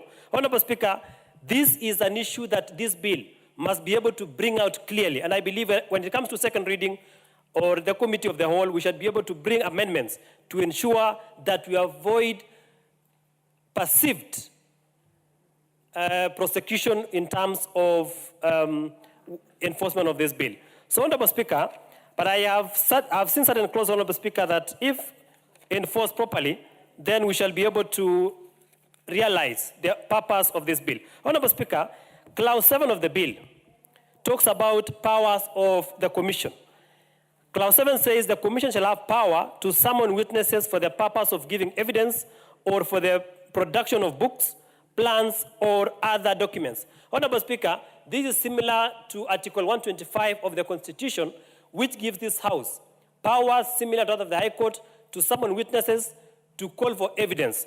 But, Honorable Speaker, what happens if a witness is summoned by NCIC pursuant to Clause 7 of the bill and that witness does not appear? This bill, Honorable Speaker, does not address that issue. So, Honorable Speaker, when it comes to the committee of the whole, we shall be able to look substantively at the contents of this bill, so that if, for example, in this House, Honorable Speaker, if a witness does not appear before a committee, the committee has powers to issue fines up to 500,000 for a witness who has failed to appear before a committee. Honorable Speaker, this bill does not provide sanctions for a person who does not appear before NCIC Commission in case of an alleged offense. Honorable Speaker, I have also looked at Clause 41 of the bill, which is very progressive. It talks about discrimination in employment and says a public entity shall not recruit or have its employment more than 1/5 of its staff from the same ethnic community. Honorable Speaker, this is progressive because we must have national integration in terms of employment. We should have equal opportunity employment in this country all across, irrespective of the community or the tribe that an individual comes from. So, Honorable Speaker, this one also enforces Article 27 of our Constitution on non-discrimination. Honorable Speaker, this clause is also very progressive because it provides for penalties in case an individual does not comply with this particular provision. Honorable Speaker, if you look at Article 41(5), it says that a person who contravenes this section commits an offense and is liable on conviction to a fine not exceeding 5 million shillings or to imprisonment for a term not exceeding 3 years or to both. So, Honorable Speaker, this will be able to guide employers that when recruiting, when employing, they should be able to, to ensure that anybody or that institution must be able to ensure that at least 1/5 of its staff is not from the same ethnic community. So, Honorable Speaker, if further you look at, I have, in terms of Clause 47 of the bill, in terms of ethnic or racial contempt, Honorable Speaker, that provision is very progressive. It provides that a person who uses threatening, abusive, or insulting words or behavior or displays any written material, publishes, posts, or distributes material in print, electronic, or social media, presents or directs the performance of a play to the public, distributes, shows or plays a recording visual images, that person, Honorable Speaker, commits an offense under this section and shall be liable to a fine not exceeding 1 million shillings or to imprisonment for a term not exceeding 3 years or to both. So, Honorable Speaker, this provision is also progressive because it provides for penalties. Honorable Speaker, the only thing that I wish to raise is I hope this bill has not been brought because we are going to an election. Honorable Speaker, we have a very progressive constitution in this country that provides under Article 33 on the freedom of expression. Honorable Speaker, we must protect that freedom. The freedom that we have a whole chapter in our constitution on the Bill of Rights. And therefore, this bill must not also be overreaching so that we limit the freedom of expression under this current bill that we are seeking to propose. Honorable Speaker, this bill should guard Kenyans, all Kenyans, and must never protect powerful individuals in government. It must serve us as a nation. So, Honorable Speaker, I support this bill insofar as protecting Kenya as a nation to avoid situations whereby individuals are reckless. There are individuals who make statements, Honorable Speaker, that are prejudicial to the unity of our country, statements that are volatile, statements that are likely to divide the country. Honorable Speaker, such persons must be arrested. They must be summoned to appear before our tribunals, to appear before quasi-judicial bodies, to appear in our courts to answer those charges if the statements are likely to divide Kenyans along ethnic lines. Honorable Speaker, I support. Perfect. Could we have the Honorable Lokuton speak on this?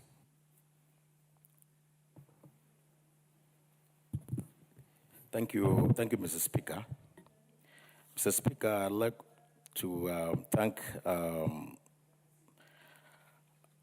this House for introducing the amendment to this bill. Mr. Speaker,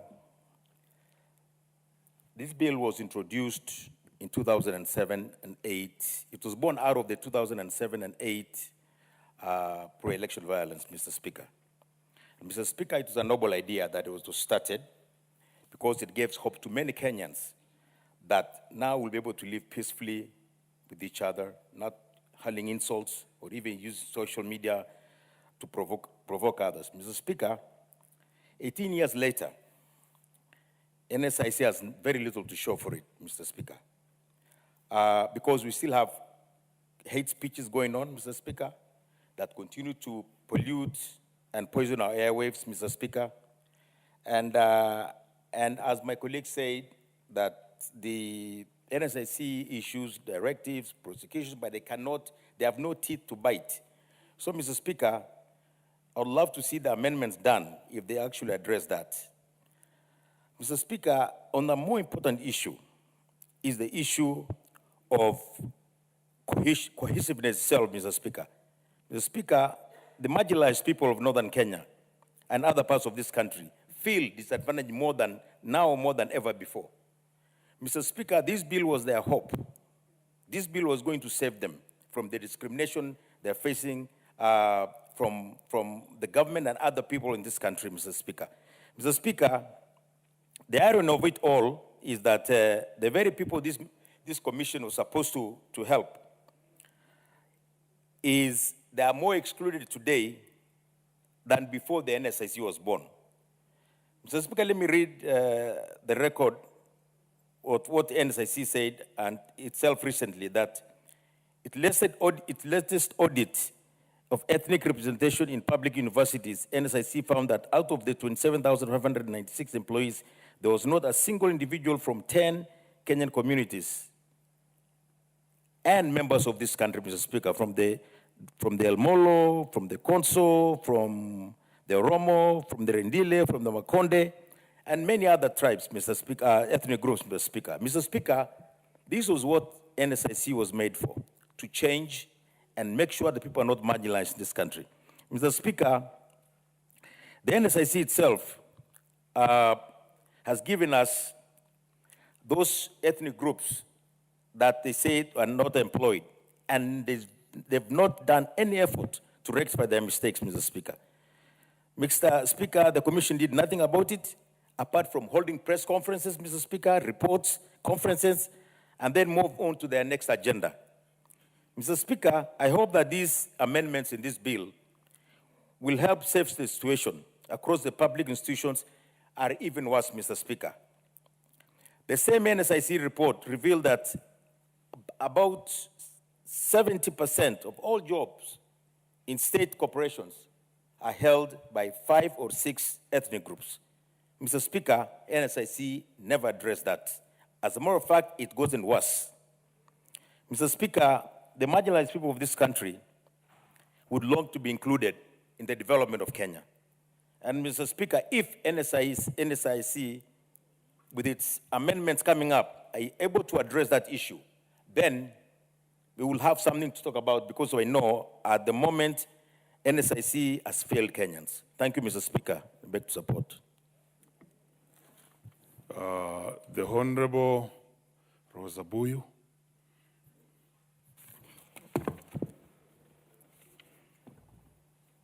Mr. Speaker, I want to thank you for this opportunity to actually stand and support the committee on the timely intervention in making sure that they uphold the Constitution of the country.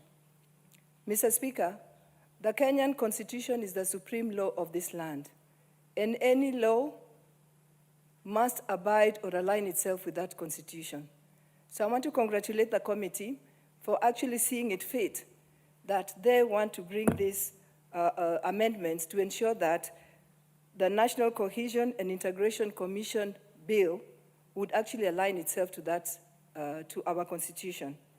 Mr. Speaker, our Constitution talks about all Kenyans being equal, regardless of sex, regardless of age, regardless of color, regardless of tribe. And what this amendment seeks to do is to just enhance what indeed is in the Constitution. Mr. Speaker, the amendment recognizes the fact that currently we don't have equality in employment opportunities. Mr. Speaker, that is something that has really created a lot of conflict and a lot of ill feeling amongst Kenyans who feel that they are qualified for an opportunity, but sometimes they're discriminated against because they don't come from a particular tribe or a particular section of this country. Mr. Speaker, for that reason, I want to support this amendment, because it does not matter where you come from in this country. It does not matter what sex you are in this country. If you have that qualification, you must be given equal opportunity in terms of consideration to be employed. Mr. Speaker, it also addresses resource distribution in the country. We know that many parts of this country feel alienated and discriminated against. Mr. Speaker, You go to the northern part of this country, sometimes there's drought and you cannot imagine what you see on our television screens.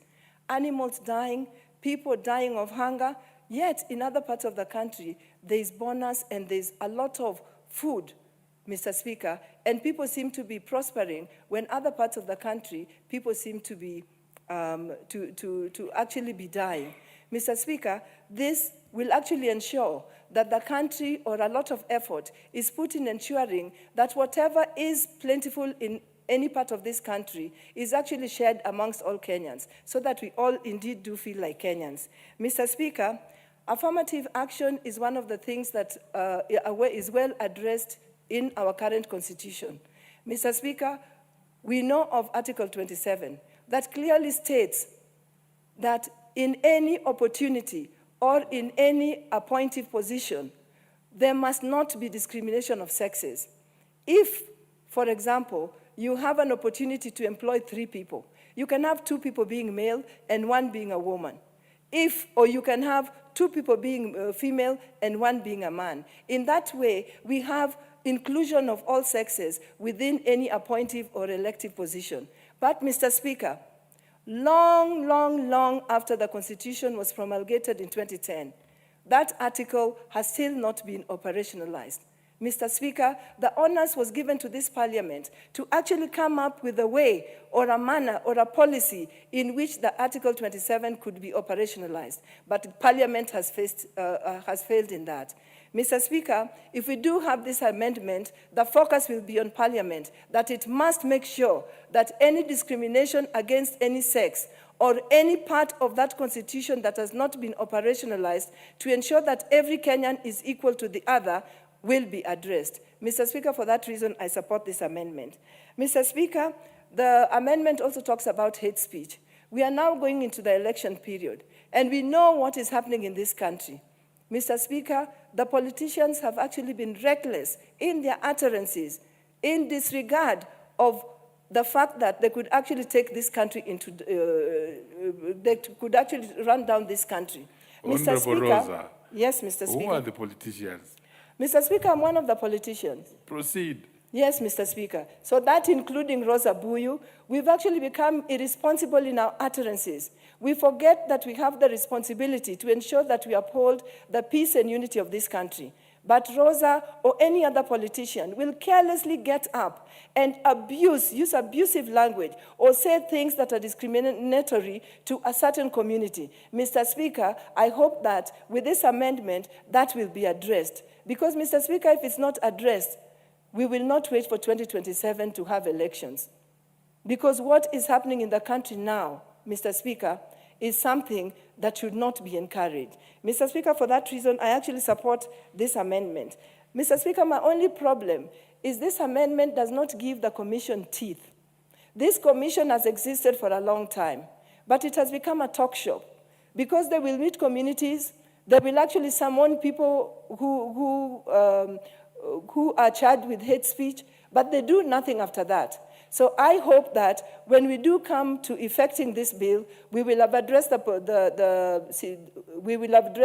issue of giving teeth to this commission. Because if it has teeth, then politicians or anybody else who wants to speak ill or speak hateful against one another will actually be brought to book.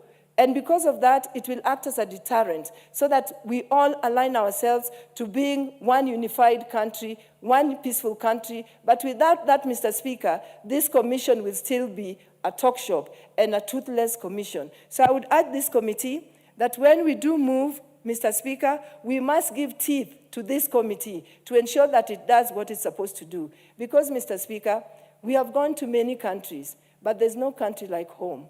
Kenya still remains to be the best country to be in. I, for one, know that I have no other home. And it's my duty, even as a politician and a leader of this country, to ensure that I uphold the peace and unity of this country. And this is one commission that can help Kenya remain united. Mr. Speaker, I support the amendment. Thank you, Mr. Speaker. The Honorable 𝗟𝗜𝗚𝗘𝗓𝗍.